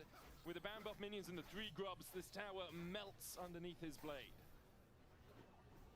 But they kind of stopped the siege. Kazi just had to use his flash for it, dude.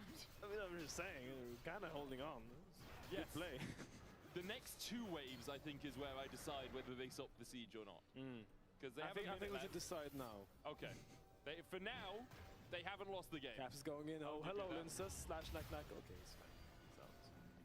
This is Soul coming up. It is Soul. Mountain Soul for G2 if they can secure this. Nako needs a way to build up that bar again, but he'll be out of rage for a while. As Caps jumps onto Kazi, satchel charge from Kazi, well placed. Caps goes back in, lands the chains. Caps going deep, almost kills Kazi, but doesn't do it. Caps is down, the Drake down to 3,000 as well.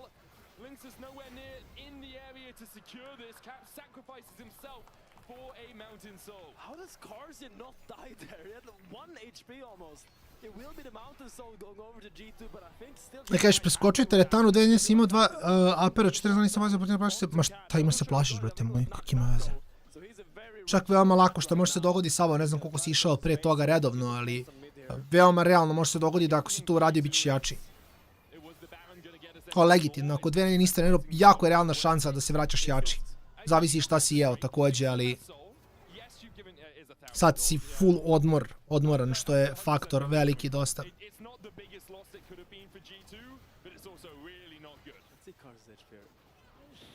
Karzi živi na basicu. Nezgodno je, jako je nezgodno igrati zigza. To je fora. Don't always have to go for it. I think the problem was as well, he went in thinking it was only Kazi, and then Humanoid shifting sands to where his clone, clone would be. So it's like, well, if I don't jump back, I'm just going to get Emperors divided, and then I'm probably dead anyway, right? So decides to jump back, gives some gold over to Vitality. Can they delay the game? Can they do anything with it? Because currently they are still in a monumental hole. 5k down, and a Mountain Soul against them as well. See what happens now when Nako recalls and buys some items. Sim, ako ništa humanoid skela. Ma nebitno, nema veze sa ovo, nema veze. Ako si 2 nedelje konstantno 6, brate, 14 dana vraćaš se jači. Jer si verovatno sad se napunio ugljenih hidrata još više, tako da lagan si, brate. Baš ti 2 godine, brate, da upropastiš sa 14 dana netreniranje, da ništa nisi radio 14 dana.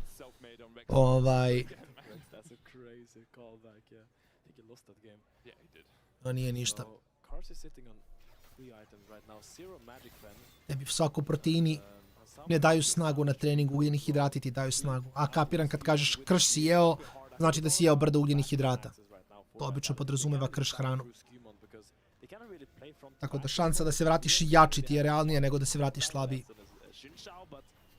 Shinshao. Sinzao. Shinshao. Sviđi mi se Shinshao. Shinshao zvuči cool, iskreno. Shinshao zvuči goated.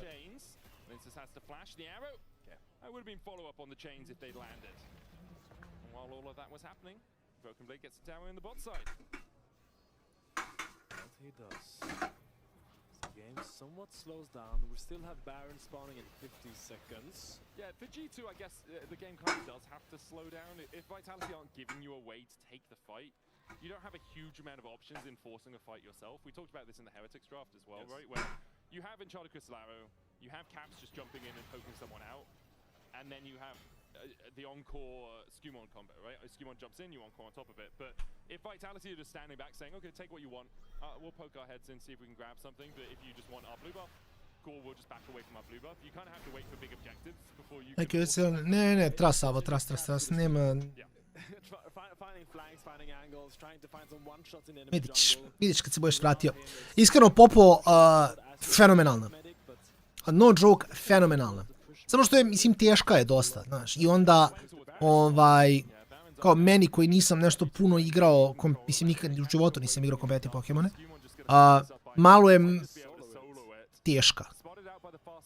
Jer kao da ja znam koji tip countera, koji tip koji sve ima sve poteze, kako to sad ide u matchup, kad se pretvori u Megu, šta dobija, šta gubi, koliko tu, znaš, baš je ono, čini se jako jednostavno, u stvari giga komplikovana. Ali predobra igra, vidi. Znači, igra je nevjerovatna. I ovo ono što kažem, killovi na pantovima ne rade ništa. Tako da, igraću je na streamu sigurno. Igraću je na streamu sigurno, imaću prilike da je vidiš. Mislim, igraću je, jer odmor je za... Kogod je teška, ono, igraš Pokemon, ne chillaš, znaš. Jako je dobra za mozak. Ono, sjediš, razmišljaš, ali nije nešto sad kao turbo napet. Ono, klikćeš polako, uživaš. Tako da je jako dobro i streamovat ću je sigurno još. Kada već imam Nintendo, realno što se ne bi zezao s tim. A već mi je sve povezano, spojen Nintendo s kompom, tako da mogu da streamujem lagano.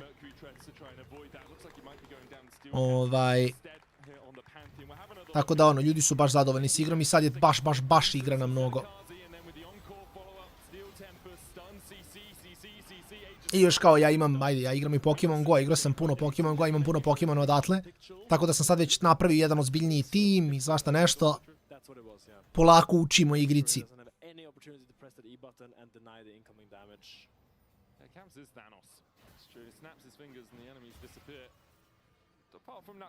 Nak-Nako nema ništa, MR. Jedan Magic Resist Nak-Nako će napraviti nebo i zemlju. Razliku. Hasn't really been about him this game. The last game was very much about Han Summer until it was about Kazi. But for this game, Han Summer has been a passenger on the Caps train, as we have said so many times in the last few years. Han Summer is just absolutely chilling, being a little passenger princess here on Caps. I mean, the whole team is, I want to stress, like, Caps so often just puts a team on his back.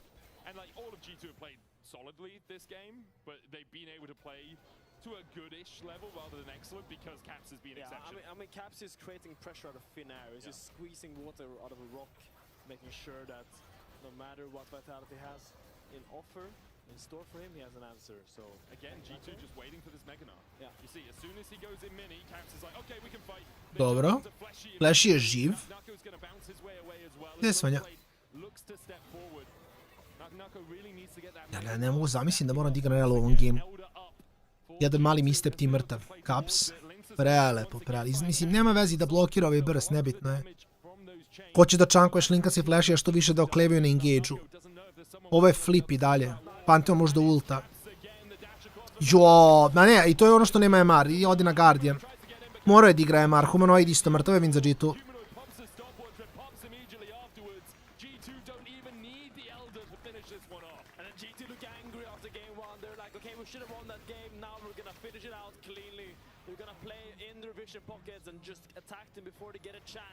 Da, Linkasa prodaje ovdje. Linkas možda traži ulti. Flasha da ulta, verovatno. Da. I onda dok on završi ulti, dok se recall, ode mu pola baze. Kapsi? Lepo. Jeste. Mislim, vidi. Realno je poenta samo PvP. Znači u igri nema šta drugo da radiš, bukvalno je samo borbeni simulator. Znači nema ti da ih juriš, hvataš, prelaziš story, ništa. Samo se bijaš. Ali je, ono, toliko ima tih nekih nijanci i sitnih stvari. Tipa ono, baciš zemljotres koji pogađa sve Pokemone, ali oni koji lete, oni nisu, ima smisla. Kao lete, ne može zemljotres, njim uradi ništa. Znaš kao, to su kao logične stvari, ali opet jako interesantno. Tako da u stvari baš imaš ono, dosta da razmišljaš da koristiš kliker za igru koja je kao relativno jednostavna. Samo što ja trebam još da naučim da budem bolji, ali rešit ćemo i to. Ništa, pauzica nekih, ja mislim 10 minuta da bi trebala da bude. I onda nakon toga idemo u last game, čak možda i manje. Stavit ću ovako 9 minuta pauzica, idem ja da iskuliram, iđem malo trasu na vazduh. Ovo će biti svako dan od bar 7 partija. Tako da, pauzica, vraćamo se nakon pauze i gledamo finalni game G2 Vitality-a.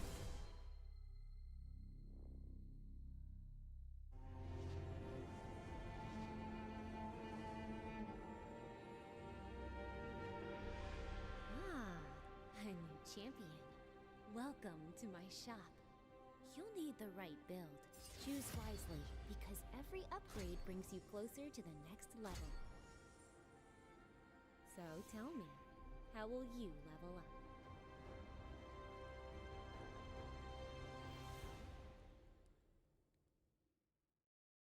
Want to find your fastest server every time? Express like a pro and optimize your connection in one tap. Express and game without ISP throttling. Express and shield yourself from DDoS attacks. Express and choose the VPN trusted by gamers everywhere. Express VPN. Experience gaming the Express way. Fast, stable, competitive. Outplay the world. It's time to Express. Unlock free Hextech rewards, exclusive skins, and more. Scan to subscribe.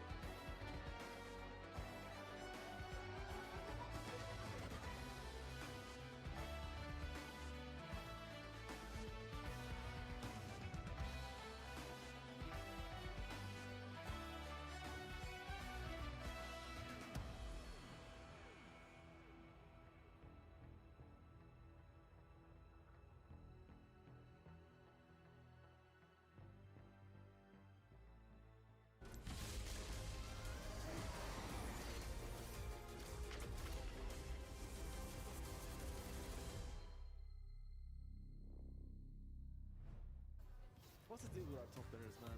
Why can't they just play normal? Why did it? Oh my god! Oh, just cast things, baby. We can fight it, we can fight them. Brothers going deep, just fight. In the dash, guys. I got it. We win. Asia. At W. I'm fine. I'm still at W. Heal. Ulti. I was doing NPC, hitting the info. Nice try, guys, nice try. Caps is the greatest player we've ever had in Europe, but often we think to ourselves, maybe someone else can finally reclaim his throne. But time and time again, Caps shows why he's the greatest. As we break down the Euronics play of the day, I wanted to show you why this play is so great, because I think a lot of people will just focus on the mechanical side, which was fantastic by Caps, and we'll look at more of that later, but this is actually a game-winning play by G2, and the big reason is because of the numbers advantage that Vitality would have had. Now, Naknako had a really good early game, and he was able to proxy this top wave, which allows him to move and make this a 4 versus 5. So, if the game was normal, this would be an unplayable fight for G2, and they would be in big trouble as they're so damn deep here and they get hit by so much damage. But Caps dodges Humanoid's ulti, dashes away, and then is able to dash back onto Humanoid, flash away from Naknako, and now suddenly what was a 4v5 was just a 3 versus 2 here, with Caps buying enough time for the rest of G2 to play the fight, and then Naknako wants to try to run down Caps, but now he can't he gets isolated from the rest of his team, G2 collapses, Naknako has to burn his flash as well. So what would have been an incredible fight for Vitality turns into a winning play from G2 solely off of caps. And we have some other plays as well that, you know, I don't even need to break them down. I think we can get them up, I hope at least, of just caps absolutely smurfing this game, because his mechanics was incredible. The way he was able to just maneuver consistently and find these plays, I mean, this is some of the most 1v9 mid that we have had in a long time. His reaction speed, his mechanics, it was just absolutely insane. I mean, the plays speak for themselves. Like, I was down to doubt caps. I was down to say Naknako could be the new, you know, it could be the new guy at the block and actually start carrying for another LEC team, but I don't know. Caps is inevitable. How dare you? How dare you? Like, we can never count out caps. We never cannot. can. Look at those stats.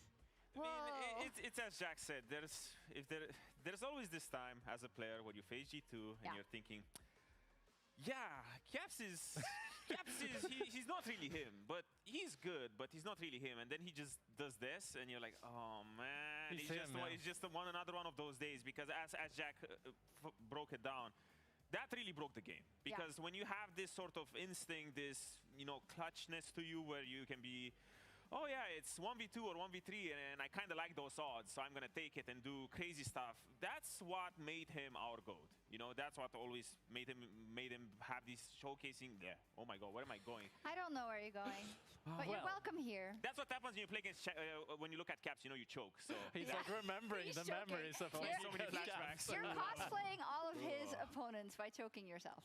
Yeah, pretty much. Happened many times. No, and people might be like, oh my God, they're talking about caps again. It's okay. How can you not? What did you do, Vitality? I love that in the voice comms after. Carzy was just like, I was just an NPC.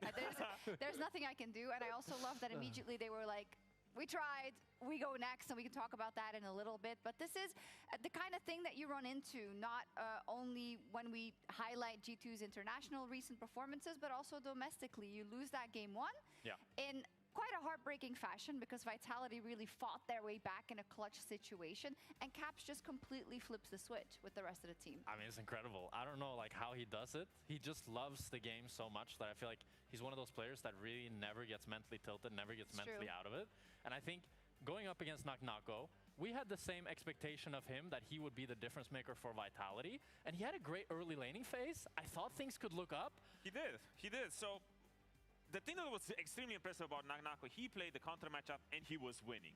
So when you get to that point where you're winning even though you're not supposed to, you have a bit of responsibility on you. Right now, he's 1.5k gold down, gets this great trade over here, sets his lane up for success soon, because the Yasuo just came back. He needs to win this lane. Yasuo keeps needing to find windows to win. And right now, he has plenty of opportunities to take the small win. Even though you would base now, you come back with items. You are winning the lane with 2k gold in the bank. Imagine you spend that 2k gold, you're winning even harder. So what happened was that he has plenty of opportunities, even now, even at the proxy that we just saw earlier. Take the base, take the small win, especially right now. You have TP up. You don't need to style on him. You don't need to win with all this gold in the pocket. You can win even more. Give up the 3 minions, win harder, because after this, you are the only shining light. There were so many recalls canceled. Yes, we're still going, and now he's dead. And now he's dead. But, okay.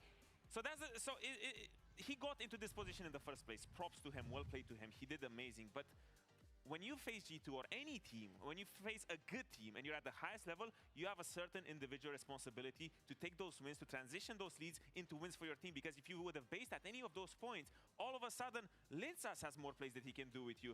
Humanoid gets unlocked. Maybe you can proxy again and stop caps. There's a lot of things that you can do, but they never even got to the place where they can have these sort of opportunities. Yeah, it's not about solo losing the game. That's not what we're talking about here, but it's about what can you do with your lead. And honestly, I feel like this is something that we've been talking about a few times today, but even on the pro level, sometimes pushing your lead is not as easy as it seems. Although I do feel like here, It was easier than it seemed. He just had to back. Yeah. I mean, I think the contrast is what is so interesting, because we have Caps, who gets a lead, takes over the whole game, makes it unplayable for Vitality, while Naknako gets a similar lead. He pretty much got a solo kill. It was like a tiny bit assisted, right, by the support, but he still was able to build a huge lead on Broken Blade. But then he kind of got greedy. Some mistakes happened, like you said, and then once he died, suddenly the lead is gone.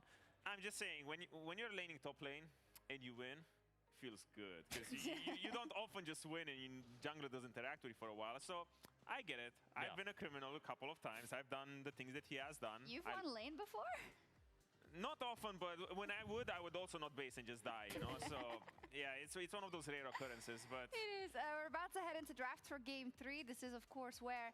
Yeah, I'm looking at you, Pad. You can't hear me, but I'm looking at him. Because the incident, right? We're never going to forget the incident where in the playoffs they played KC in the last draft. Carzzy was put on Seraphine. No. Yeah.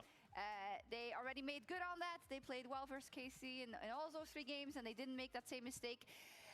They had a couple of draft oopsies, maybe some would say, against MKOI. Yeah, and got away with murder. It was pretty funny to talk with the players after that game, because both Linces and Fleshy was very honest in that they didn't like their draft. They thought their draft was losing.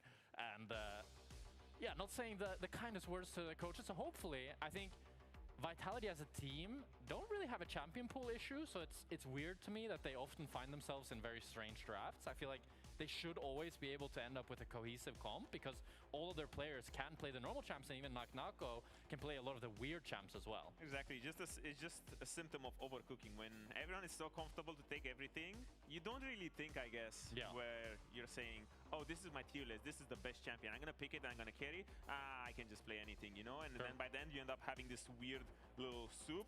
Let me ask you, I mean, they should put Naknako in a good position, right? Because he did have Broken Blade's number twice. It's just that they didn't really follow up. Well, they're first pick, so it would be quite unfortunate that he's probably going to be putting the Cassante in the bag or something like this. The times of carry top laners are over, Naknako. You are on blue side. Huh? So do you think Renekton is... I feel like Naknako's had a ton of success just blind picking Renekton. And any lane stomper is what really Naknako is loving. But right now the Nami is very open. winning, NEU. Across the world. The most winningest. The most winningest. Probably going to be paired up with the Corki or the Ezreal. That's kind of why they're looking to pick it, I think, because those are the flexible. The 2 premier ADCs that are available. Oh, Garen, lock it in. What's with the Garen hovers? I don't know. I feel like we've been seeing Garen hovers so much. He's cool. Like, he has a big sword. Then again.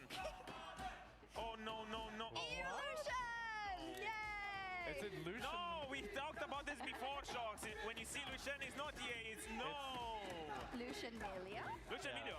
It is a good matchup. I mean, it's a strong pairing for laning phase, but then again, I'm looking at the other sides of the trap. Ja nas nazad, ljudi moji. Game broj 3, da vidimo da li G2 ima ono što je potrebno. A vidio sam Valorant instalirao, ljudi. Baš sam pogledao kom da imira, da ima nešto što nije Riotovo instalirano na Riot kompo i fazonu sam realno, nema šanse da je to slučaj.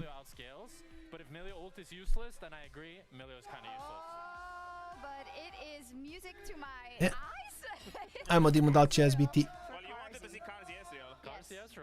We'll see if they clutch it out. We haven't seen Lucian Milio in so long. I personally much prefer the Lucian Milio over the Lucian Nami. I thought Lucian Nami was always kind of overrated. What? But, well, for me, it's just when I go into game 3 or when I look at these drafts and I look at the first 3 chip picks, I really want to see proactivity. Champions that can force stuff on the map. When I look at the Milio, I'm just thinking reactivity. You're just waiting, you're waiting to react. You have great tools to react, but right now I want to see a little bit more. We see the Syndra locked in on the side of Humanoid. Syndra! I mean, Syndra is nice into the Lucian. It's hard for him to like dash in and get good ultis because you always have that. Syndra ovako rano. I mean, it's solid, right? Iskreno sam očekivao da će igrati One of the weaknesses of their comp is they don't really have great tank killers. Yeah. Because like both Ezreal and Syndra, they have high burst and a lot of range, but tipa Aurelion Sola. I think Vitality, they really want to look for kind of a tank killer in top to make sure that BB can always be vulnerable at any stage of the game. I'm looking at champions like Gwen. I'm looking at champions. Oof. What is outside of Gwen, to be honest? Because I feel like Gwen is the only. I mean, Ambessaban is quite good, I'd say. Ambessaban is quite good. Aatrox? No, it's not good into Lucian Milio. If you're thinking at tank killers, it's not. Camille is very good here, but I don't think Camille is playable. No. I'm not sure, but Camille into Lucian is always really nice. It is nice, but I feel like it's just going to be one of these standard drafts from both sides because you can't really find a good tank killer on top lane outside of the Gwen. Yeah. So you might just be looking at two tanks, looking to make this game mostly about the ADCs and the utility around their supports rather. Yeah, I agree. It's mid laners, they're getting banned out by Vitality. They're kind of trying to target Caps, which I think is definitely a good plan after that game too. Try to not allow him to have a winning matchup. And as you said, Odo, I mean, with the Gwen ban, we'll have to see. I think maybe Vitality will just go Renegade. I could see it, to be honest. I can see it. But it's not the most exciting. It's not exciting at all. We might run into the elusive 5-pick jungler from the side of G2 because there's just realistically no onus on them to pick the mid lane or like the jungler now on 4 when you already get to see all the cards. Come on, predict something. Predict something? I'm predicting a fat Casanti on the side of Vitality. Okay. That's my hot prediction of the day. To je legitiman predikt, da se ne lažemo. I feel like he's going to want Renekton. Ne. I don't want Renekton. I think he wants Renekton. I don't think Caps will look in Fizz. Wait, actually maybe? Ne. Ali ne znam ni TF-a da li bi igrao. Možda ga igraš sa Roa Merksom, I guess. Galio je bolji. Ma do it! Ali izgubit će game ako lokaju TF. Na, izgubili game su lokali TF. Nije play.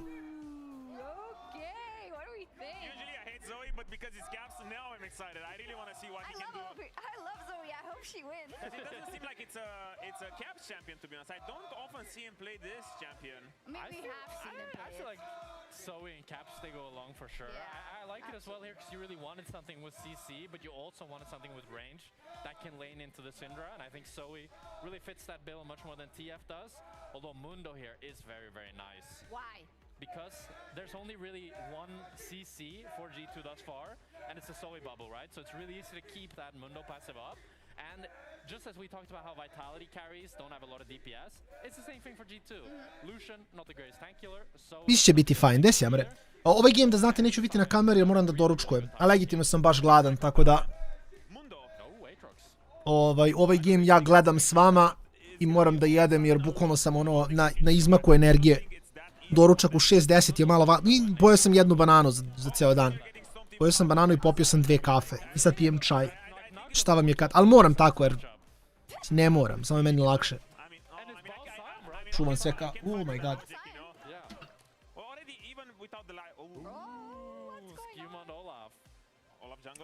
I mean, he does get kited a bit, no? But oh, let's go! I'm not sure. It's a little bit diverse. I like at the very least that G2's comp has an identity, right? It's all about getting to objective first, planting the Scion in the choke points, just sitting there and waiting. You're the experts. Are these drafts good? I mean, both drafts are good. I like G2. So here's the thing. If G2 gets an objective first and presses S, they will win. Okay. No chance they don't win. But when it comes to retaking space and having to walk forward, walking into an Ezreal and Syndra seems especially difficult. So when I look at these two comps, the way they want to interact is whichever teams gets to tako, sad se jede i gleda se lec. I think both teams had some really nice drafts. Both teams have really high bursts. So as you said, Odo, the one who holds the space and can just one-shot the first target has a really, really good time. So having that control is really pivotal for both teams. Don't get stomped early, be at the objective first and you win the game. Cool imati od Amnea na desku, iskreno, sviđa mi se. Let's see if it's G2 or Vitality who take this game 3 with our lovely casters. Let's get into it. What a draft to round things out here. A 14-game losing streak Lucian. Caps on a 19-9 Zoe that he's been spamming in solo queue. We have Mundo jungle, Aatrox top for Vitality. It's going to be a banger. I am excited, Medic. Ne znam, meni je Zoe giga dobra, iskreno. Spamming Zoe lately in solo queue. I think she's so strong. I want to highlight that Caps has went for the Ghost Zoe. The Ghost Airy combo. I'm going to imagine he has... Oh, he actually has mana flow. He doesn't go for the Nimbus cloak, which is a little bit unconventional. But it's a very exciting game. I know Cap Zoe. I've been stomped by Cap Zoe in LEC many, many times. He's an absolute menace on this champion, and I can't wait to see how he's going to navigate this early game and this late game potentially. Yeah, it's his 12th most played all time, so it's something that we've seen him bring out a lot. I think it's just been a while since Zoe was super meta, you know? We'll see how well he can do into humanoid in the mid lane, picking into this matchup. We saw the double flex from Vitality. Zoe je bila viable na first standu. Mundo and Aatrox. Tako da je to okej. Into the Scion. Jack and Odo had some disagreements as to who would win, a Mundo or a Sion, or an Aatrox or a Sion. What are your thoughts, Finn? I mean, I think either way, Sion is probably going to be fine in those matchups, and it's kind of just what you prefer to play. Because no matter what you play into Sion, you will be able to farm, you will be able to have push, most likely. I mean, Sion will push the Mundo early, and Aatrox will come alive a little bit earlier than the Mundo. But I mean, in the end, it just comes down to preference. I like the Aatrox stop a lot more because you have that side lane threat later on. Later on, when you have Mundo versus Sion, both of you is probably going to be pushing, and not much is going to be happening. So now it allows Vitality to play a little bit more volatile on the side lanes. Mislim da dodam, dok ide doručak, zavisi od kompa. Zavisi, Mundo u Siona ima infinite scale isto, gdje ide na hardstyle i uvijek ćeš moći da basicuješ Siona. S druge strane, Aatrox ima više pressure u fightu, mid gameu pogotovo. Mada i u late gameu Aatrox je jak, samo Mundo ti movable tank, Aatrox ti je bruiser.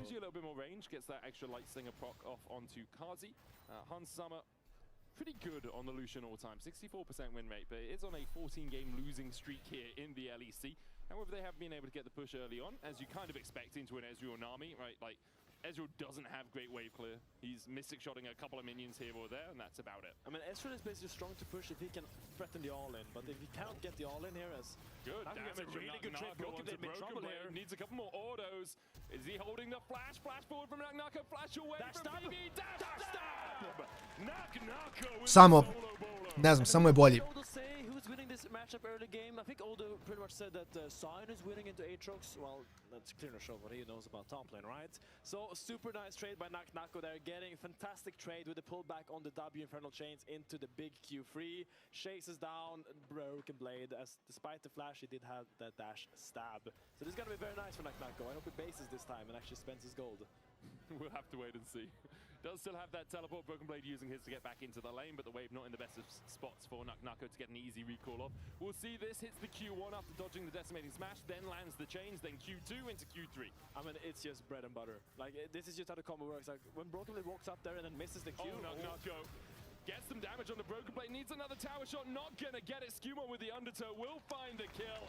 And we found out. Yeah, we found out that they did in fact not base and spend his gold. And he got dove and got punished for it once again. You would think he would learn from his game 2 mistake, but he did not. I mean, but it was so hard to base there because you get the zombie format of the side, and then he TPs back onto the wave that's already crashing towards your tower. It's like, well, it takes like 8 seconds to base and just TP. He was fine. He was just greeting. Here, Caps finds a Randuin's. One of the harder ones to use, I think. Sometimes you get a Proto Belt and you're very happy. You get the Exhaust Ignite, you're very, very happy. And sometimes you get the Profane Hydra and you're like, okay. Well. No, just portal jump forward as Kazi. Arcane shifts forward. Bubble only landing onto Lebrov there. Cozy Campfire topping Hans Sama up with the shield from the Warm Hugs. So top matchup is even now, pretty much. So that was... I was excited for about 45 seconds. You can get excited again. Maybe the pickaxe is going to be enough. Mislim bi Caps također treba bude relativno fine ovdje. Samo me zanima da li će kod njih dvojice ranati Mercs. Jer iskreno Ghost u Syndra je wild. Mislim da je baš hrabar izbor.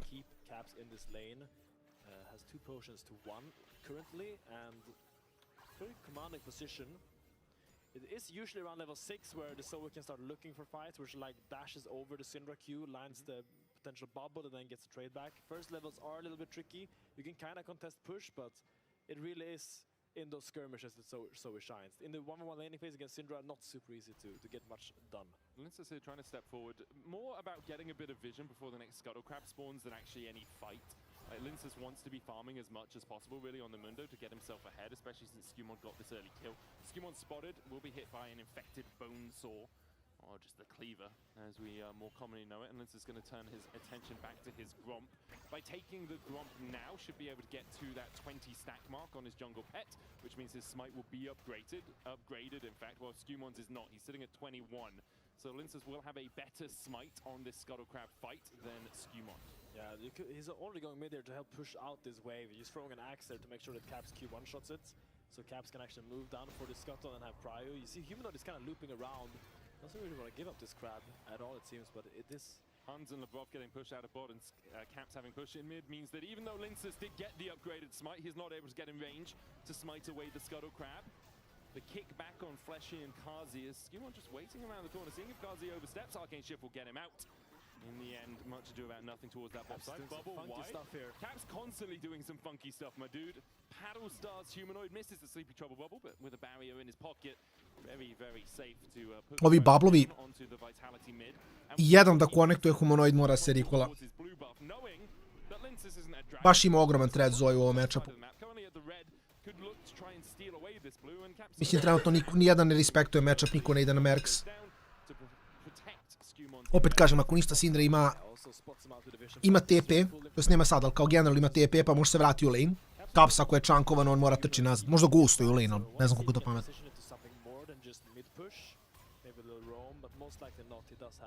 A lacking mana bar, so he'll just probably take his base here, as will the G2 bot lane, looking for a recall here, trying to stabilize those lanes before next objective. Yeah, pretty even between the two teams through this early game.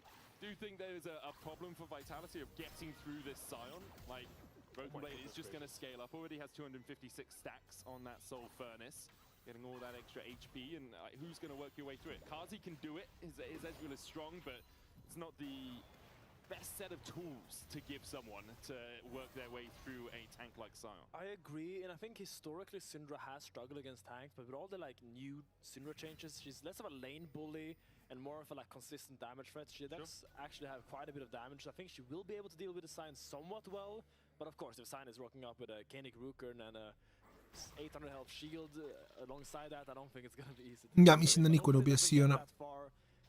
Ako odem u 50 minuta, mislim Sion samo besmrtan.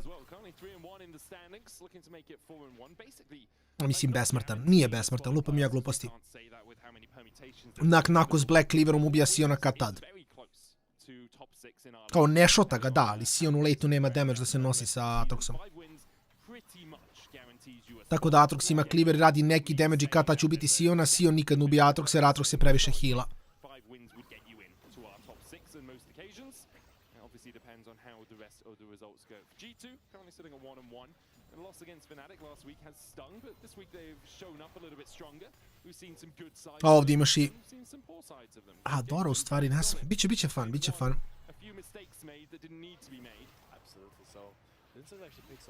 Vitality ima Munda koji skijela dosta dobro. Koji bi također trebao da bude ono težak za ubiti. He'll be able to go wherever he pleases, pretty much. So that is his passive. Yes, and now he pleases to go into the Topside river. Currently deigns him to perhaps make a sojourn up towards this top side. Nako trying to move across as well. Caps does have to push him mid. Human is going to have to answer that. So it'll be a 3v2 if Caps moves first and begins to do so. Tricky. Yeah, I think Vitality are realizing they can't really contest. Caps already in the fog of war. Bubble going to land here. Tidal wave there for the follow-up onto Lebrov. Gets the kick back onto Fleshy, down to 200 HP, but still holding on to that breath of life. So it's a game of chicken in Boston, I feel like. When you have so many combat summoners still available, the heal, the barrier, the heal, like the health bars are fake. Yeah. Like you don't know how low someone is when there's a barrier and heal coming out in a moment's notice, so... Milio also giving you about 150 HP back, alongside getting rid of some of those CC effects. As you say, Nako pops the World Ender, and I think Skumon's happy enough just to back away, takes that ultimate, and then retreats out of the fight. You thought they were going to go for more there, didn't you? Pročito sam Johne to pogrešno i pošto smo na TV-u ne sam ti kažem šta sam pročito, ali zapitao sam se zašto na trenutak, onda sam opet pročito pa sad malo ima više smisla. Da, nećemo raditi previše. Mada realno neće ni Ezreal Sionu. Tako da nijedan, mislim, u teoriji Lucian full build bi trebao da bude jači u tankove nego Ezreal full build. Jer je Lucian opet crit AD carry, mislim. Bilo kako bilo imaće neki LDR sa Infinityjem kasnije pa će da bije.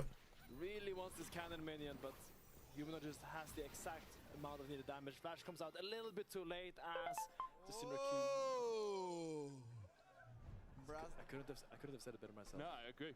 I think that's how we should cast most of these games, I'll be honest.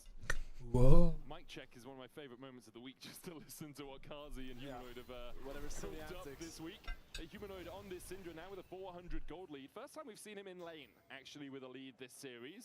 Caps has had a very solid performance so far. But in this game, Humanoid in the 1v1, just getting that small advantage. Looking really good on this Syndra so far. Very commanding laning phase and almost 400 gold up on Caps, sitting on a dark shield stacks as well. Stun connects, Flesh is here behind. Humanoid doesn't have the unleashed power right now. It's the false alarm. This will be a wave push out for Caps, but still, Caps is level 9. Syndra is now halfway to level 11 almost. Yeah, it's scaling up through the game. Next Drake up in 20 seconds time. That's why Lebrov and Skewmund are teaming up together here to try and spot Humanoid as he moves down towards the bot side river. Linsus should be able to take the Scuttle Crab. Cap's still on his way back out and is running that ghost, so no TP for him to be here sharpish. Linsus trying to catch him in the rotations. Checking if Vitality is going to skip some steps per chance, but Humanoid just wants to base to get his little Blackfire torch, I would imagine. If he gets a torch and then TP's back in, that's given quite a big advantage in this next fight. Cap's still sitting on items. Hans Summer has finished his Essence Reaver, where there's no Trinity Force yet for Kazi. Having to stack up that tier means he's a bit delayed in terms of gold for the itemization of the Trinity Force. Dragon started though from Vitality here. Koliko Kazi, znači čim Ezreal vidi Shin, nebo i zemlje razliku od damage-u. Bukvalno nebo i zemlje razliku od damage-u. To je fora. Popo, do večeras ćemo da znamo. Večeras trebamo da lokinujemo. Sljedeće nedelje mora se organizuje svakako. Čim ne mora, ali će biti sljedeće nedelje sigurno. Samo trebamo da imamo tačno koji je dan. Jer fora je što ako je bilo koji dan osim utorka, mora da bude tipa negde oko 3. Ne može da bude ono tipa negde oko 8-9 uveče, nego mora biti negde ono na sred dana. Nice, dobar kill. Samo trebamo da imamo onda tačno koji će to dan biti, da lokinujemo i to je to.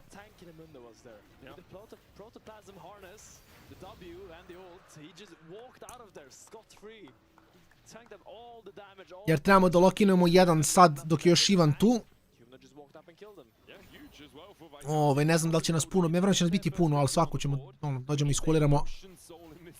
Zadnji put smo chillali igrali Pikado, tako da zabodemo se malo što god radimo.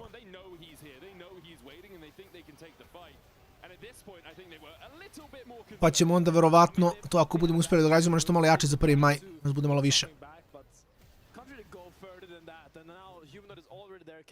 I Blackfire torch.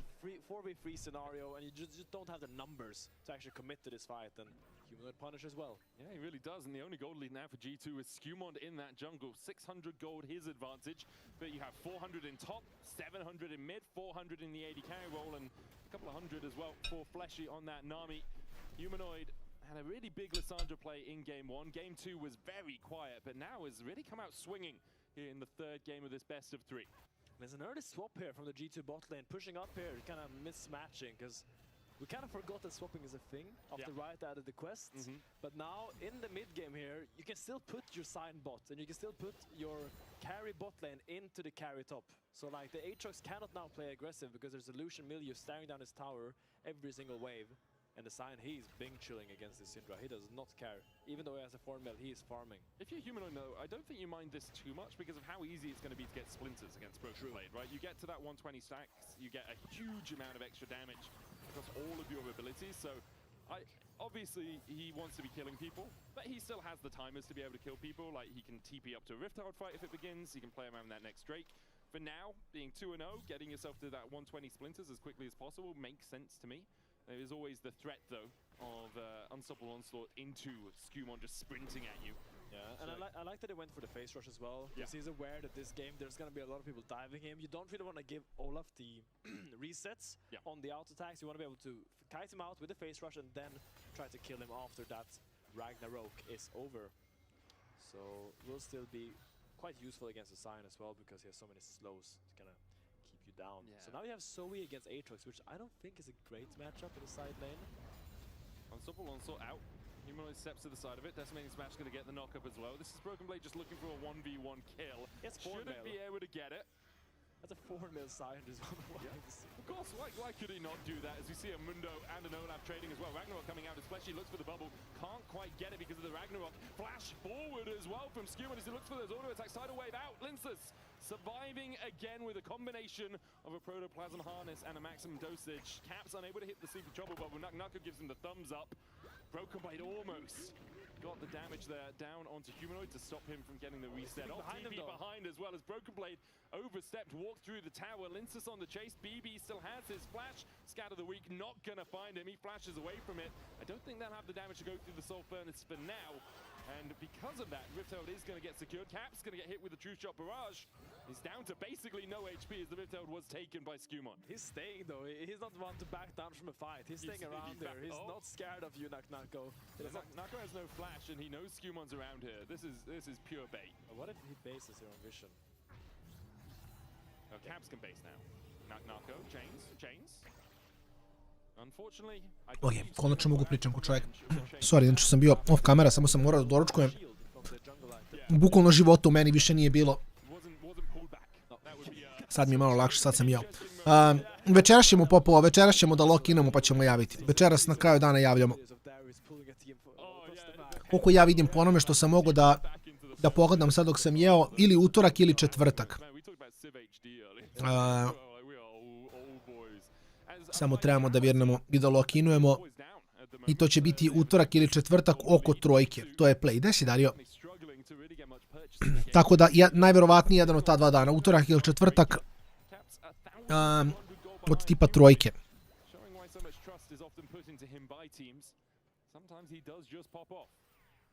I really like the auto pick here because there's not a lot of sustained damage to kind of kill you if you go in, and there's no really that can peel away from you because sure Ezreal can E out and you can't really reset on him, but Syndra can't really peel you as long as you ult through her. 2300 lide za Vitality je nakon ko igra carry-a. Really scary as the game goes on if he does not stop scaling right now.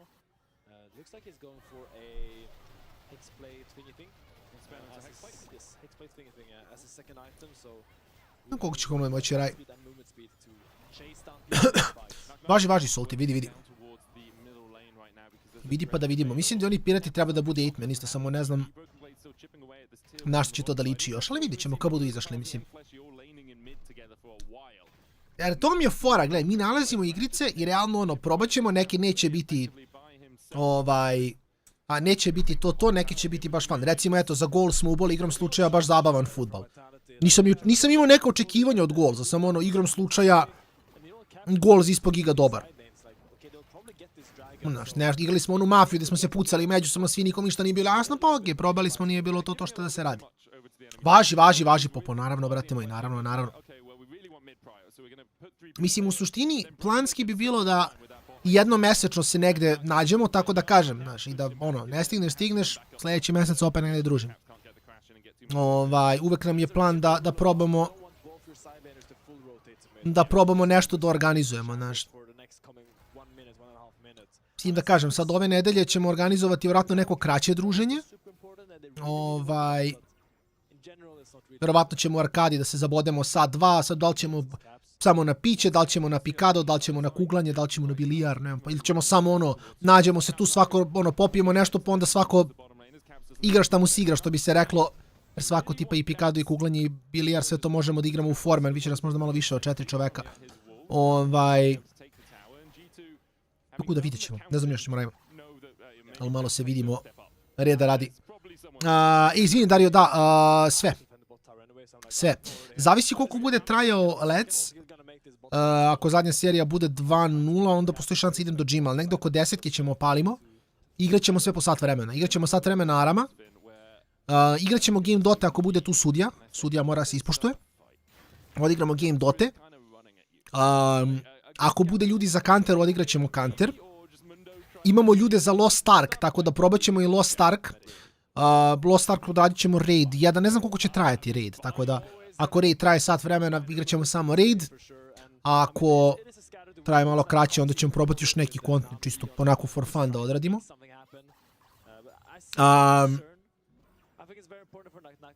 I onda ćemo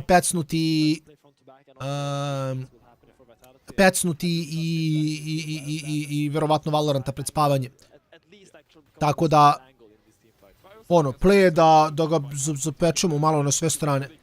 Ako ima ljudi za Counter, Dario, da, ako hoćeš da igramo Counter, vidi, da li je rekao da hoće da igra. Znam da Reggie igra Counter. Imate nume, ja nisam igrao Counter 300 godina, ja neću biti vola, ali ko hoću da igramo, što da ne, mislim, for fun je. Tako da u fazonu sam sve pecnemo po sat vremena, znaš. Pecnemo Arama, recimo, best of 3, ili to je 3 gema, 4 gema, sad zavisi, kažem, koliko budu trajali Arami, ako budu brzi. Ali sat vremena Arama, jedna Dota, Sat vremena Kantera, sat vremena Lost Arka. I moći sam nešto zaboraviti, sat vremena Valorant. I moći sam nešto zaboraviti, jednu igricu sam vratno zaboravio. Ali nema veze. Mislim, što kažem, šta god. Ali mislim da je to najfair, zar ne? Jer onda ono, svako može svako može da uleti pa da pece nešto što mu se igra. Tako da mislim da je to nekako najbolji razvoj događaja. Jer ono, svako nešto voli i onda ovako tamo možda možemo i da se podelimo da bi svi mogli da igra ono što im se igra. Tako da mislim da je to nekako Jer, mislim, šta je fora? Ja gledam za Patreon Game Night, specifično subotom, gledam da uključim što više ljudi. Znaš, da ono, bukvalno uđem u Patreon sobu, budem u fazonu braću u kome se što igra. I da vidimo da li možemo nešto da vidimo da li možemo nešto organizujemo. Da li možemo da... Ono, ako ima ljudi 4 čoveka za neku igru, pecnemo je. Okej, pecnemo, nema veze, pola sata, ali pecnemo malo. Može, ako hoće Dario večeras. A vidjet ćemo, ne znam koji je raspored. Mislim da krećemo s aramima. Ali svako ćemo vidjeti, ne znam ni kad palim stream, to je druga stvar. Jer ako stignem otići do teretane, otišao bi do teretane, apsolutno ne solti, otišao bi do teretane posle leca. Jer juče nisam trenirao i sutra neću trenirati, očigledno, pošto ne radi teretana, tako da, ja sam bio u fazonu, bilo bi jako dobro da mogu večeras da posle leca stignem do džima.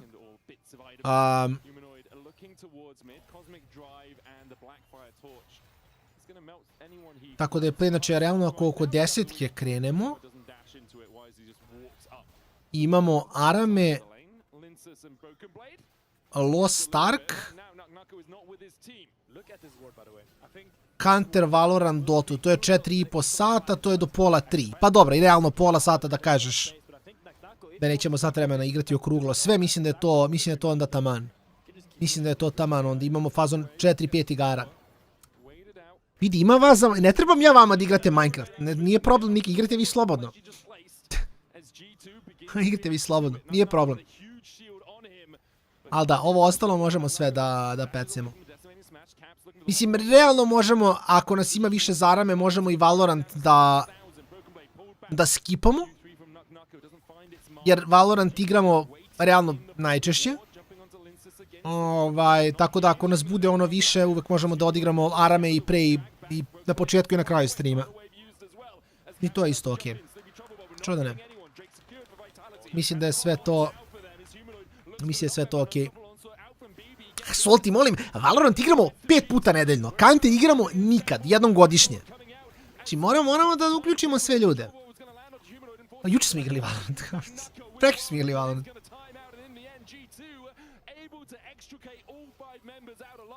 Valja uključiti sve ljude. Sudija dobije Dotu jednom... 2 gejma Dote mesečno. Da li je dobio Counter nijednom do sad? Treba biti fair prema svima. Sve uključiti koliko možemo. Ono što smo bežali iz zatvora isto bilo giga fan. I ne znam, meni je giga fan hokej iskreno, ali... Ali hokej mi je mnogo više fan, zašto je težak. Idite Brawlhalu. Ali mislim da Brawlhalu ne možemo da igramo više od 2 na 2, zar ne? Igrali bi Brawlhalu da može se igra malo više, tipa 4 na 4, jel? Moram zabristam. Vidi, ja kažem, fora je da napravimo variety, znaš. Ima ona jedna giga dobra igra, brate, zaboravio sam kako se zove, ne znam da li može se igra u više ljudi.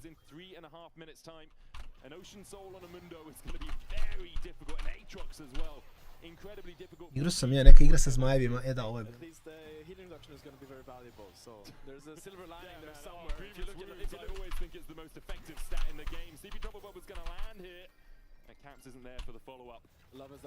Mr. President, get down the moment the bubble hits. Everyone just starts hovering around him, just protecting it. I saw Flashy running the opposite direction, man. That guy doesn't want to be sushi. Moram da pogledam nešto.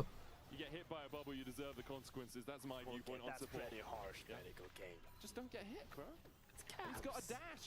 You don't think Caps would hit you with a bubble? Caps would definitely hit me with a bubble, but I'm not playing on the LEC stage. Okay, that is... That's a pretty bad argument, I don't know what you're saying. So Hansama taking space here. I think he's quite close to the Infinity Edge power spike, and I think that's really where Lucian Millia becomes really scary when that Lucian dashes forward with that Millia. Sad sam setio još jedne mnogo dobre igrice. Čekajte. Sad sam setio neke jako dobre igrice. Check. This is split pushing Sion. Yeah, I mean, I was gonna say I've never seen it, but then I thought actually Baus played in our league. But in general, it's quite odd to see a Sion play this much side lane compared to the Aatrox. And I think at times we are seeing Vitality overgroup a little bit as well. Ok, setio sam se jedne giga dobre igre. Great play punish by G2. I think BB is very aware. Čekaj, koliko možda si igra u Brawlhalla, šta? How many people can play Brawlhalla at once? A, može Hitman da si igra. Možemo Brawlhallu, brate. Ja go to Brawlhalli, brate. Sulti, znaš da je Marenci prvi rekao da je okej da skipa Valorant? Možemo Brawlhallu, nisam znao da može 8-man. Bro, ja doktor u Brawlhalli, ja tamo cheatujem. Znači, znaš koliko sam dobar? Znači, neverovatno, ne bi verovali. Ne bi verovali.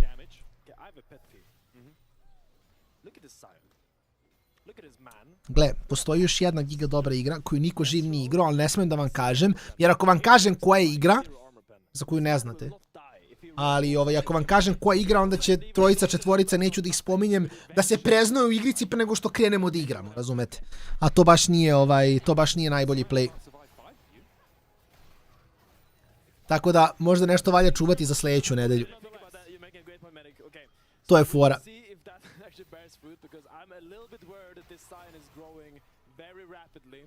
Igrali smo Gartic Phone, je, igrali smo.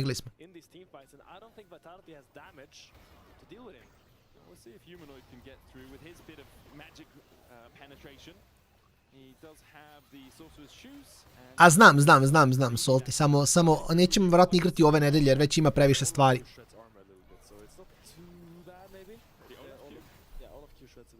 Moram da pogledam samo, imate jedna igra na Steamu koja mora da im koliko zauzima.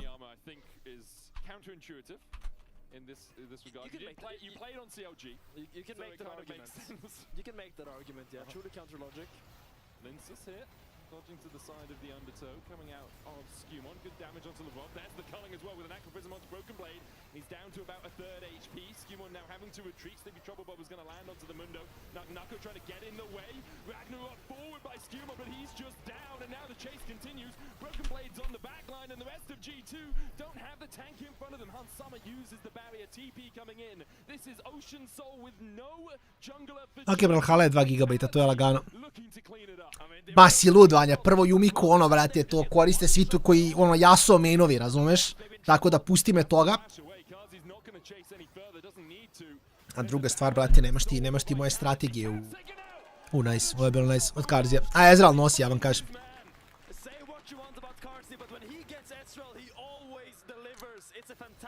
Ezreal je samo broken pick, mislim, brate, ne znam šta im treba da provale da je Ezreal bio on broken, ali... Zamisli, Ezreal nosi game. Wow, big shocker.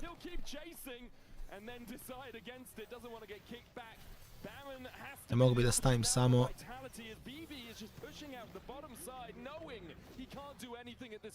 And you see on the player cams of Vitality, you see their massive grins, they're smiling, they're having a fantastic time while they're just running G2 across the map. There's a tiny window. Humanoid shows up, doesn't have TP. Broken Blade does have one. Skewmon has the Ragnarok. You could just sprint in and look for the steal. Skewmon's working his way across there now. 5,000 on the Baron. I think it's going to be too late. And there is the Baron for Vitality. There was a very, very small window where G2 could have tried to contest, but without Caps' TP, perhaps without the knowledge of exactly where the TPs were for Vitality, they decide against it. Vitality now 5k ahead of G2. Što sam rekao od igara onda? Arame Lostark Dotu Counter.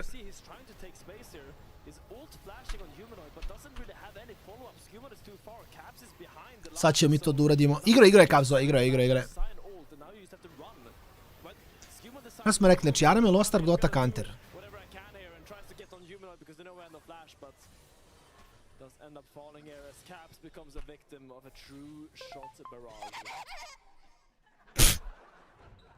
Ok, Karzi u redu. Brate je odradilo na agresiju. We've had the ooh and we've had the whatever that was. I'm terrified of whatever's happening if Vitality team comes. Isto, dragi moj kolega Kasteru. They've been a team based on mojo. That has always been Vitality.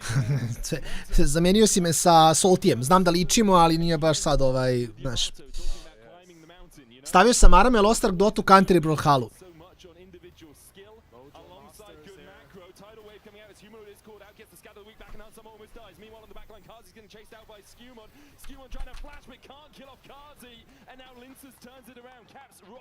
Igrao sam Sea of Thieves kad izašao Pirates of the Caribbean ekspanzija. They've lost their jungler once again. A long-range sleepy trouble bubble not going to be followed up by a paddle star. Meanwhile, in the mid lane, Narco continues to knock on that inhibitor tower. Vitality pushing through two waves and no real answer coming out from G2. Stavim glasanje. Sve stavim glasanje. Gdje si ja i ti? Stavio sam Arame, Lostar, Dotu, Counter, Brawlhalu. They just outrange all of G2. The Lucian cannot dash in against this champion. BB Teep is on the tower just to get the shield for semblance of being able to hold their base right now, but Naknako and Vitality are pushing on their door. Naknako is 5 levels up above Hansama. Has to retreat for now as the first tower does fall. Kazi and Humo is still very healthy as well. Hansama dodging to the side of the Infernal Chains, but all he's doing is putting a tickle into the back of Naknako. Broken Blade now on the front line. G2 have 5 members strong, but they just can't defend. The Nexus is open and the minions are doing all the work. It's a barrage of cannon minions, and the artillery will take out the Nexus. Vitality 2-1. And Linsas just says, Ok, ode G2. Ja valjda sam stavio sve kako treba. Arame, Lostark, Dotu, Counter, Brawlhalu. To je to. I ne Salty, nema Minecrafta. Dobro, nice. A mislim da ćemo, napravit ćemo, znate sad ću vam objasniti šta je poenta ovdje. Stavio sam da glasate, da vidim ko šta želi da igra. Možete glasati, ja mislim za... Ček, stavio sam select one answer.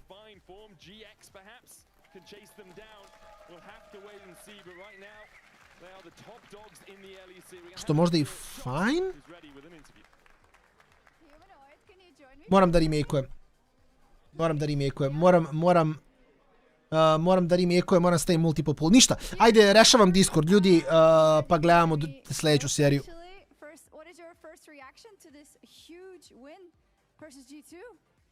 Wow, it's crazy. Yeah? Yeah. Are you lying or is that the truth? It's the truth, we won. Okay, listen, because you also said that you wouldn't know what you would ask if you were the interviewer, we wanted to give you a chance to do that. You may interview your team. Go. What the hell? Why am I put on the spot like that? I don't know. Naganaka, what happened to your leg? Like you were walking kind of weird today. I twisted my ankle, broski. You twisted your ankle doing what? Playing football. That guy's not a football player, I guess. See, it's not that easy, is it? Ask Karzi something about Israel. I don't know. Yeah, he was smurfing. Karzi. But I actually don't know. You're so... What did you feel about today's game? I felt really amazed that we overcame the obstacle as a team of defeating the G2. Even though it's regular, you know, like we are closer to locking playoffs, you know, so that's always good. I'm really happy with that you actually solo killed someone finally. So thank you very much for that. I mean, thank you. Well, I mean, wait, where is it? He just left? Linsa's over there to be professionally I'm Flashy. Well, what is your favorite thing about Bart? The memes. The memes, okay, I mean, that was kind of boring answer. Well, that's it for us. Thank you. Thank you so much. Congratulations to Vitality for winning versus G2, and I might lose my job soon because that was actually very good. But Linsas escaped. Linsas escaped.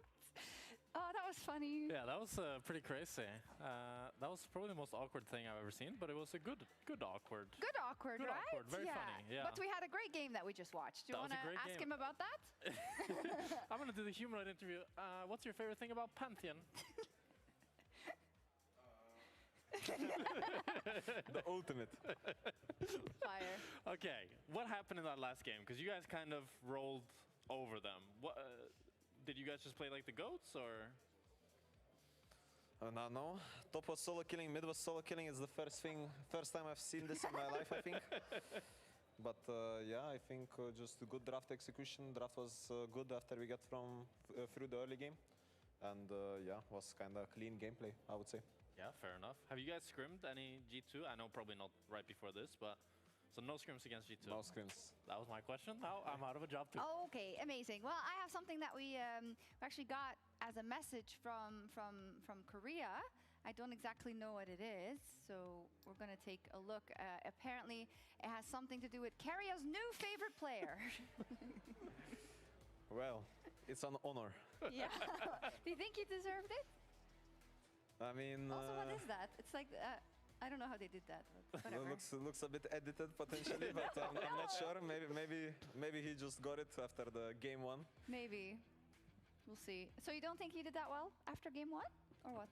I mean, I think we did well. I think game 2 was very hard because, yeah, I think just was kind of hard to get through the early game. I think they snowballed really well. I mean, when we played the game 1, they kind of threw. It felt like they were playing a bit maybe scared. Yeah. And we probably just thought that we can get through the mid game with weak early game in game 2, and that was not the case. They kind of stepped up. So I mean, Caps in game 2 was. Yeah.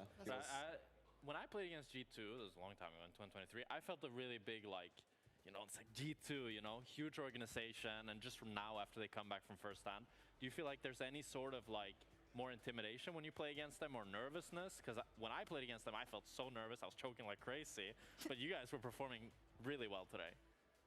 I mean, I think we are a very good team, so there's kind of no nerves. I do think, I mean, for me personally, like Skumon is really good, but I felt like it was maybe a bit scarier because I was also a rookie, like to play G2 when Yike was there, because I felt like they were quite more aggressive in early game. I felt like there were more plays.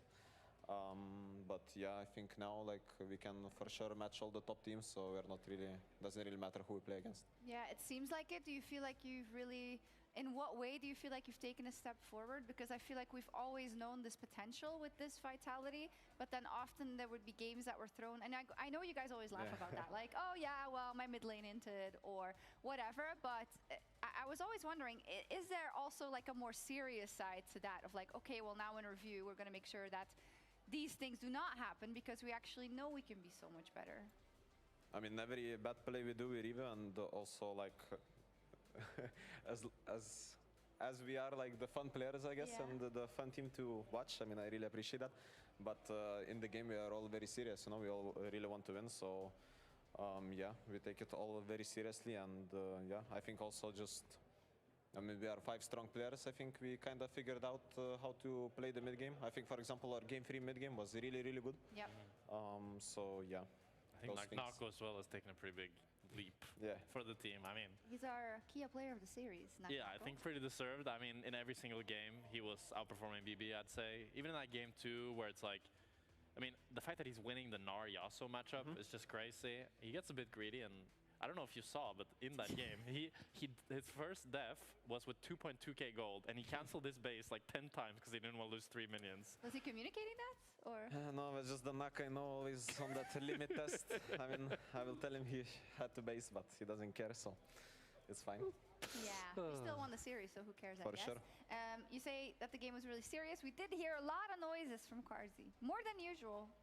Not more than usual, no. Not more than usual. Just we picked up on it more than. We don't hear them all. Maybe they'll be in the rollouts. Yeah, but thank you so much, Linsas. Congratulations. Yes. Thank you. Huge, huge, huge victory of Vitality over G2 Esports, and we still have one best of 3 to go. When we come back, SK Gaming takes on Movistar Koi. We'll be right back.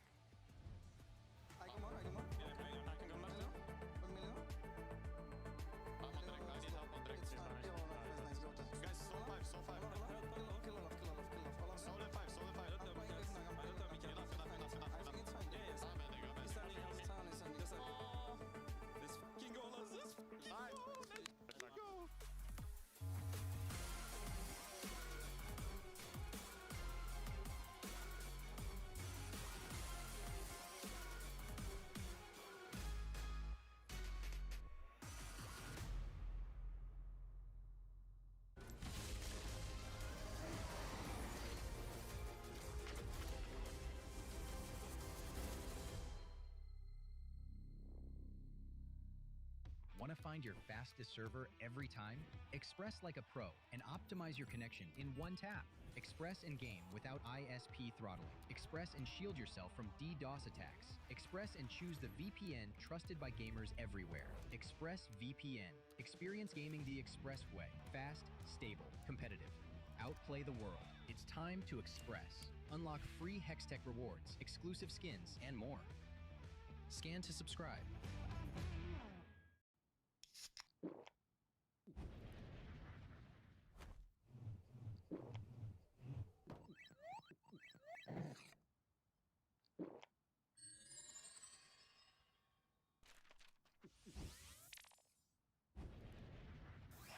Red Bull gives you wings.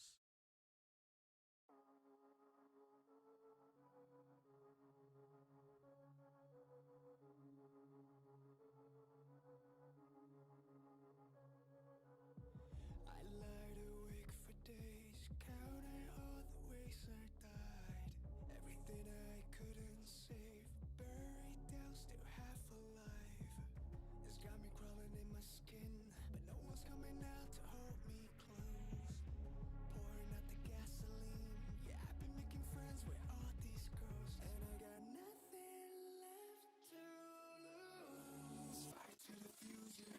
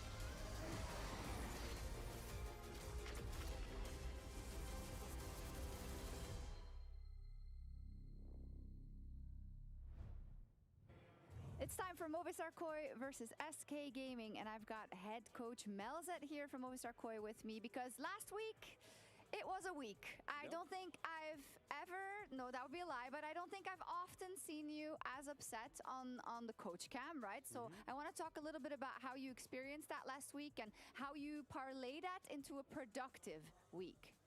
I was really upset because I think we did improvement in the training sessions and we were doing certain things in the map really well and didn't translate to the official. So it's something that we work now this week, studying a bit more and pointing even clearer what we were not doing. That's it, but yeah. We also saw a quote from Alvaro this week saying how, well, I love that my coach is like that. I've worked with others and he used the word NPC and that's not what he likes. But I wanted to ask on that topic as well, from the outside, right? We only see the kind of harshest moments, I feel, right? And I'm assuming there's a lot we don't see because your training structure is very complete, right? And I feel like we only see the tip of the iceberg because obviously you're not constantly battling with your players, right? No. So what are some of the other things that we don't see where there's a lot of care put into kind of the week ahead? I have a lot of talks with them individually and as a group. I often tell them, like, when I'm being demanding with them is because I believe that they are great players, and I think they are an amazing group, and they are excellent human beings. Like, there is a lot of good points. I just pushing them because all of the team agreed that we need to improve in certain areas to achieve what they want. So that's what I'm doing, and they know, and it's something that is all talk by several ones. Like, they know exactly what I'm asking. They don't think this is something unreasonable, and yeah, that's it. Maybe I'll ask a bit of a naughty question, I want to say, because you hold them to such high regard, and we have always seen that Movistar Koi can be incredibly good. Their ceiling is so high. But how do you explain the fact that sometimes some of the players in very important matches in the LEC seem to regress to a level which is way below their standard? We work a lot these years taking away pressure from them and making sure that they were comfortable.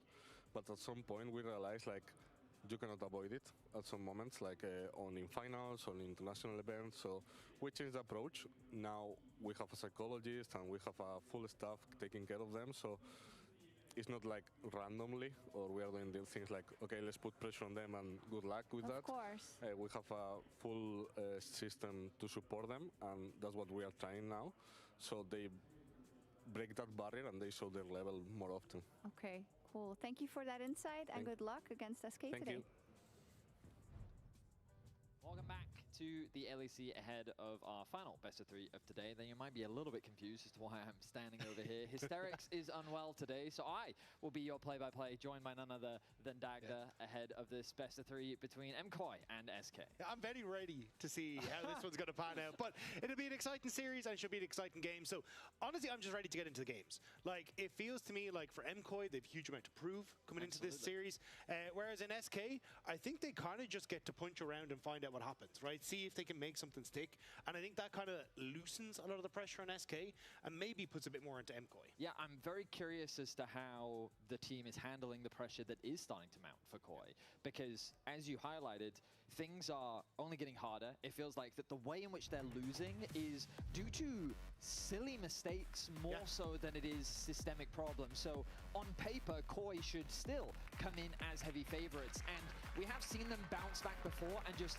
slaughter their opposition. So the question is, which Koi are we going to get today? Yeah, well, I mean, if I'm looking at anyone to slaughter, it's Jojo in that mid lane. Absolutely. That guy has been absolutely phenomenal this split. And going up against Leader, who has had some decent moments as of late, at least in the last week. I still think he's going to have his work cut out for him against Jojo Pion, because, my God, it doesn't matter what champion is. This man just seems to take over. Yeah, he is really locked in. I love that sideline that we did with him in week 1, where he basically said, I don't know what it is, I just feel focused, I feel ready, I feel I want to win, and I believe I can win, and that man is having an absolutely stellar performance. Let's see if the rest of Koi can step up, because for SK, they find themselves in a different type of pressure, because for Koi, theirs is about expectation, where they should be, a top 3 team in the LEC, whereas for SK, they have a very difficult schedule ahead of them. With so many of their games scheduled to be front-loaded in the split, they need wins fast. They need to be performing right now, and they need to be finding those victories so that they still stand a chance to qualify for the playoffs, where only 6 spots are available. Yeah, I mean, I think they would love to see themselves get towards that, but again, when you're sitting at 1 and 3, Heretics the only team below you at 1 and 4, it is looking difficult. But also, just from the perspective of, like, teams get to see a lot of you in the first couple of weeks so they can try and figure stuff out. But we'll have to see what the plan is as we start to get in towards draft, because, again, I feel like that focus for me is on these mid lane champions, like getting rid of the Orianna, the Azir, even the Mel to a certain extent as well, as Jojo's already performed on that. Well, it looks like that Koi will be sitting with first pick. SK going to be on the blue side. Akali very much targeted towards leader. That's going to be banned away. Also opens you up for an Azir priority from Koi, and that's why we're seeing both the Azir and the Orianna taken away. So a lot of mid lane focus, as you highlighted already. Jojo going to be that player to watch here in this best of 3. Yeah, still things like the Karma up and available though. Vi Okay, evo nas nazad. Still up as well. Another AD carry that we get to see a lot. Rumbles. There's a lot of those kind of first pick worthy champions that are there. It's just That's a bit going to be with the Yasuo ban. I mean, against leader, respectable. Yeah. At first I'm sitting there thinking to myself, is there something specific that they're worried about that Yasuo can counter? And then you're completely right. Leader as a player, we saw him play it in the matchup against Poby where he was actually able to get a solo kill. Perhaps Ari is the pick that they're thinking about in mid lane. I mean, it was Eto, vidite kako to funkcioniš. Odlično. Da, ovo je samo bio gotovi trenutak. Sad je vreme da gledamo SK i koji moj neki predikt je da bi ekipa koja je ovo trebala da stompa. Ali vidjet ćemo kakva je situacija. Mislim, SK imao problema i dalje bi rekao da su u trci za playoff. Čuli smo treba negde oko 50%.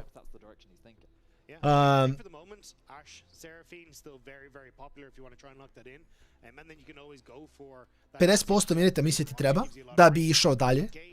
Jer samo top 6 ide dalje, a realno ono, imaš baš dobrih ekipa i baš je teško biti na samom vrhu, tako da vidjet ćemo kakva je situacija.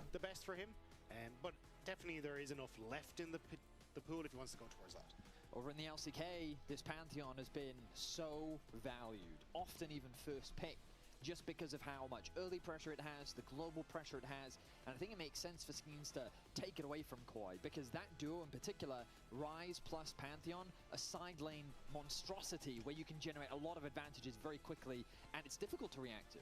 Yeah, 100%. Especially if you are trying to go for Cassiopeia, you're very stuck in the mid lane. Thing is though, you could probably go for a Vi, still on the opposite side here, and still have a very decent time, but Ezreal Karma immediately going to be taken to deny, push into that Ashe Seraphine. Ezreal, the fact that you can build up that passive makes you very potent against the Ashe in those early stages, where you can tend to beat her out in those early levels, especially with the Karma to help push the wave and do damage. It ends up working very well into these Ashe Seraphine combos. Absolutely. I think that Ezreal Karma as well, just in the bot lane 2v2 is able to get that push. Right now SK is deliberating. I think they have to lock in the Ashe. To je istina, Popo, to je istina. Je. Realno je pay to play, win je, znaš, zavisi u kom si timu. To je fair. Ne, Incensi, hvala ti puno još jednom. Bio sam se slatko nasmeo, vred. Ne, ali ovo mi je sistem koji ćemo raditi svake subote. Mislim da je to play. Svake subote uzmemo, stavimo lepo glasanje, stavimo sve igre, vidimo koliko ljudi šta hoće da igra. I onda po tome možemo da... da vidimo da li nas ima dovoljno za šta, jeli, to je neka otprilike ideja. I tako ćemo svake nedelje stavimo glasanje, čak glasanje više staviti ranije, tipu petak, i onda možemo lepo da vidimo, ono, ko je za šta, jer nekako, znaš, mislim, s jedne strane mi je krivo, ima ljudi koji... Ima dosta ljudi, recimo, fun fact, koji su patroni koji nisu ni na Discordu, tako da to prvo moram da rešim nekako. Ne znam kako. Ali, treba Discord rešiti i, ono, ima ljudi koji, recimo, igra im se neka igra, a samo nikada ne igramo tu igru. I mislim da, okej, kad nije game night, kad nije subota, okej, da mi preko dana, ono, pecemo game valo, pecemo šta god je u tom trenutku. Fun i realno za one koji su najaktivnije na Discordu imaju smisla da budu najviše ispoštovani, što mislim da je to fair i niko ne može ništa da kaže. Ali, također mislim da ono, ima ljudi koji, recimo, ne znam, evo, primjer je Sudija, ajde, Sudija nam je tu, Sudija je brat naš, svakako je tu i kad je na Disu i kad nije. I ono, treba ga ispoštujemo s vremena na vreme. Counter isto, ne igramo, treba ispoštujemo s vremena na vreme. Tako da mislim da je to, mislim da je to samo se stavi glasanje, jer onda svako ima prilike da se izjasni da kaže, lupam, ne znam, meni se igra ta i ta igra, meni se igra to i to. I onda možemo samo da dodamo na glasanje. Stavit ćemo Legend za sljedeću nedelju, možemo da stavimo Among Us, što da ne, mislim. Nego nekako sam ja gledao uvek kao, ajde, kao da igramo najviše arama, jer najviše ljudi može da ih igra. Jer kao nas 10 stane u jedan aram, pa kao najviše ljudi igra zajedno i to mi ima najviše smisla. Da postoji nešto slično crab game-u, to bi igrali češće, jer kao onda možda uleti koliko god ljudi, pa možemo svi zajedno se prdamo. Ali, ono, treba i naći takve igre također.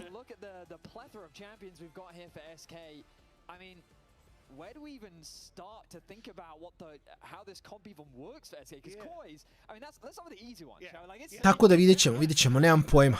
Samo sam u fazonu da damo ono i drugim igrama šansu Brawlhalu, ako možemo da igramo 8-man, vidi, ekstra, iskreno. Ne znam sad kako se igra to u customu, da li je to 2 na 2, 4 na 4, šta god, ali možemo se sprdamo s tim. Iako je Brawlhalu, nisam igrao 300 godina, ali dobro, nema veze. Koliko teško može biti. Tako da ono, stavljat ćemo glasanje i to je to.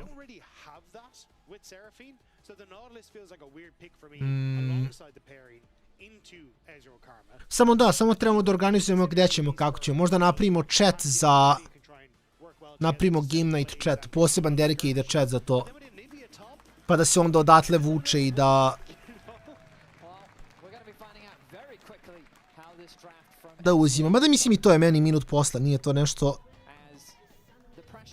Ono, samo ono što je dosta bitno je da ljudi budu vokalni. Tipa ja sam stavio counter jer znam da li hoće counter. Sad ga nema na disu, doće kasnije verovatno, ali kao...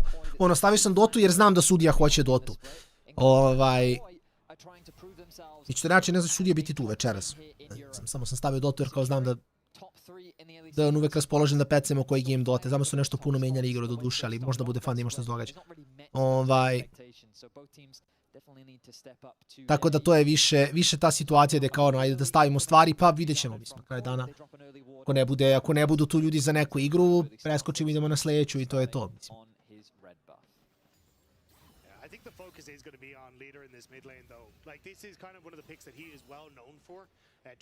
Tako da vidjet ćemo, ali eto, kažem, poenta moja je samo da hoću da probamo da napravimo što više varijacije, da možemo stignemo sve, a klikćemo, lider je... Nije nastakao pasivno do kraja.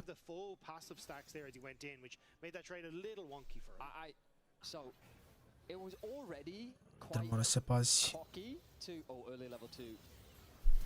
Flash, bravo. Ne znam da li mora flasha na tu stranu, ali dobro. Lider i dalje ima flash ignite, ali Wukong sa s druge strane. On se flasha, ne.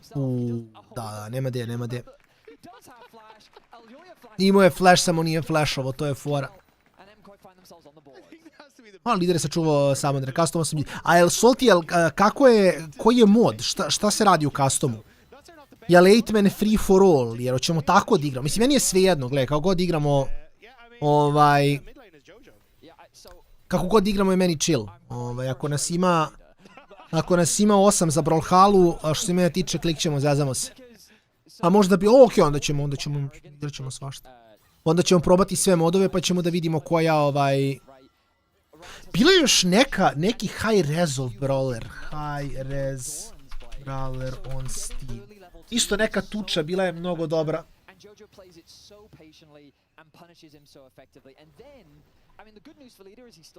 Yeah, the divine knockout se zove. Da.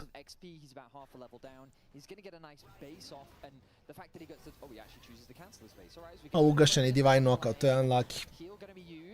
Yoppa and Mickey both going down to about 50% HP. But Super and Alvaro finding nice trades in the 2v2. But this is what I was talking about in the 2v2. It feels very difficult for Yoppa and Mickey to manage this. Like, you don't have the all-in kill pressure that you want. Yoppa's opted for the TP so he can get back to lane here. But it's still unlucky da shadano. Get to dictate a lot of that lane. You can see nearly a 10 CS lead. Divine Knockout je isto bila fan igra. Ne znam da li ste ikad igrali Divine Knockout. To je recimo isto bi bilo giga fan za Patreon Game Night. Igraćemo i Goals kad ga budu vratili. Igraćemo i Animo kad bude izašao. Tako da uvijek ima nešto se igra, mislim, to je... Znaš, nikad nije manjak igara u opticaju.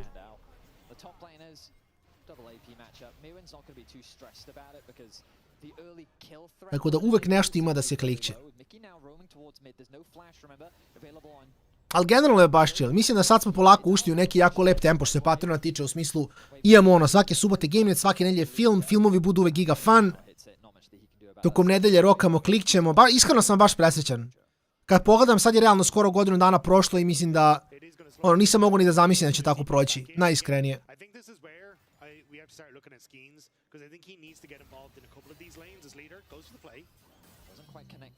Jojo.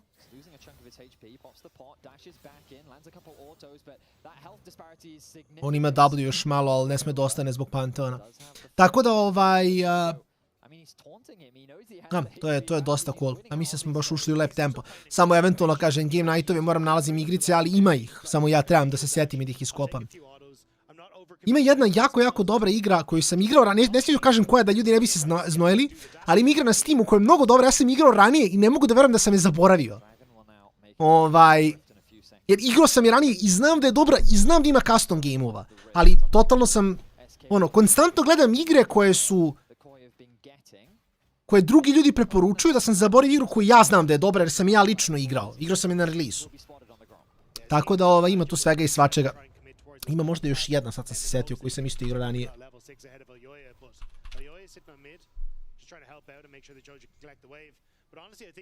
Alioya's in a great spot. Like, he got that early kill again. He's been accelerated. Could now go towards his Grom. May finish it at 5:30, which gives him that little boost then to have the extra upgrade of the smite for this next scuttle fight, which it looks like Skeens is moving over for. Yeah, he is making a beeline towards that crab. You'll notice as well, Leader went for a fast push in mid, even hovered around the bot river to see if he could figure out whether or not anyone was already setting up in the river. Now that the crab is spawning, both junglers ready. Nađem, ali ne mogu. Battle.Light je bio giga dobar, to je istina, to je istina. Vanja, lagana priča, brate moji, lagana priča. Kažem ja, generalno, ja nigde ne idem. Jopa na Serafin. Fajn je. Mislim, Serafin Nautilus specifično je jako dobar kombo. Jer u suštini dobiješ, mislim, ovo ide malo dublje od Serafin Nautilusa. Šta je ovde poenta? Wunder mnogo voli Aniviju na topu, Lider mnogo voli da igra AD-ove na midu koji su mili. Ako Skins igra AD-a i Lider igra AD-a, tebi treba utility i treba ti tank, jer Wunder igra Aniviju. I onda tražiš na botu utility plus tank.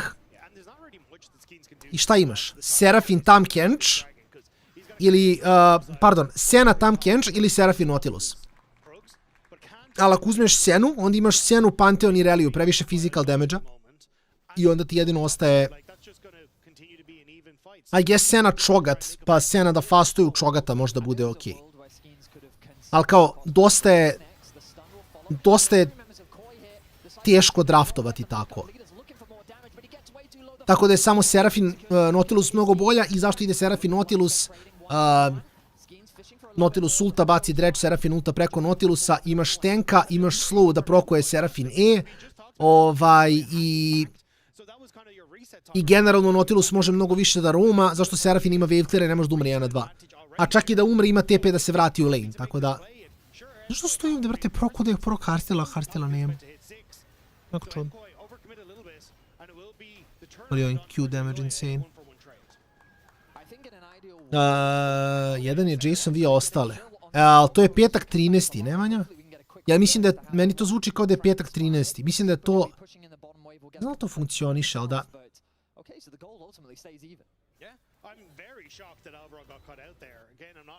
U čemu, Dario? U Brawlhali? Može. Mislim, ja sam iskreno igrao Brawlhalu ranije. Igrao sam i ranked poprilično ranije. A nisam igrao 300 godina. Sad sam i kombo i inpute, sve sam zaboravio. Tako da...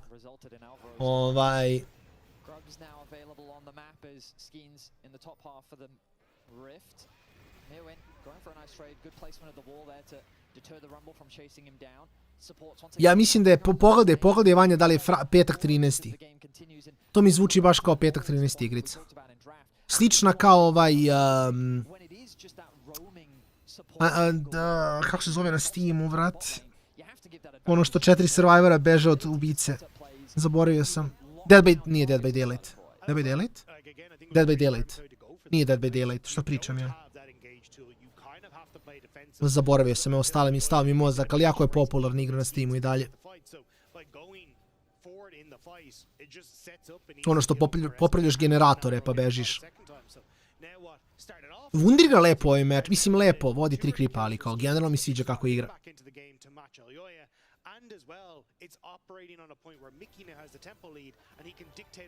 Jeste Dead by Daylight.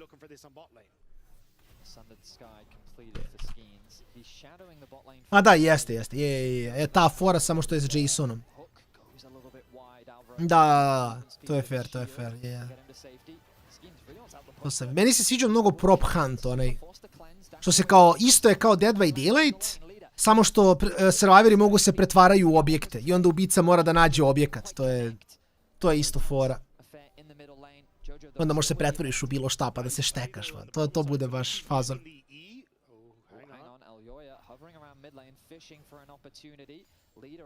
Ali kažem, fora što stvarno ima dosta igara koje su dobre i valja ih igrati, samo i Jojo damage. Petak 13, je. I on je živ. Petak 13, da. Elioja je mrtav. Nije mrtav, what the f... Kako je preživao to?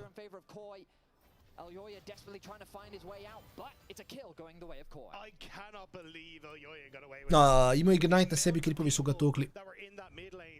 Možete nam dati replay, imao je fazon 10 healtha. Ako nam daju kameru dole.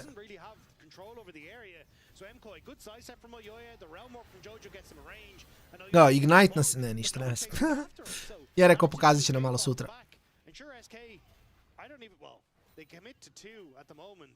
But I'll take the kills in mid over the Void Grubs. Remember that in the draft they prioritized this Irelia over something like the Ashe, the traditional Ashe Seraphine combo that we're used to seeing. Ma šta te bole ovo? Realno bole tu. He's down 30 CS against Jojo, a full level behind. With Jojo comfortably beginning to scale on this rise. The double... Ne znam, meni je bilo gotivno. Meni su filmovi bili. Meni petak 13 oni originalni filmovi su mi baš insane bili, iskreno. Very soon, and once he gets that and that starts stacking. Ne, imaš ono Freddy vs. Jason i ti kao stari horror filmovi su mi isto giga goated. Skoro sam nešto gledao, mislim skoro, a gledao sam oni petak 13. originalni. Iskreno, fucking banger movie. Kad sam čuo da sljedeće godine izlazi nastavak Peak, se Peak, ne zove se, može se zove Peak. Ono što su ono dve ribe se popnu na onaj telekomunikacijni toranj i bleje gore na vrhu ceo film.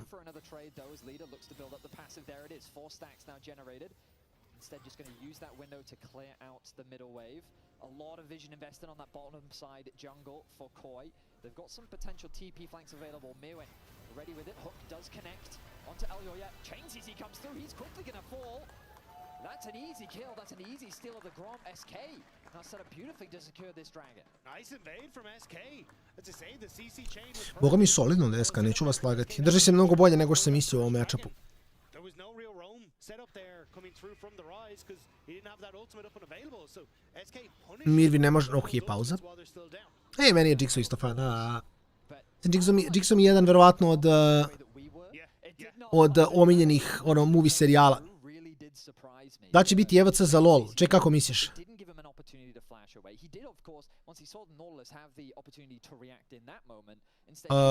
Postojaće, da, biće, ako misliš reprezentacije, biće, da. Biće reprezentacije, ako to pitaš. If Seraphine is there, she doesn't really hurt. She's just for shields. And then you're like, oh crap, half my health bar is gone. But either way, like, nice timing again. And I think this is where, when I've seen SK at their best, is kind of using that experience to go, oh, there are these slight timing windows. Da, biće. Picks are finding quick moments that they can exploit that. And I think that was a great example there. They push on bot because of an early play coming through from Skeens onto the bottom side. They use that to look for the invade, and they punish Elyoya while Jojo can't roam for the mid lane. So, according to production, the pause was due to an accidental alt tab. So we'll quickly get him back. What was Wonder trying to write this time? I don't know. But yeah, gonna quickly get that resolved as leader once again. Ooh, he's fully committing this time. Throws out the ultimate as well. But the support is there. Jojo gets. Ooh, nice. Našao je snipe. Kod nas, ko igra za nas se ne zna. Ne zna se.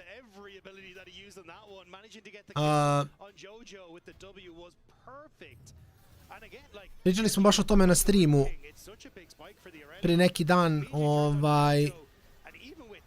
Lik iz Rura je dobio da bude menadžer i on manje više odlučuje sve, tako da on može da bira ko ide. Fora je što Milica i Velja ne mogu da igraju jer su u Koreji, to jest ići će u Koreju tad. Tako da nemamo Milicu, nemamo Velju. Tako da smo iskreno blago doomed. interesting now that Lita showcasing he can go 1-to-1 against Jojo. The giant yordle in the mech suit making absolutely no noise. Ma, imamo problema, mi svakako. Imamo mi po 2-3 igrača u nekim rolovima, u nekim rolovima baš nemamo koga da stavimo da nije dokazan igrač već, jeli? Nego moraš da flipuješ s nekim rukijem, što za takvo takmičenje baš i nije zgodno. To je fazon.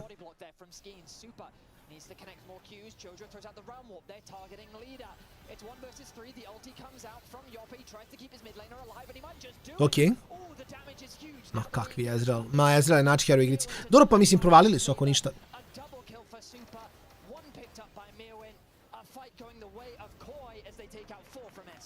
To je fora. Natkela sastavio, a čekaj, ko igra u Crnoj Gori? Upravo igram po par modova, čekaj šta mi je salti.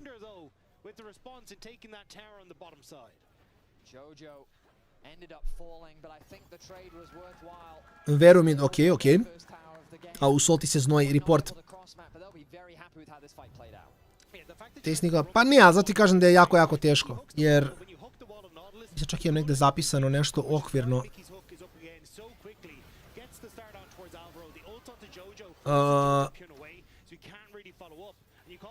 Što se tiče topa, na topu igra verovatno app i onda zavisi od kompa Nenad ili Patkica. AD carry Pinky ili Shy. Ne znam koliko Nikola, koliko je aktivan, koliko grinda. Ali... LOL pros...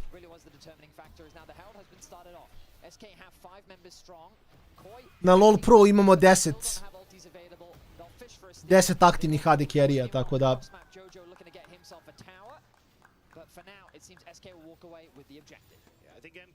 After that last fight, a bit battered and bruised, would just be happy to take some of these structures instead. As leader, A što piše da je Vero iz Srbije?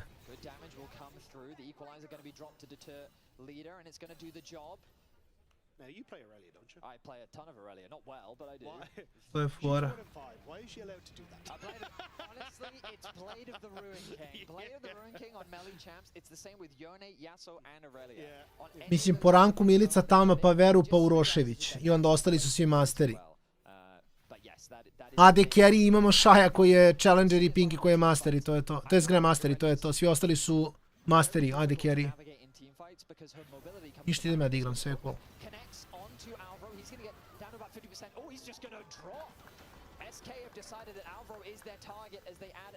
Nezgodno, baš nezgodno. Yeah, Mickey in particular constantly finding these picks. He's had a hit or miss games on the Nautilus, but he is locked in today.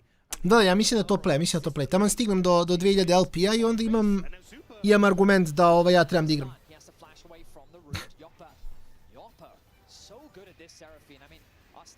Biće teško, iskreno.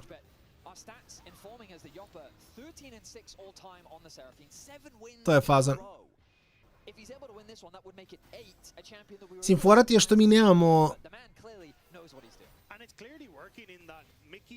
mid i support. Mislim, Tasteless, Nikola zadnji igra supporta, Tasteless igra supporta, sad se skoro vratio u igranje Lola. Tako da zavisi koliko on to sad ozbiljno uzima. I na mid lane-u, mislim, ti flipaš s Verom. Vero je opet, znaš, ruki bez iskustva, a kažem, problem je mnogo veliki što kad pogledaš u koga igraš, dođe ti Korea, igraš u Zevs, Honor, Faker, Gumayushi i Keria. I kao ti šalješ roster u to. Previše su nastakovani svi nacionalni rosteri, to je fora. Slovenija je fine. Miki, Crownshot, Nemesis, King i... Ne znam koliko su stavili na top, zaboravio sam.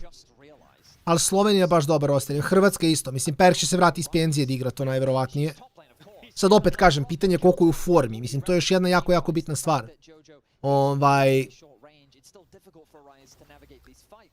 Jer je tu dosta veliko pitanje i ko je u kojoj formi. Mislim, super je naš. Jedno je kakav si bio na prime u piku, drugo je koliko sad igraš dobro.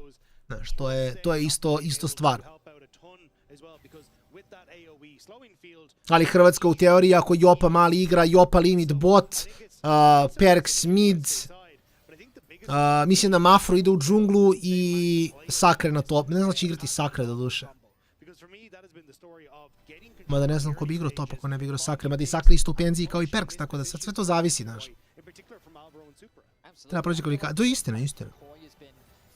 Neće biti lako Prime T1-u da se bori sa nacionalnim rosterima. Neće roll swapuju, verovatno, u tim kvalijima for fun. Ima Francuska isto giga jaka, Nemačka je giga jaka. Danska je možda trunku oslabila, Danci su malo dropovali loptu. Može Brajra nije, baš. Popi Ziggs. Uf, Jopa. Ovo je malo nezgodno, mislim. Jopa generalno igrao Ezreala, Elioja. Dobro. Zidimo da radio posao. Malo je nezgodno za Jopu jer je na Serafin, a samo Ezreala igrao najviše. Mislim, nije samo očigledno, best of 3 su bili u pitanju, ali Ezreal mu je bio najbolji, oni su odmah pikali Ezreala da skinu Jopi i S-pick. To je fazan.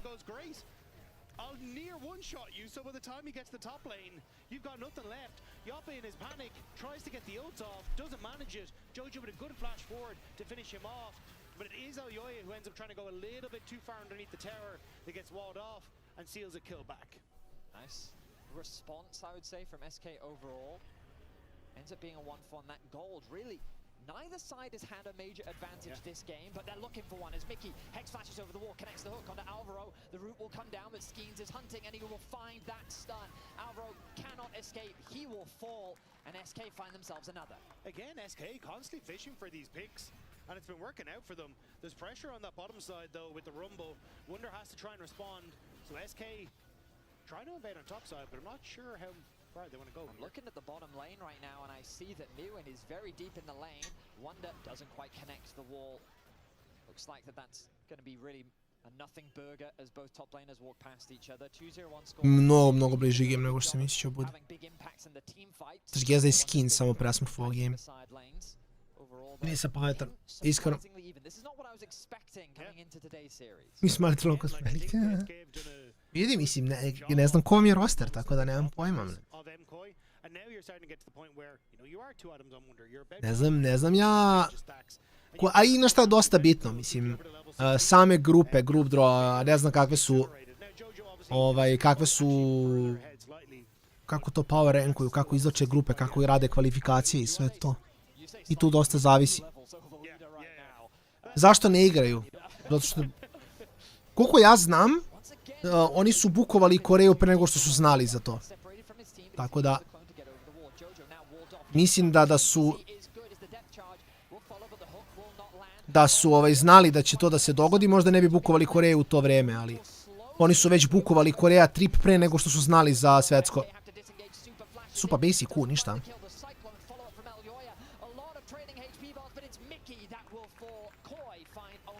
Lepo.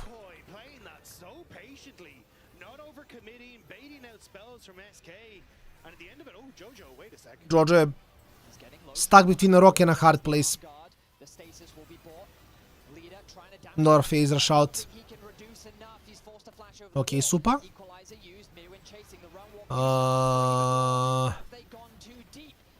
Mi su fajn, ne može Mirvin da umre ovdje, da. Kad si saznao? Mislim da je relativno skoro, što je najveće.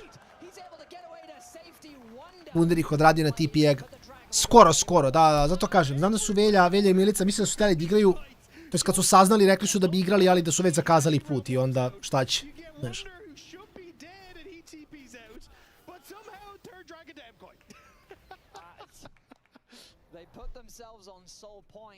These fights were so close. So much CC was cleansed in this fight as well. Yeah, and I think it's a good start here to go on towards Jojo, but the follow-up isn't there, right? You don't have your damage leaders in position. Mickey ends up hooking onto a champion, but MKOI play back.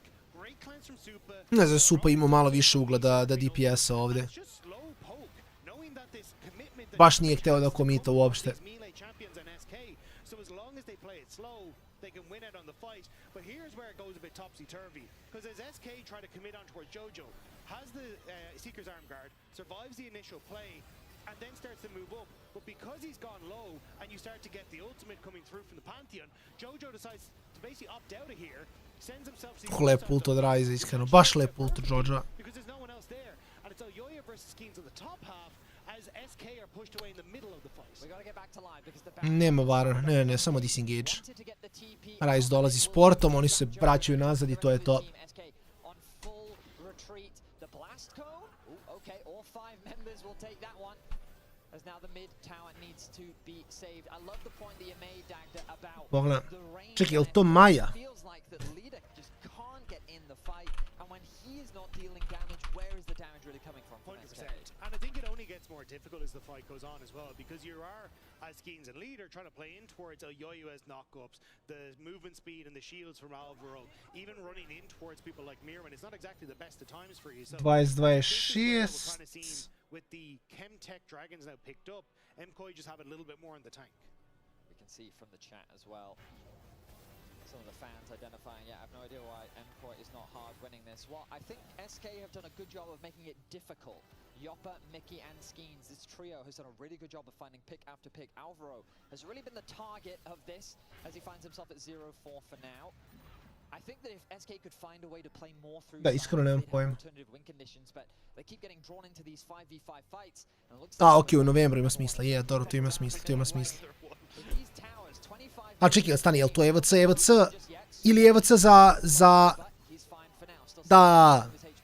Jer imaš EVC, imaš NC. NC je Esports Nation Cup, a EVC je Esports World Championship.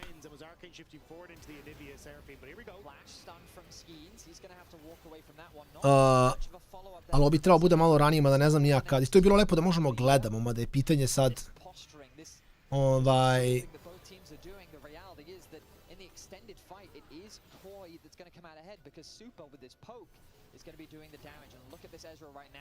Chipping away at Mickey's HP.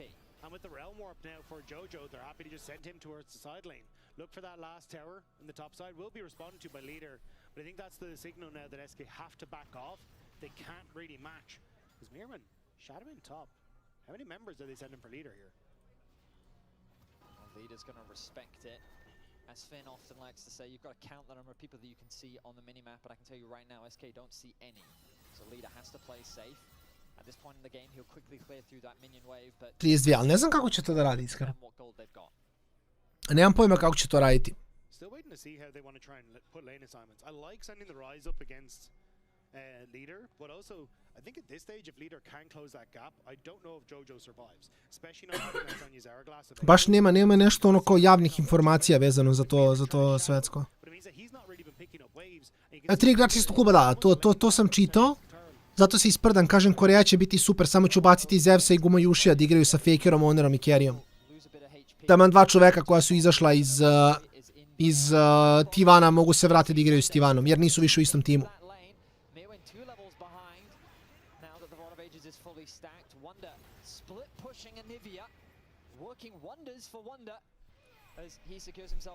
Ne znam, mislim, bilo bi cool da imamo neki prenos toga, mada ne vjerujem da ćemo imati iskreno. Kad malo bolje ramislim, ne vjerujem da ćemo imati.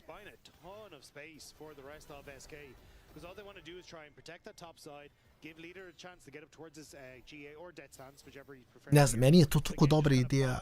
Samo što je on laki što je otišlo tamo gdje je otišlo. Ali... Ideja svetskog prvenstva sa reprezentacijama je samo toliko goated, ljudi moji. Iskreno me kinda čudi da Riot nije se toga setio ranije, da održavaju oni. Jer kao imaš ono splitove i onda pred kraj godine u novembru posle Worldsa realno napraviš jedan turnir za sve ekipe, ono za sve reprezentacije koje će da igraju. To je baš bilo insane. To je baš bilo cool. Niste kako bi to bilo gledano. Svaka država da igra. Dobar flash.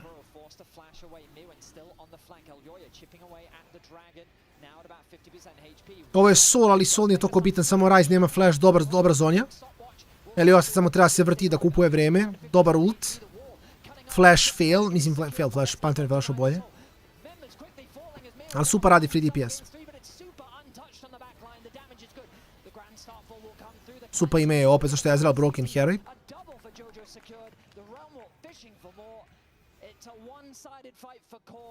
Little tempo za malo, što je probao je da kuva raptore.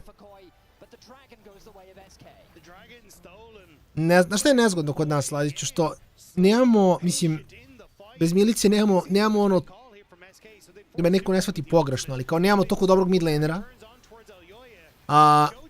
I trenutno, dobro, Tesis ima vremena da se vrati u formu, ali trenutno nemamo ni supporta koji je u formi. Da kažeš u formi, ono ozbiljnoj formi da igra protiv carriera, razumiješ.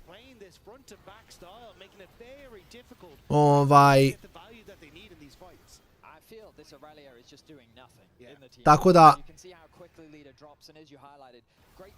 ono, realno Tesis može se vrati u formu do tad, ali bez milice ne znam kako ćemo igrati mid. Zabio nešto kada je naša ekipa u svoje 50 godina. Da, bilo je. Bilo je nekoliko puta, mislim. Istorijski reprezentacija Srbije je igrala 3 puta, igrala je 3 puta neki tip reprezentacionog LoL-a. Najstariji je bilo kada sam igrao ja sa Kalu OP i tad smo osvojili drugo mesto u Bugarskoj, kao LoL. Tu je bio samo LoL. Nakon toga sljedeće godine je bilo Bigfoot Double im baka prase kad su išli u Rumuniju. Mislim da tu nismo prošli u playoff. Tu nismo ništa uradili. I onda je zadnji put kad igrala Srbija kao Srbija bila u Koreji gdje smo bili 3. u LoL-u i 1. overall. To je 3 puta kada je Srbija igrala bilo šta. Mislim smo tu pobedili u Hearthstoneu, bili smo 3. u LoL-u i onda po poenima smo bili 1. valjda, tako nešto je bilo. Treba staviti svakog tima po 2, ja bih stavio po 1. Ja bih zabranio da više od jedne osobe ide iz istog tima. To je moj take. Stavio bi da ne mogu ni 2 igrača da igraju iz iste ekipe. To bi baš iskomplikovalo team buildinga, bilo bi jako fun. Gledao sam Warp to, to je onaj brat što je radio s Mr. Beastom.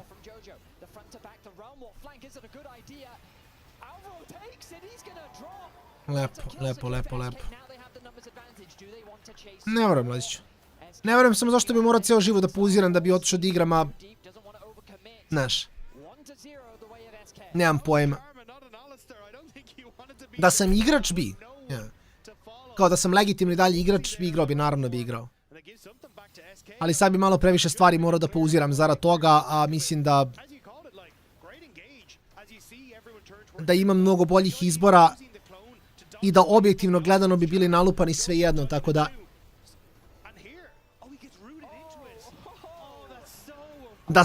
Da sam ono u prime-u i da li ja idem ili ne idem pravi razliku, da li pobeđujem ili ne išao bi, da. To sigurno vidi, to 100%, to 100%.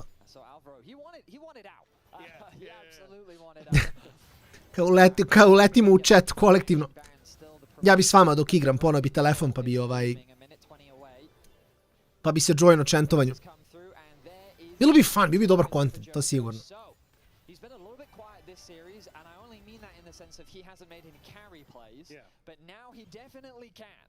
If you thought that this Rise wasn't doing damage before, he is very much going to do damage now. It's also who goes to Markham at this stage, like in a side lane or match him in a side. Interesantno kako su Ezreal igrači počeli svi LDR da buildaju. Iako mislim u LDR ovdje možda i ne treba. Mislimo i Serel da bolje. And now that the actualizer is completed, I think Jojo just 1v1s whoever he sees against and takes the bot lane structure. So now you have to invest 2 people. Marence nas je zvučnik. Ništa bez zvučnika. But if they're both gone, you've no real setup. Jojo was spotted on the flank. Leader doesn't quite connect the stun, but he is hungry for. Šta će lider da radi? Čovjek je 1-6, brate me. Šta lider radi? Ne znam, zanima me šta će SK da radi nakon ovog splita ako budu završili tipa 1-7, 1-9, koliko god već mogu da završe. Baš nemam pojma šta će im biti plan. Jer stvarno ono kao lider, eto, sad se vratio na njegove AD heroje, pa opet ne radi dovoljno. 2 flasha, 1 flash, 2 flasha? Ali Ezreal samo spamuje kuove, gledao, bam, bam, bam, bam, bam. Gledaj koliko damage dolazi od Ez. Samo skin treba ubiju, tako je. Supa je malo izmašio, Supa mora pogađa kuove. Supa... Čim je krenuo da pogađa kuove, promenio se fight nazad opet.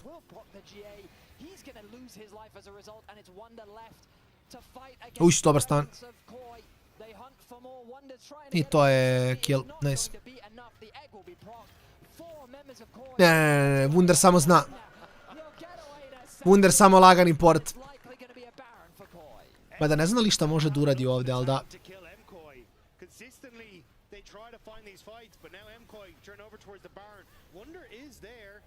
TP will come through. Wonder's trying to stall, but he is a one-man army, and it is not enough. Jojo, he's going to hunt. He realizes with the blast cone that Wonder's going to get away to safety. Now they can turn their attention to the soul. I don't think SK is going to revive fast enough to contest, as the wave will be cleared and Koi set their sights on their fourth dragon of the game. Yeah, especially Jojo can just use the actualizer, absolutely rip through this thing if he wants to.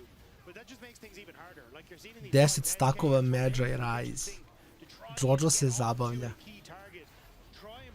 I kažem, gledajte koliko Supa samo radi. Ja vam kažem, ljudi, ne igram Ezreala slučajno. Verujte mi. Verujte mi, ne pikam slučajno Ezreala u soloki i nije slučajno što se klajmo koliko sam se klajmo. Ezreal je samo prejak heroj. Znači, pogledajte samo Supin damage kad pogađa kuove. Gledajte koliko cooldownove, gledao.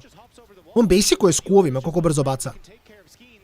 I onda čim promaši kuo, ima sekundu i po downtime.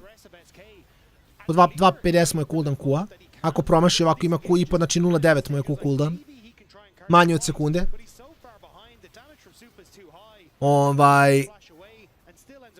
I onda čim krene da lenda kuove opet samo previše radi. Aj pa je Wunder odigrao, još je forsirao cleanse od Supe, što je giga nice. TFT. Janivija TP je samo GG's. Mada opet mislim waste-a TP da preživi, nemam pojma.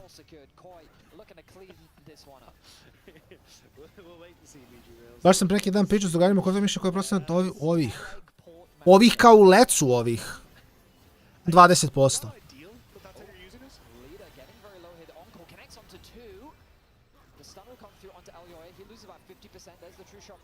Da, 20%.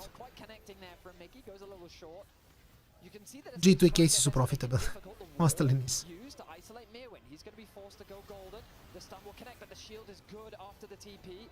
Super running low on mana. Jojo going to reconnect with his wave in mid though. Make sure that he's able to get the tower. SK clear out top but can't really defend. So now going to be forced to back away because Jojo's going to start to put damage onto the mid lane turret. Trebali bi da su fine skroz. Samo Supa nema mane više. Mislim, radi on damage, ali nema mane. On, evo sad bacio je, sad je fullom.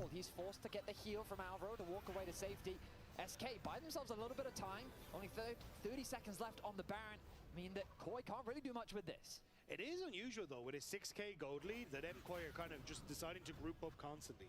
It's giving the opportunity for SK to wave clear and even find little picks like this. It's a good hook from Mickey and the CC is there from SK.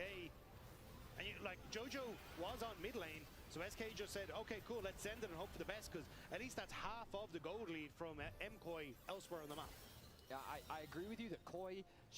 Sviđa mi se koliko Wunder lepo igra, iskreno, moram da priznam. Wunder dosta drži ovaj game. Mislim, drži ga, koliko mogu da ga drže, nemam pojma.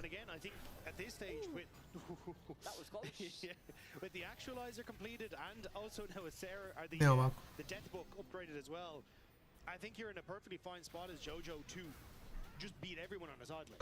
I'd love to know how much damage Super has taken this game. Like, he is deathless. Just three. It feels like that all of his damage was basically during the laning phase, but then outside of that, he's largely just been untouched, and it's a testament to how difficult it is with this SK composition to really threaten that. Bro, niko ne može da tretenuje Ezrealu. Ezreal je najjači heroj. Ja vam govorim, ljudi, znači, oni moraju me slušaju. Ezreal je najjači heroj u igrici. Nije u igrici, ali na botu. Očigledno, ono, outcarrio će vas specifični heroji. Mada Irelia, cijel komp SK neće outcarriovati Ezreala. Pogledao, će machine gun Ezreal. Da me zanima šta mu je zadnji item. Guardian, I guess Guardian. Nije, Guardian je fine, ima cleanse. Sam kaže možda QSS, ali mu ne treba. Ako se odluči za jedan defanzivan stat tipa Armor, ubija ga Magic, ako se odluči za Magic, ubija ga Physical, tako da je Guardian verovatno najbolji. Ili Zonja. Možda i Zonja, okej. Ili BT. A mislim da G je fine. Gledao. Nema cooldowna, cool. Igra Urf, bukvalno.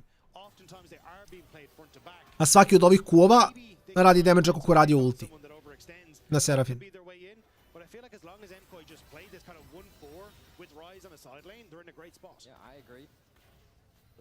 So mora pazi kad ovako čisti wave da sebi ne čakmuje manu za džabe. I blue buff treba da daju Ezrealu sad. A legitimno Jojo ne treba da uzima blue. Dobar flank od Jojo. Ćemo da imamo. Mirvin je fine. I ovo je win za koji? Prelepo, mislim prelepo ulti. Nije bio toliko... je Jojo? Dobro, dobro. I sad supa free damage. Dobar ult od Serafin, lep cleanse. Sad supa samo kuku. Došao je wave, ovo je jako loše za supu. Izgubio je pola DPS-a. Dobro, dobro. I dalje je fine, i dalje kuku. Okej, jump, okej, Q, još jedan Q. Supa, kuku na Wundera, okej, ništa, nazad, okej. Okej, W ulti, dobro, bravo, sad kuku na Anivia, Anivia se portala u mesto, Anivia je mrtva i ovaj game, bravo. To je to. Vidite, za više coachinga zaprate Shine TV. Pogledajte Supin health. Ovo je Atnor CC damage koji je primio komarac, ga je ugrizu u fajtu pa je izgubio 50 health. Beyond free, ne možeš igraš. Ču ovaj drafter u Ezreal, brd sam nosi ovaj game. Baš mora da napravi jako veliku grešku da ne iznese ovu partiju. 5-0-12. I to je to. Mislim, očekivano kažem koji je ovdje veliki favorit svakako, ali... lepo je odigrao Supa. I kažem, skinuli su Ezreala i Opi, što im je jako pametno, jer je Opi igrao Ezreala sigurno najbolje. Od svih heroja koje je pokazao, Nezu je bio najbolji. Ok, GG, si imaš jednu partiju, možda još dve, zavisnosti naravno ko bude pobedio. Tako da ostavljamo intervju i onda se vraćamo sa možda i finalnim gameom dana.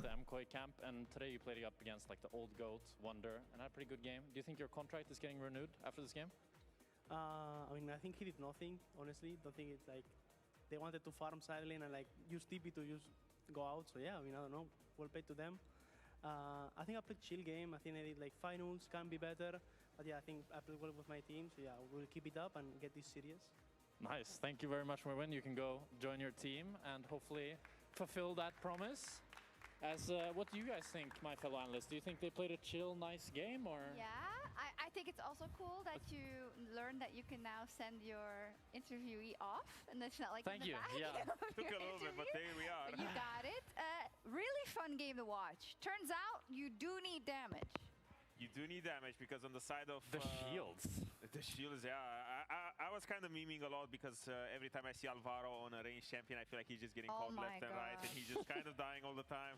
But it didn't really matter. They got you know, the Chemtech soul. Later on in the game, the shields were just massive, pretty much nullifying the Irelia and the Nivea. It just became so hard for SK to find windows. It felt like you're looking for a miracle from Lider, but that miracle is just never gonna arrive. I think you're looking for a miracle the moment you load into the game, though. Then immediately, he almost dies. Yeah, I mean, you're looking in Irelia with Ignite, and I think up against Jojo, you really need to make that work, but MKOI was not allowing that to happen, and Jojo as well, we've seen his laning phase. He has the best laning phase in the league, and you see it here, where he's already gotten Leader to 100 HP, flashes the E, and now Leader's game is cooked. Because he has the Ignite, he can't TP back, so now he's always going to be on the back foot, so every time that MKOI matched numbers when SK put, it was impossible for Leader to play, and he couldn't get that advantage. What's even more impressive is the fact that Jojo just has so much confidence, because I realize one of those champions that you never really see. It's only in your worst solo queue games where it just spawns there, and even if you kill it 10 times, it can still one-shot you, but he he had so much control. Team played very, very well around him. He called for help when he needed, and he was just so proactive when it came to shutting down this Irelia. Because I think come mid game, I'm looking at Irelia minute 15. She's around 1-5 or 0-5 already. So that's already shaping up to just be a bad game for Irelia. It's going to be a really bad game. I like that you said it there. Jojo has been really impressive. Maybe we don't mention it as much, but yeah, his greatest laning phase is absolutely great. And in a game like this, I think, you know, he just has a ball. Because the minute he has an advantage and on that rise, he knows how to move around the map to push the advantage. It's just GG. Definitely very excited to see Jojo versus Caps, because that's going to be an incredible matchup. When is that? I don't remember. Well, you mentioned it. Well, like, because it's the two best mid laners, you know? Okay, I don't know the whole schedule in my head. Either. I thought you were setting it up. No, it's just... I thought that like Caps was going to super sub in next game for SK. Yeah, true, actually. Actually, it's it's next game. Leader's going to pick Orianna and turn into Caps. Okay. That's true. We'll find out when they're playing each other. One thing I still want to watch from that game before we play a little game, teaser, is Alvaro. Okay, he was dying a lot, but this next one is not his fault.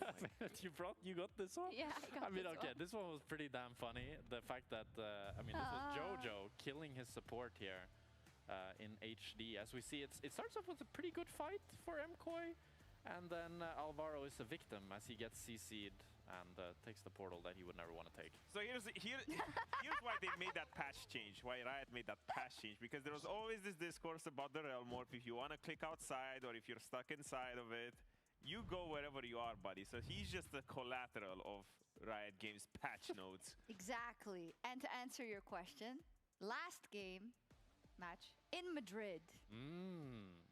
G2 versus MKOI. Wow. There you go. That's going to be exciting. So apparently a little quiz has been prepared. I'm not going to say I prepared it because I think Dagda did the work and our stats people did the work. So shout out to them. So they've been crunching numbers and it's about SK versus MKOI. All right. Okay, here we go. I have no idea what this is. First question. Which number is higher? The number of unique champions Wonder has played, or the number of times Supa, Mirwin, and Alvaro have been to the Riot Games arena? So it's counting all of them combined. So like the three of them, like if they visit once, it's 3 times. Yes. Is that higher than the amount? For sure, that's higher. That For must sure, be Supa, higher, Mirwin, right? and Alvaro have been more to the Riot Games arena. That feels like it should be higher. For sure, there's media days and all of that stuff. So for sure, it has to, like, Wonder, the number must be lower. Yeah. We don't count media days. Hey, that's cute. Okay, then maybe if production give me that note, then for sure Wonder's number must be higher. Really? I still think Supa, Mirwin, and Alvaro. Okay, what's the answer, production? Yeah, okay. Yeah, okay, 87 days. That must be pretty close. I'm pretty sure Wonder's like 70-something. Yeah, he's at 78 I don't know if we have the sheets. Okay, if stats is in my ear or something, but it's probably tons of those. Okay, good job, half of you. Next up, second question. Who has higher goal difference at 15? Jojo Pune or Caps? Wait, Jojo Pune or Caps, Jackies, and Humanoid combined? Jojo Pune. I'm pretty sure his goal difference at 14, it's 15 actually it says, but I think it's pretty insane. Like really insane. It was like 2K or something. Caps, Jackies, and Humanoid combined? I don't think I'm confused because it's Jojo Pune or Caps or Jackies and Humanoid combined, so it's 3. Oh, it's 3 options. Is there 3 options? Yeah, that's what I'm thinking. So that's what I'm thinking is Jojo. Jojo Pune or Caps or Jackies and Humanoid combined. I think it's Jojo. Jojo? No, it's all 3 combined. Oh, all 3 combined. Yeah. I still think Jojo. I think Jackies and Humanoid, they probably have like nothing leads. Okay, like well, if it's about Mad versus MDK versus SK, then it has to be Jojo. Otherwise, it's a trick question. Okay, the answer is Jojo Pune. Easy, smart analyst. That's impressive. Yeah. Wow. Okay, next question. It is, we saw it, 880 gold. Third question. Who has the higher damage per minute?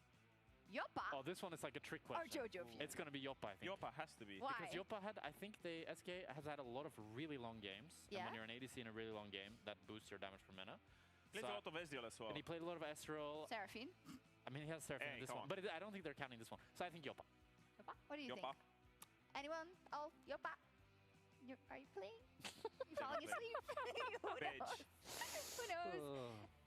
The answer is Yoppa! Could tell that one. Good analyst, smart analyst I again. mean, we've played enough of these games. You know?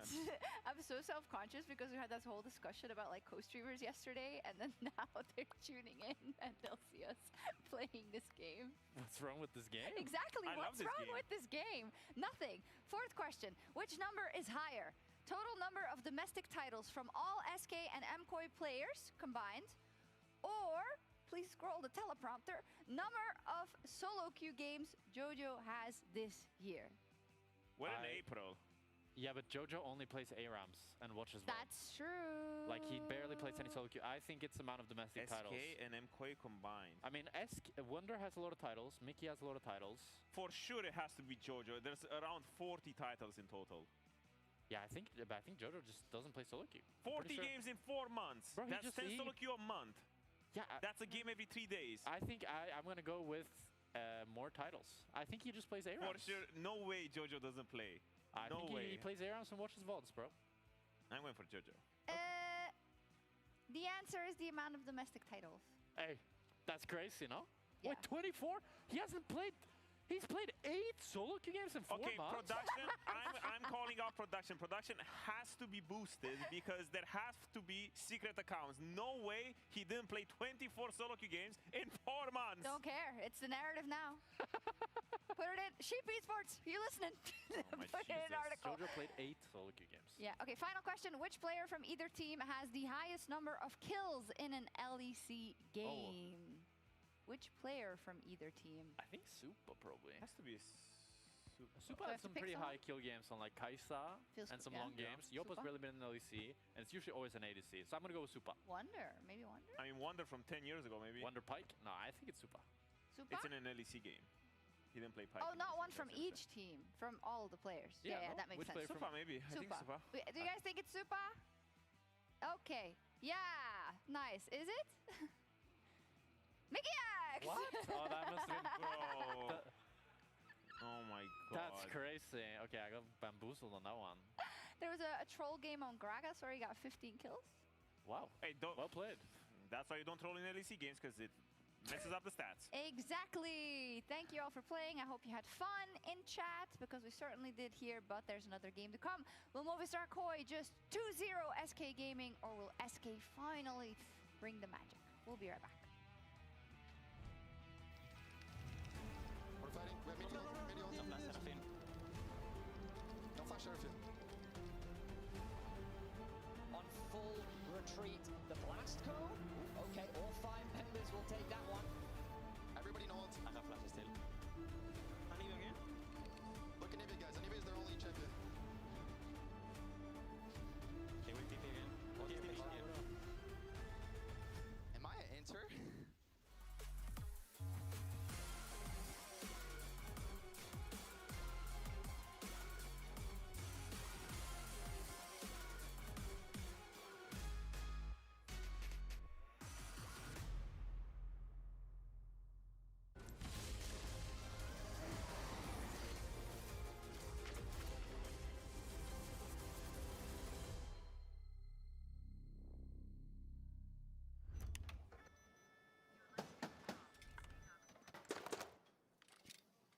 Brother, let me try. Wait, brother. Let us break this instead, brother.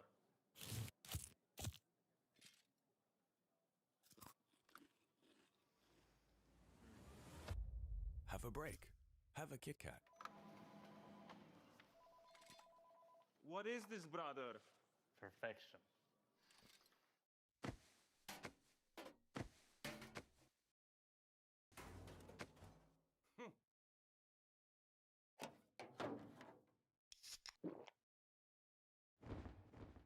Red Bull gives you wings.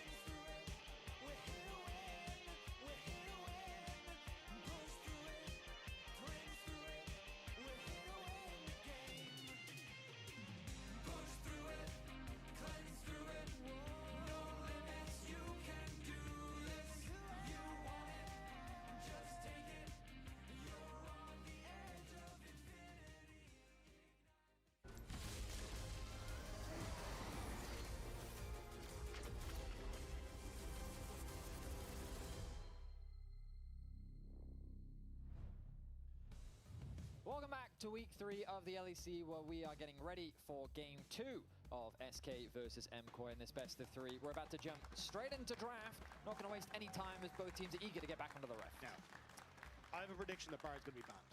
Okay. The reason I say that is because I just saw on the camera as we went past the Bar got banned. You didn't have to tell them that. You didn't have to tell them. Well, we're predicting a Bard ban.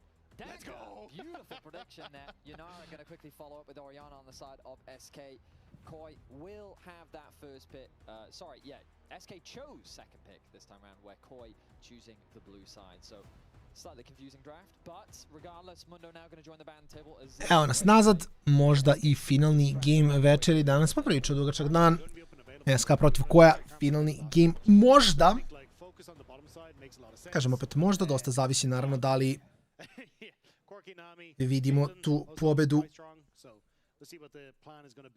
od strane Koja ili ne.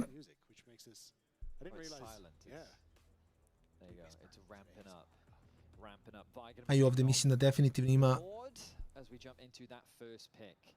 what will the priority be here for Koi? Xin Zhao, I feel, is very, very valuable, and it looks like Koi are just going to ima dosta prostora da vidimo svašta, tako da... What are we thinking about? Do we want to take the Nami away? Do we want to put that on Mickey? Are we thinking about range bot lane once again? I mean, I've seen Mickey on the Nami. Didn't look so hot the last time, but I do think Corki Nami is just incredibly strong, especially with so many of those other picks taken away. So I imagine that will be the focus, unless there is something that you really have high priority for in leader in that mid lane, that they just want to try and get... Šta bi da uopšte mogu da igra, to je pitanje.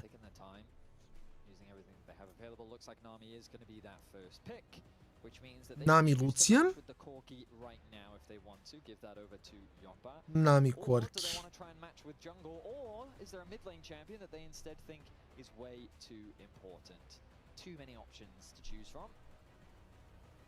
Well, it looks like the option is easy for SK as they lock in their bot lane now. Koi have to make a choice. Yeah, I'm wondering what that is going to be. Like, we have the misfortune that Super's played in the past, which can try and go toe-to-toe with, like, the item spike points that Corki has.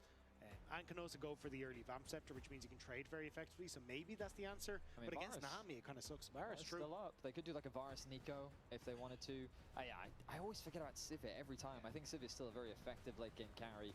And with Lulu still up, it seems that's the direction they go. And Lulu also pairs very well with the Xin Zhao too, so early skirmish on this bottom side still pretty strong. Nami Korki za Jopu. Ovo će biti, ja bih rekao, test Jope ovaj game. Ako uspe lepo da izvuče Nami Korki matchup, mislim da se tu poprilično lepo dokazao. Because you don't want to take some of those more mobile champions and suddenly give it a lot of value to SK. You know, Jarvan got its first win today with Vitality. Yeah, it's 1-5 right now.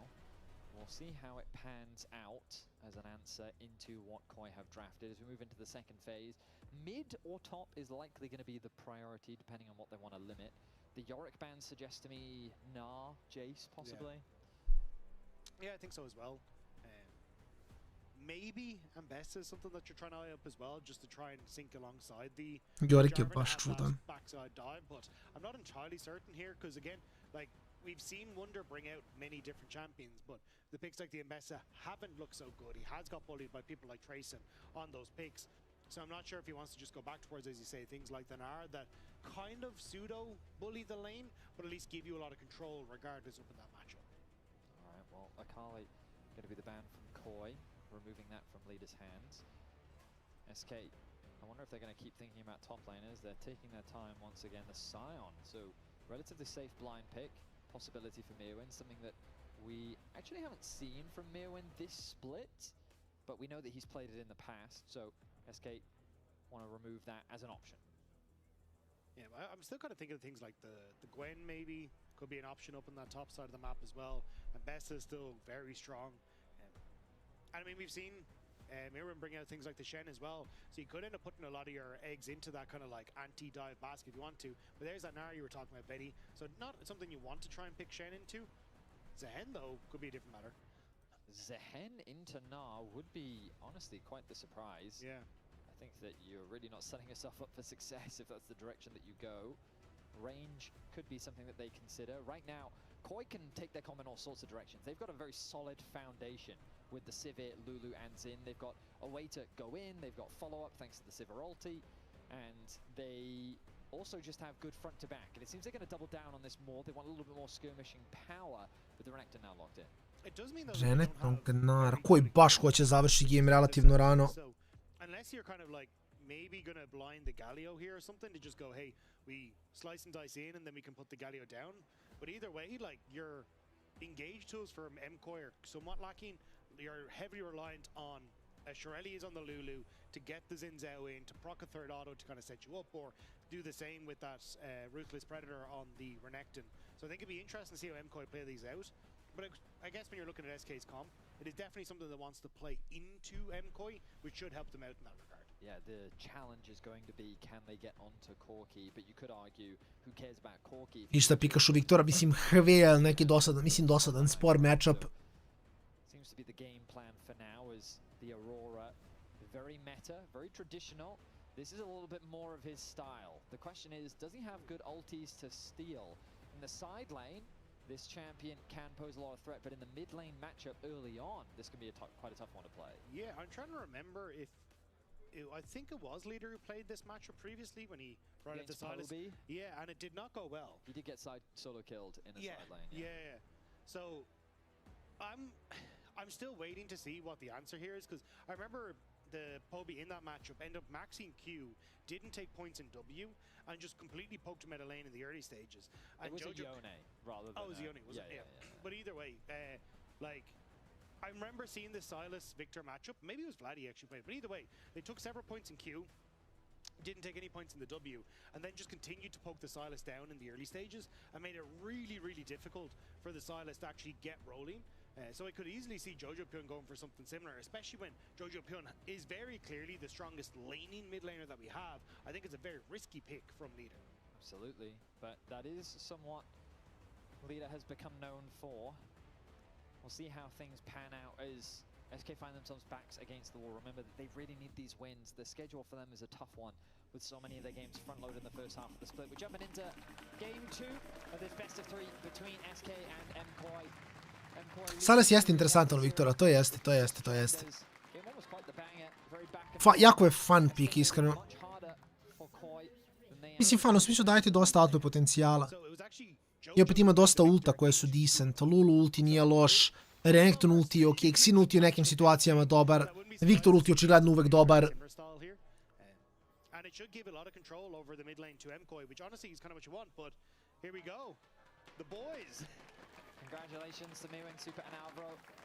100 games in the LEC.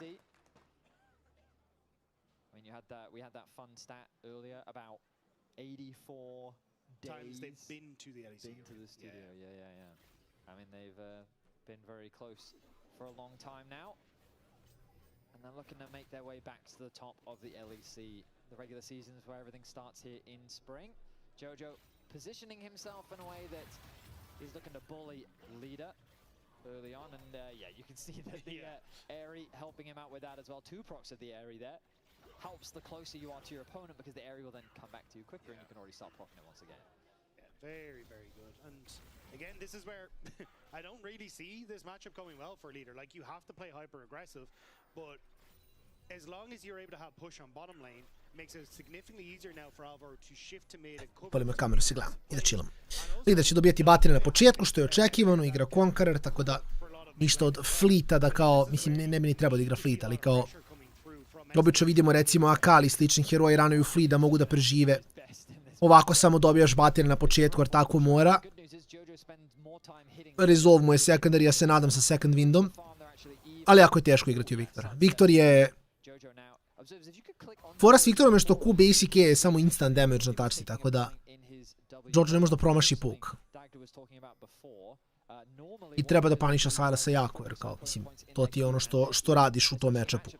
Kao ja juče, ako ste gledali kad sam igrao Ariju na Asusa. Isti koncept, znači moraš ga ubiješ na početku. I Asus baš nema kako se bija, i Silas ima ako pogodi chain, ali vidimo čim priđeš. Q basic, ako imaš cast,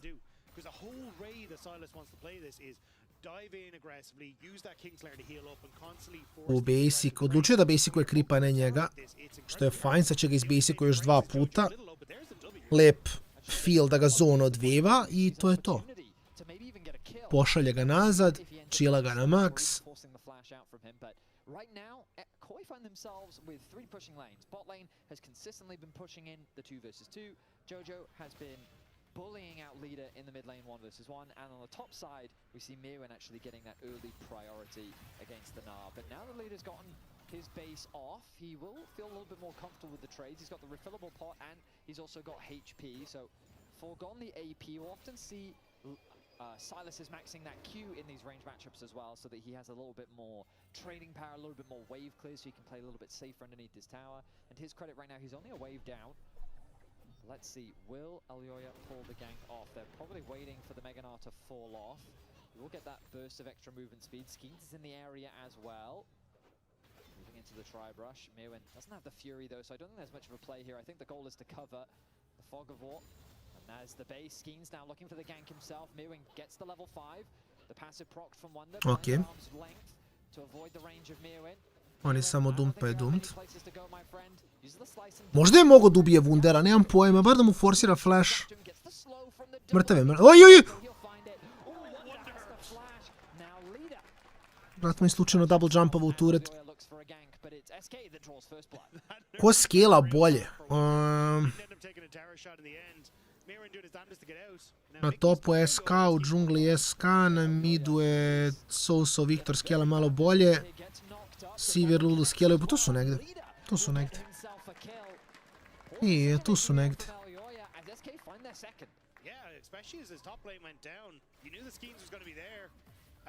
Ja samo jako ne volim Renektona, mislim, to je lična stvar, ali mislim da, ja volim da igram Renektona, kao, ja igram Renektona, ali ga ne volim ovako kompetitivno, jer mislim da mnogo opada. Mislim da moraš da napraviš preveliki lead da bi Renekton imao, kao šta pita u gejmu. Mnogo je zjeznuto, Renekton koji je even je mislim da dosta zavisi šta Viktor builda isto. To je stvar. Zar ne? Jer mislim da ako Viktor ide na Ludens build da je to malo upitno ovaj game.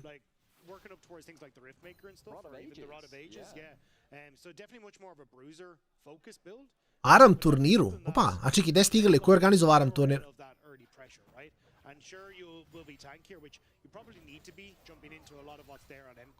Što najjače volim oni stari, mislim stari, ne koliko je to sad stari build, to je početkom moje godine bilo, ali onaj high health Victor build. Sad ga juri. Dobra. Ajmo lider. Nešta.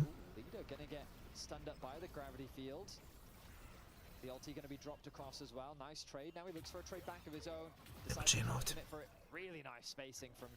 Ko je teško laneovati kad ima direktan damage. Meni je vjerovatno, ma koliko sam hater burn buildova, najbolji Victor build bio onaj sa Royal i Andri i Raelaem. Onaj 5000 health Victor build. Koliko god se čini da ne radi damage, radi previše damage. A nemaš ga ubiješ, ima 5 soma jelta, vidi, zadešaš na njega, lik te gleda u fazonu, odakle tebi brojke da me ubiješ.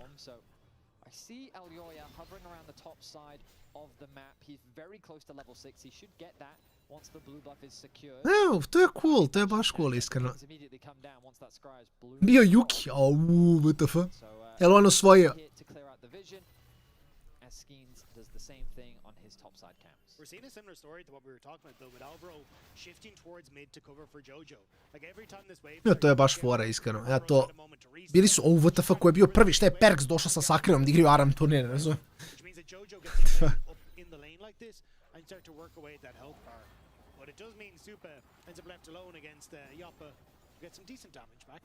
Ne razumem ko je onda prvi bio. Kao, znaš, ono, tu u gradu, a ko je bio prvi? Pa naš Faker došao, ono, malo svratio u Evropu, pa došao da odigra Aram turnir kod nas, ono, malo da iskulira. Ne ovako, ne ovako.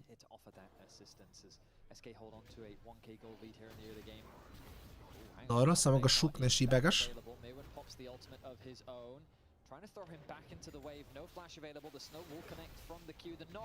I ode Mirwin opet. Isto ko je prošao 2 Master i Master. A čeki, ko su oni? Mislim... Evo sad ću odem da vidim. But again, I think you're going to be happy just with Wonder managing to pick up some extra presence in this lane. And if you can keep this Renekton out of the fight or even weak, it becomes much easier to deal with the front line in MKOI's team fights. Yeah, I'd like to see Skeens move away from top now that he's put top in such a good position. The ulti used there from Leader, stolen away from the Lulu. It's a nice back and forth against Jojo, but now he's a level down. He needs to catch this wave before he can catch back up in terms of experience. But the extra HP really doing wonders. Alvaro now making his way towards mid. Leader actually goes in with the Kingslayer. Getting very low here. Skeens now looking for a fight. Applies the passive. The ultimate comes through from Alvaro. Jojo's forced to flash. Pokušam da nađem sad koji su to challengeri iz Hrvatske da ih ne znam. Obični ljudi koji su challengeri, ali ok, na istu, verovatno, da? Pošto me kao zanima, ako ima neki challenger iz Hrvatske da ih ne znam, bilo bi cool da ih znam. Zato sam izbunjen, brate. Jer Hrvatska ima 3 challenger igrača, to je fora. Kao Jopad i Haste i Krompir, to su challengeri. Ok, ako su bili kao nekada, to je druga priča. Jer kao ukupno u Hrvatskoj imaš na LoL Prozu 24 prijavljene igrača koja su iznad Mastera. To je Master iznad. Dobro, mislim UK DK 75 LP-a sad.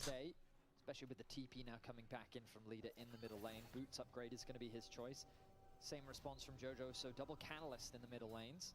A little bit of extra HP will help both of them in the side lane and also in team fights especially. HP makes you far more durable if it does delay your spike until much later into the game. There is a nice ward just in the enemy jungle here for MKOI, which is helping us spot out where Skeens is coming, so hopefully make things a little bit easier for Mirren. Ko je prvi sad na Vestu? Sijan. Da, ok, to ima smisla, Kevin. Nego sam bio u fazonu, znaš kao, ne znam šta se tu događa. Kakvi su to neprijavljeni challengeri da meni niko rekao nije. Ja volim da znam, mislim, kao, znaš, ono, cool mi je da pratim.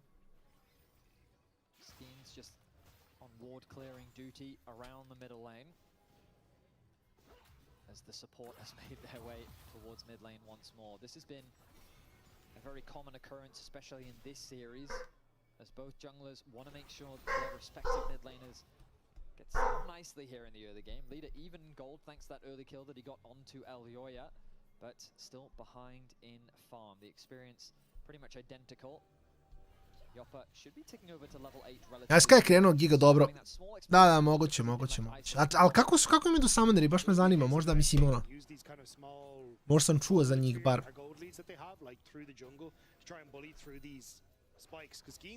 To je baš cool, iskreno. Aram, ono, lokalni turniri su giga fan.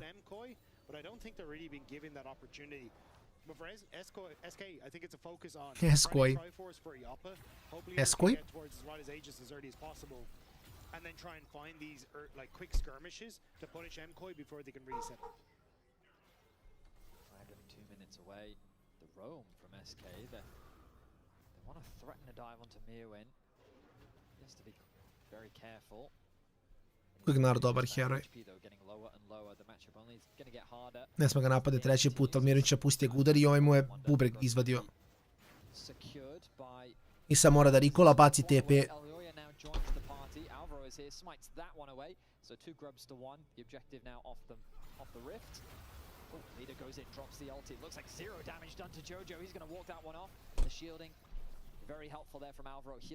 Spelpen boots i... Ok, dobro, Kevin, ubedio si, mate. Inače, Kevine, imaš glasanje na... Znam da li sad imaš aktivnog patrona, ako imaš glasaj...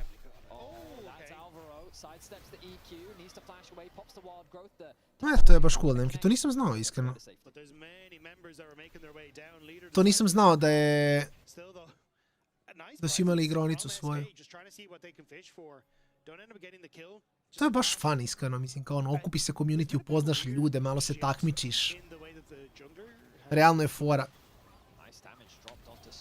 Supi trebaju itemi, mislim, Supa je, opet igra Sivir, treba mu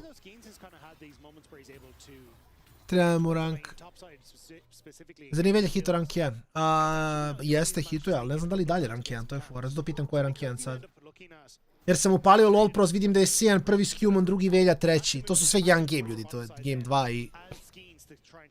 ide gore dole. Jer ti kad pogledaš preko 3000 LP imaš 7 ljudi, to ti je 2-3 gema tamo vamo i to je to. Na, to je fora, to je fora. Vidiš movirom, interesantno. Jer ja gledam na LoL Prozu ovdje, pošto nisam u klijentu sad. A ne znam koliko se ovo često update-uje.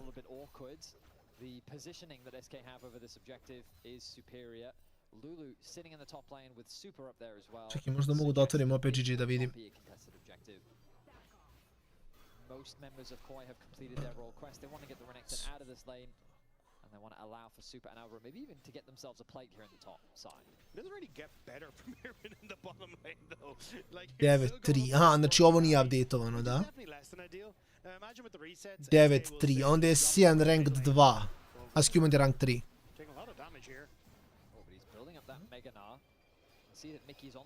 Verovatno. Če pogledam. 5-7. Da, on je dvojka sad. Ko interesantno, jedan game tamo vamo, vred.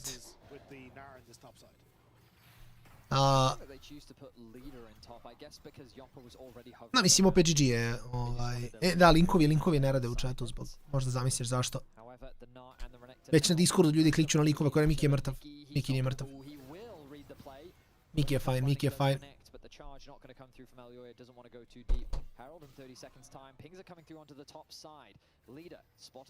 Vidi kako ne dobije neki boj, ali Pavle verovatno zašto ga ne želi, mislim. Jer kapiram da ako je dobio ponudu da igra, ne znam, jungle za SK, samo ne želi da igra.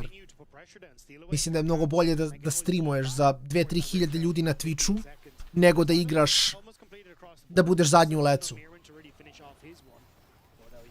Realno. Jer ti ako igraš lec i ako si zadnji ti samo sebi obaraš scenu, a istovremeno imaš mnogo manje vremena, streamuješ i manje praviš hype oko sebe, znaš. Ti budeš ono prvi na vestu i da streamuješ, ako budeš zadnji u lecu i samo obaraš sebi cijenu. Mislim da nije, znaš.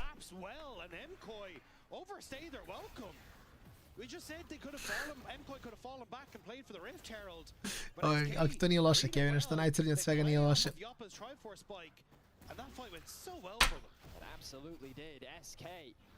Što najče od svega nije loše.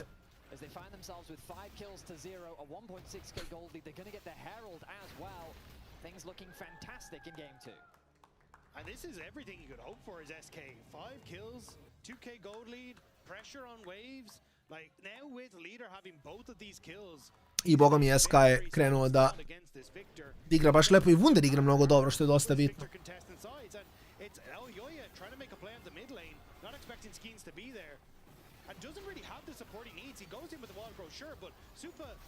Has to wait about 30 seconds before he can auto-attack, whereas Yoppa is getting full value, a ton of work done through the Triforce, plus the quicker collapse from leader. That's perfect for SK. Absolutely. 2,000 the gold lead, Dragon 2.5 minutes away. Their goal will be to work towards securing more towers. Bot lane looks like easy pickings. Leader will secure... Sve sam pitanje znaju kako da close offuju game. To je glavna stvar kod njih. Look at the bottom of your screen. Those are red bars across the board. SK with advantages everywhere. Super taking a chunk of damage. Nice, nice. Što najče i dalje nisam vidio Patana kako igra. Baš me zanima da ga vidimo u nekom trenutku na šta to liči, iskreno. SK looking a little unsure about how they want to try and progress though, because I'm seeing pings onto the mid lane tower. You have the Rift Arrow for Skeens is now going to move over. Super staying. He has very little HP, but the wave clear is just monstrous. The Herald's going to be used to help them out here. Sieging this tower, I don't think it's quite enough damage, but it should be close enough. Triforce auto might be enough off the back. Nearly. Ooh, the smite going to help. Which means that, yeah, the top tower though looks like it's going to go down. Yeah, still though, dive potential on bot side as Miran pops the ultimate just to make sure that... Lider ima ult 2-0. I još Infernal Soul 3 Infernala je popričao dobro, iskreno. To je popričao, nice. Skeens doesn't want to go in as 2 towers fall in favor of SK, extending the gold lead to 3k. They want to get themselves another one. They're going to get an even greater gold lead here in the early game. Leader says to Skeens, you know what, let's just deny as much farm as possible. We're not on a rush. Let's let the cannon fall. Maybe we'll have to watch as this one dies. 3 members of MKOI looking at that top wave though. Nicky reading the play, had started his reset but now moving just to cover his top laner and make sure Wonder doesn't fall. But that tower very healthy comparatively to the rest. So I think SK just gonna get away with, well, not quite murder, but definitely when it came to the towers. I mean, things are just looking incredible for SK here in the early game. 3 towers to 0. They've got themselves a dragon as well. They're going to go back to base, spend what gold they can ahead of the next dragon spawning. I mean, Leader may even have enough gold to complete his second item, unless he's just gone back to base and I missed it. Oh, but Wonder now in a bit of danger. The ultimate's dropped by... Palio stream. A ti streamaš to na Twitchu? Forces the flash out from Wonder. He now trying to retreat to safety. Aljoja thinking about going for a play. Ništa od Jima, ništa. Unlucky, ali šta ne. Mislim, teretana radi do 10, tako da...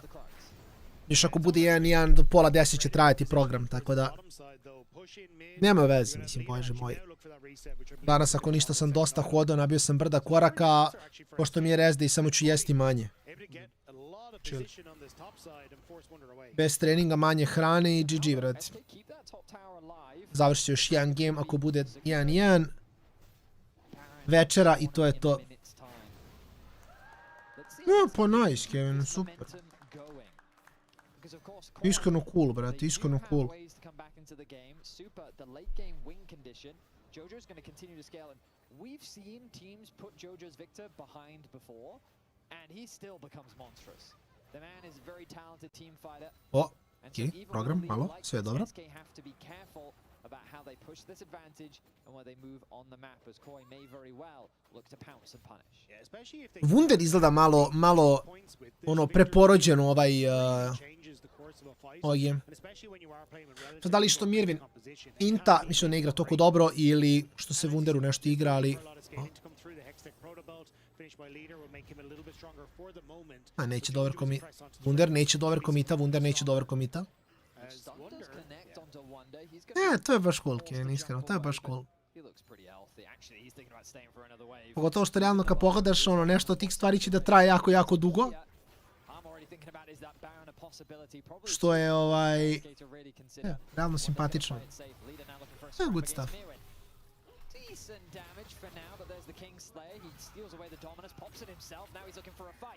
Good damage now, really onto Mew in the extended fight, really going his way. Mewin can't afford to overstay.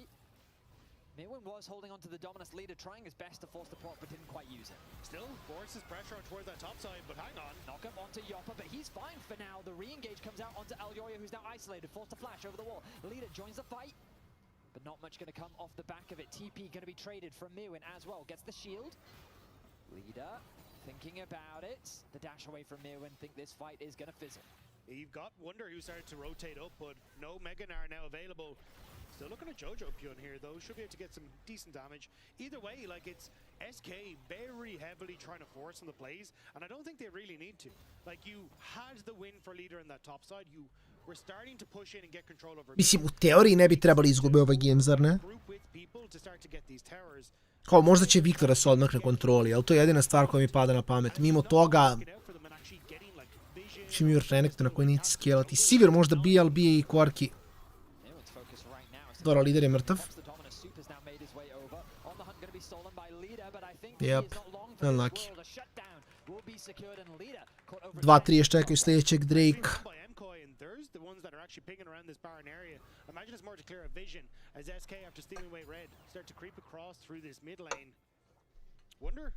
Kako se još je Dominus? Kako misliš? Dominus, misliš Renektonov ulti? Klikneš ulti, onaj krug oko Renektona radi damage, magic damage po sekundi. Mislim da je na max ranku 120-150 damage po sekundi. I daje mu Fury, to je to. Znači, dobiješ Fury, radiš damage oko sebe i dobiješ max health. Tako da, kao ono, ako misliš na Sylasu, Renekton radi magic damage i Sylas scaling sa Renekton ultom je u stvari poprilično dobar. Jopa. Iš, ovo recimo malo koji Let's AD Carry bi uradio. Ali ovo je delimično razlog zašto. Jer Jopa je ovakav igrač, on pravi te pleve. Što nekada možda i se obio glavu. Ali kao, to je Jopa. Jopa pravi agresivne pleve. Samo je laki što čini mi se kao da Nami nije znala da će Jopa ovo da uradi. Ali ovo je, mislim... Ovo je ono što volimo da vidimo od Jope i što ga je doguralo tu gde ga je doguralo. Taj njegov agresivan playstyle. Ali s druge strane, kao što vidimo, može to da mu se, možda mu se obije o glavu.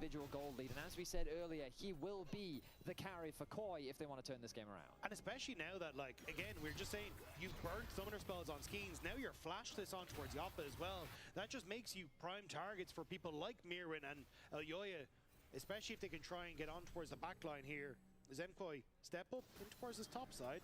We'll spot out the divisions there, but it's Dragon in 35 seconds that I'm looking at. A 3.7k gold lead for SK, now dwindled down to 1.3. Two silly deaths on the side of SK have allowed Koi to stall, and these items are coming through thick and fast. Stride Breaker completed towards the top side. The Spear of Shojin alongside that for Mirwin, level 16 on this Renekton. Remember, he was behind Wonder, but now he's in a much more comfortable spot. And it's difficult for SK really to, like, fully get damage onto these towers without something like a Baron, because there's so much wave clear, or trying to force a fight a Dragon, which looks like exactly what might be about to happen. Well, the wave will in fact be cleared in the middle lane. Mirwin escorting that wave towards the tower. They secure the plate, but now has Mirwin overstayed? The slow will be applied. Good damage, he flashes in! He gets the stun, the knocker from the wild growth, but Yoppa gets away to safety. Now he's in way too deep, but here's the rest of Koi to help escort him to safety. The boomerangs will be flown. Super doing good damage, but it isn't quite enough. No one yet to fall. Great wave from the Nami. Denies Super from being able to follow up properly. Keeps Yoppa alive. Ne, flipi. Nekada mu, mislim, to nekada radi, ne, to mu je dobijalo partije. Mislim, kad je Jopa zadnji put igrao na Reconnectu i BL finale sa Partizanom, to mu je dobilo game igre Tristanu, ja mislim. Kao taj agresivan način igre mu je dobio game. U letu će ljudi malo bolje igrati oko Visiona, recimo ovdje u stvari Alvaro odigrao jako pametno. Staje je dovoljno blizu, ali ne blizu da bude viđen.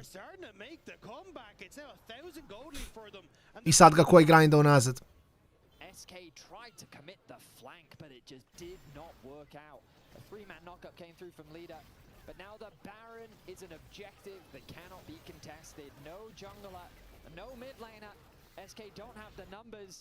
Jeste, Alexa, u pravu si, ne? Moraju malo, mislim, jedino Jopa ne igra. Samo što kažem, toga na kraju koštalo, mislim više da je bilo nesporazum. Da, kao da Miki nije očekivao će Jopa da krene, da se flasha u Sivir. Nice, lepo od Mirvina. I oni su uzeli Barona ovdje. Šta su oni čekali gore? Skriku.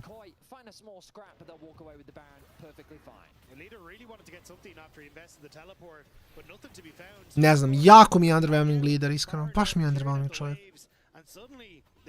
Ne znam. Koliko je bio? 2-7 na Irealiji prvi game.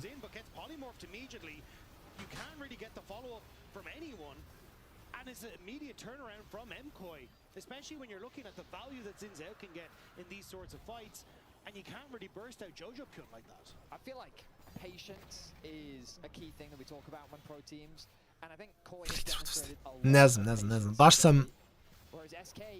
Nemam pojma. Očekivao sam više od lidera, iskreno.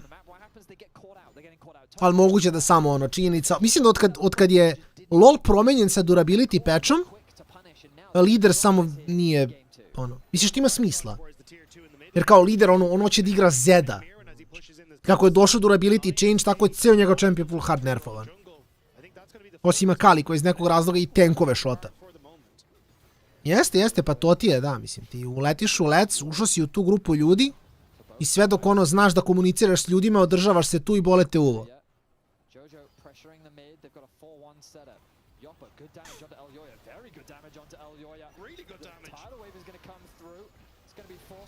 Uš, basic na supu, čovječ.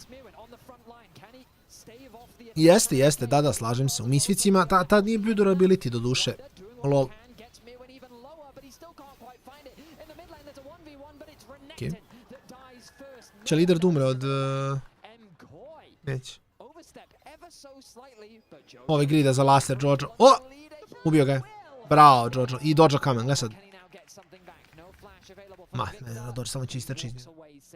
I ubije ga Viktorija, ne. fight in the mid lane was so close. The Seeker's arm guard had to be brought by Jojo. Nezgodno. He flashes over the wall to get away from leader. Iskreno, veoma nezgodno. Just barely able to scrape away with the kill. But honestly, great job from SK in the bottom side. Ton of damage turned on towards Elyoya. Managed to turn around what would have been a very successful Baron play into, I mean, a reasonable play, but you're still keeping your outer turrets. Okay, well, SK keeping this game interesting as we get... Ooh, here we are, the replay that we're looking for. But again, Yoppa stepping up, a ton of damage thanks to the Triforce, and Elyoya has to burn the ultimate early. Supa then gets caught out by the Cataclysm, and some nice damage coming through from SK. So they have to run away. And again, like, this was supposed to be the Baron buff that really could have cracked open these tier 2s, given a lot of control over the MCOI, but instead they end up losing Mirwin. And it's just that Jojo ends up No, ali je that makes it at least somewhat even. We get Canadian Victor radio posao, Canadian Evolution. hyper aggressive. Imagine just a second, there we go. Hextech Protobell forward. Oprate, ali on igra neki monitor po dešavanjima, ono, solar panel nivo, vrati. Ja sam oslepeo gledajući njegove boje na monitoru. Ne znam da li samo ne ide njegovo podešavanje na mom monitoru, ali brate mili, ja bi oslepeo da gledam ovako lol. Mislim, efekt quality mu je low, ali čoveče, ali blješti.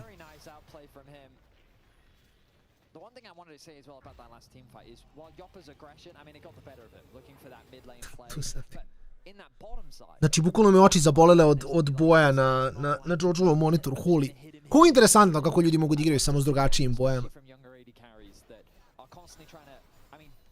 Say find that confidence, but Yoppa's had that confidence ever since he joined the LEC. In his own words, the rest of his team is washed. Right, exactly. So he feels very comfortable saying, lads, come with me, I want to carry this, and he'll need to carry this next fight as well. 10 seconds until that dragon. 3 items for himself, but 4 Sivir je mnogo jača, Supa je mnogo bolje spajku. No. 3 flash nije available na Supi, ali je Supa giga jak. Supa ima 4 itema, Supa može da nosi sam ovaj game.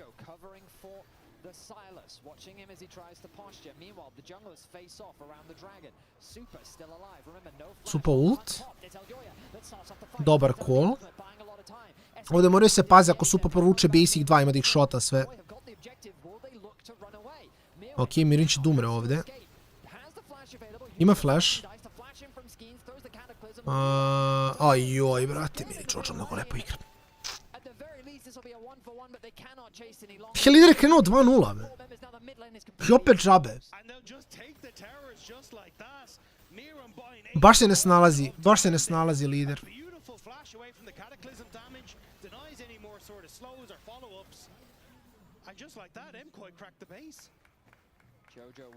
Hjopa igra ok, ali džabe. 4 CS-a, Supa, Head. Wunder je iznenađujuće dobro odigrao ovu partiju. I na piku koji skela bolje nego Mirvin, ali opet ništa. Džabe. Skins ide in? Ok, Guardian down, Elyoya je živ, nije živ, šalio sam se.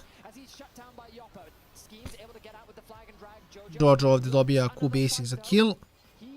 Wunder ima ult. Neki Jojo je mrtav. Bravo, damn, Jojo. Canadian teleport, ljudi nikad nije failovao. Canadian teleport nikad nije failovao, ljudi. In an even trade state, I think they were hoping that they could find these picks and turn towards the Baron. But I think just be happy with the position you're in. You don't really need to overforce these weird plays when you've got that much gold on your 2 carries in the mid lane. Overcommitment from Koi gives SK an opportunity. We look back at the Dragon fight. Yeah, I mean, Elyoya goes in great, but the real focus for me is on towards Jojo Kyun, just keeping control over this area, denying leader any sort of entrance. And as SK turn over towards Mirwin, like, Ne, mislim, da, to sam pričao prošli put isto. Što ga zovu Japa?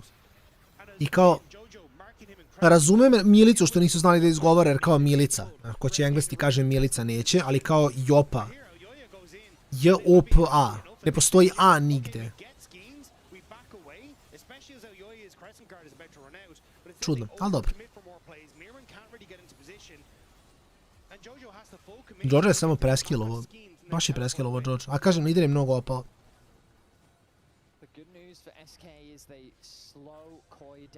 Bit igra na Windows, znaš da ne mogu... Što je navikao na neki monitor, ono od 17 inča, verovatno, i kao to mu je to. Especially with another needlessly large rod there for Jojo working towards Rabadons, he already hurts. So SK just trying to overload this top half of the map. Da, mislim, kažem, lider je bio 2-0, ali džabe, ne može nađe ništa. Jopa je jak, ali mislim da na Infinity skela mnogo bolje. Ako Jopa neko može završi Infinity, bit će mnogo jači. Samo što ne vidim kako je to, kako je to moguće.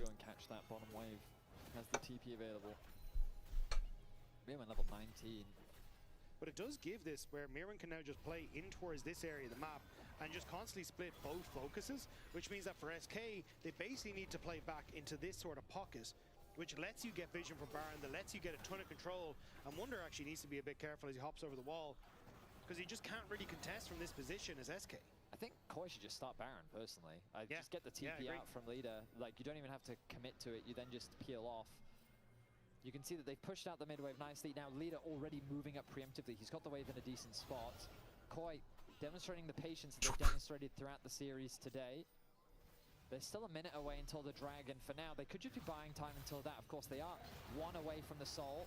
Mirwin, takes a chunk of damage, pops the dominus early. Wonder about to get the Mega Nart. Mirwin being slowly chased down. The death ray will come through, but not much damage dealt to Wonder. Mkoi slightly spread out. They've got the dominus out from Mirwin. A nice start to the exchange, but can they get more? Leader also didn't end up using the ultimate to steal away anything there, so Mirwin going to start to slowly lose this rage. And Leader still has access to some other ultimates if you would like. Wunder nema Megu. Mirwin mora da pazi da ne bude čankovan pre nego što mu dođe ekipa, da se ovo ne dogodi. Jer je upravo izgubio sterak ni za šta. Ali ovo je pola healtha, Mirwin low. Oni mogu da se vrate na Barona ovdje. U teoriji su možda mogli se vrati na Barona da ga rašaju. Bar da forsiraju TP od Mirwina. Jopa ide back možda po BF, mislim da je daleko od Infinity i dalje. U BF hlit, ok, dobro, fajn. I dalje nije to, ali nije loše. Emine nema grupa, ali faktički da, i dalje je grupna faza, iako nema grupa. Ali da, u suštini da. I dalje, nismo do play-offa još stigli. Mislim, tek je 3. nedelja, prvi dan, tako da ima još dosta da se igra.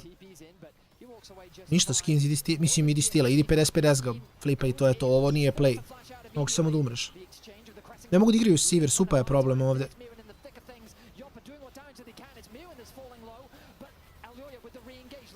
Jopa, ne može da radi damage Jopa, nema šanse. I gledaj Sivir šta radi. Ma kakvi. Jopa bije, ali nije dovoljno. Nije dovoljno što Sivir sam ima više pristup damage i plus ima Lulu. I on je mrtv. Nemaš. Ma kakvi, nema Sivir. Ovo je GG, mislim. Mislim, jako je nezgodno za Jopa, jer Jopa zna da gubi i pokušava da pravi pleve, a Supa, razumete, ono, ako znate ni meme sa Stable Ronaldom što peva Mate a Payphone. Supa stoji pozadi, baca bumerang i vajbuje. Brati u fazon, ja sam samo vinuo ovaj game. Supa nikad ništa ne mora da uradi, on pobeđuje ovu partiju. Stoji pozadi i baca bumerang. Ima Viktora, njih dvojica žive, ova dva bruzera bleje napred i to je to. Jopa je probao da napravi play, ali džabe. Lider je samo bio od 2-0 do 2-5. Dobro, GG's ljudi, šta se radi? Mislim, malo laki, malo za Jopu, ali čini se kao da ovaj roster SK zaista nije dovoljno dobar da uđe u playoff, tako da šta je tu je, šta da se radi, svakako pravimo pauzicu. Patreon game će biti malo kasnije, tako da je to jako bitno za sve koji ste sve koji ste Patreon i slobodno banite na dis, glasajte iz igricu kako hoćete da igrate. Ja ću napraviti pauzicu nekih sat vremena, možda trunku jače se napravi hrana da jedem i onda poslije idemo da klikćemo. Tako da ljudi moji, budite mi dobri, otišao sam da iskuliram, ostavljam intervju, a mi se vidimo malo kasnije na Patreon Gaming, do tada veliki pozdrav.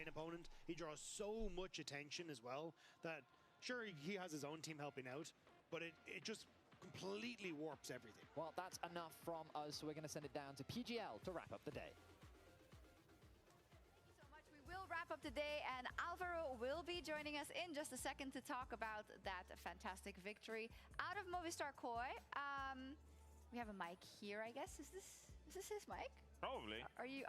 Test, test, test. Yeah, that's his mic. Nice. Hi. Hello, hello. Hello. How are you feeling? I mean, of course, I'm happy because we won, but I think there is still a lot of room to improve. I think it's not really showing what we are training in as well. So a bit disappointed, but you know, always like you need to be happy on a win. But I think the way that we won didn't really show up how good we are. So Yeah, I was expecting you to say something like that. We've been talking a lot about MKOI's development, about the ceiling that you guys can have, and there's of course been a lot of commotion, I'm going to say, around your coaches, right? And the way Melzat does react even on the coach cams. You said in an interview this week, well, I prefer it like this. What, other coaches maybe NPCs? I don't want that, which I thought was kind of nice. But I feel like it does create a lot of pressure, because tell me what the goals are right now. It is to win the split, right?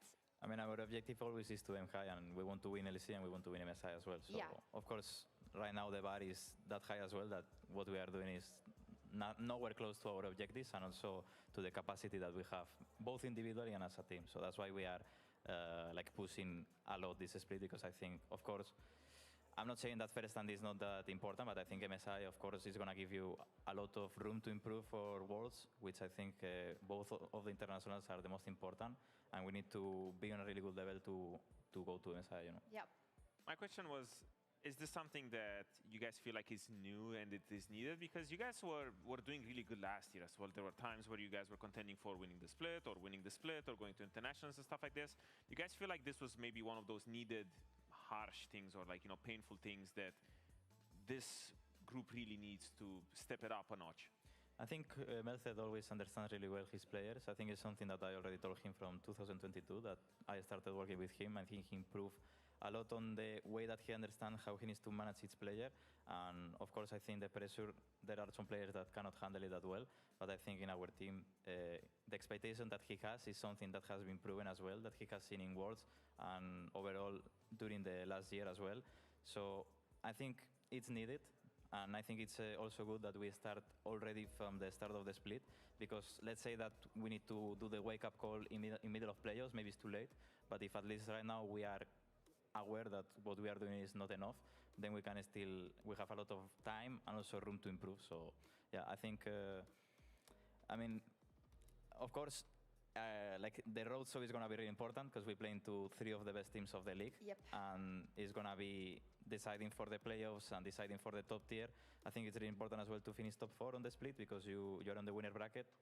Maybe there is a G2 and Koi on top 5, top 6, so one of them wouldn't go MSI. So it's, yeah, I don't think you want to go onto that spot, because otherwise it can be a bit rough as well. Yeah, you're right. Also that you mention it, there's a lot on those road shows, right? There's a lot of implications of the road shows overall. For instance, like a KC who's barely played here, because they're playing in both road shows. You are putting a lot of stock into the Madrid road show, of course, as well. I was wondering how you're feeling in the bot lane in general, because we've always known you to be someone who can like change the game with a Nico and with a Rakan, etc. But I just don't feel like I felt that as much lately, and I was wondering how you're doing overall with the melee supports versus range supports and the enchanters, etc., etc., etc. I mean, I think it's a really long topic to discuss. I think it is visible that when I'm playing an engaged champion, the team and myself work better as well. I think it goes both ways, and also how we get the info and the vision, because there are many times that we try to aim to get a lot or play on the limit, and then it's not possible. In the first game, I got caught like 2 or 3 times that I could be waiting for my jungler. Yeah. So all of these small things that kind of build up in my habits is something that I need to remove. But at the same time, I think there are some enchanters that even if I haven't shown still, I think I'm pretty good on them, and I'm pretty confident as well. But I didn't have the chance as well to prove it. So yeah, I think also it's enjoyable, because last year it was like 3 champions all in support. Yeah. It was a bit repetitive. So I think right now it's giving a lot of versatility in that sense. Is it exciting for you? Because it's, as you said, when you're playing I guess the melee or the tanky supports, you got to maybe, you know, break some rules, you know, walk in by yourself, get control. Is it exciting to be challenged in this way, where you have to learn a new, well, not learn, but the whole team, and you kind of figure out how it works depending on what your role is, right? If you're playing an enchanter or melee, is it something that is exciting? Because for me personally, when I would be stuck playing this sort of role all the time, I would get kind of bored, as you said, where you only have 3 champions. But now you can go in a lot of directions with your champions, right? So how do you feel? I think it's both ways. I think it's really something that I'm really willing to learn because I think it's I'm really curious as well about the game, but I think in some cases it can be frustrating because at the same time it's not only you who has to improve, and also you need to call the people when you need them to move. Like for example, Jojo needs to be aware on the silent how he needs to work for himself because I'm not capable of putting the wards that I could put with Kraken. Then as well, Joja, he needs to join with me on the timers, and also need to join him when he's doing a jungle pathing. So all of these things you need to be really aware, because when you are playing another champion and you have you can just kind of tempo cheat, but in this case you're gonna get a lot of times punish, because in this game, like for example in the first game, they had a lot of tools that they can punish.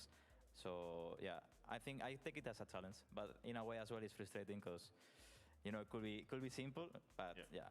Yeah, it's interesting. I was just thinking about not to change the topic away from Movistar Core, but I was thinking about someone like Keria, and how, of course, he is considered the best support, because not only does he play all of the champions almost, he always has them in his back pocket, but that also means that the team also is able to play around it, or he is so good at adapting it to all of the teams so far that he, from the support role, is changing metas at international tournaments, right? I want for you as a support, that must be like, okay, well, I'm here, this is where I need to be. The thing is that, for example, in my team, when Nico wasn't played that much in support, I even did a presentation and I explained why I thought it was broken.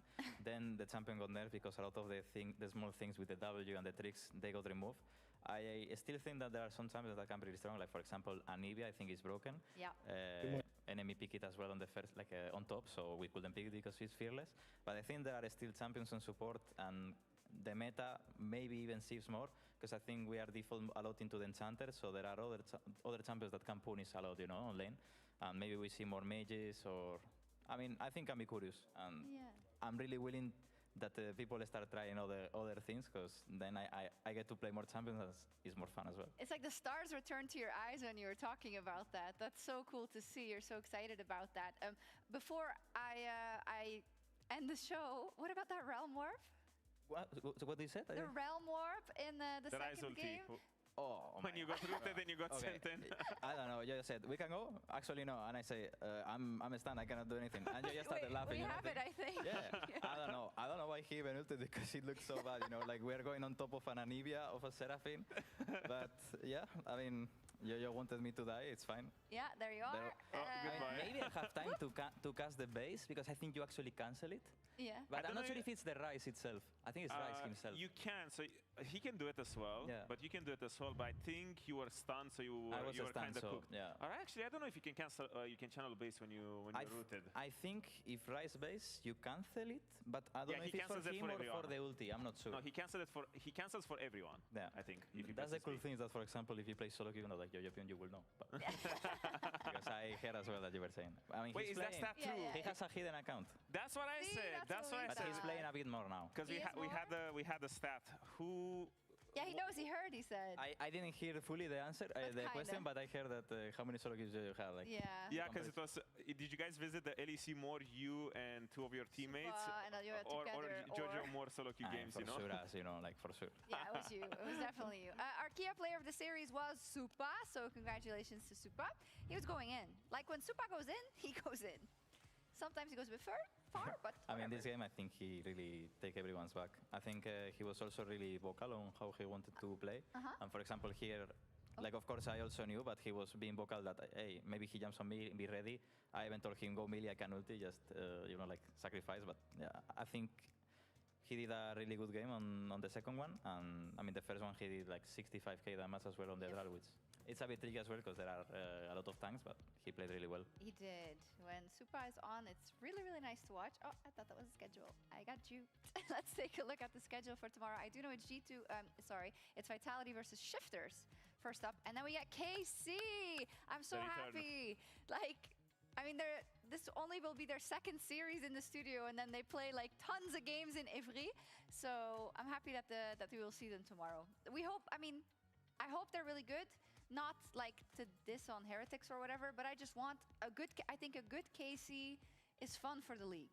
Yeah, exactly. It's exciting because it's just another top dog at the table, and the fact that their schedule is a little bit skewed to having a lot of roadshows, but that's just gonna make those roadshows so much more exciting because all of a sudden you think that KC might be really good, and they go to a roadshow and they go 0-3, and then they have another roadshow where the later half is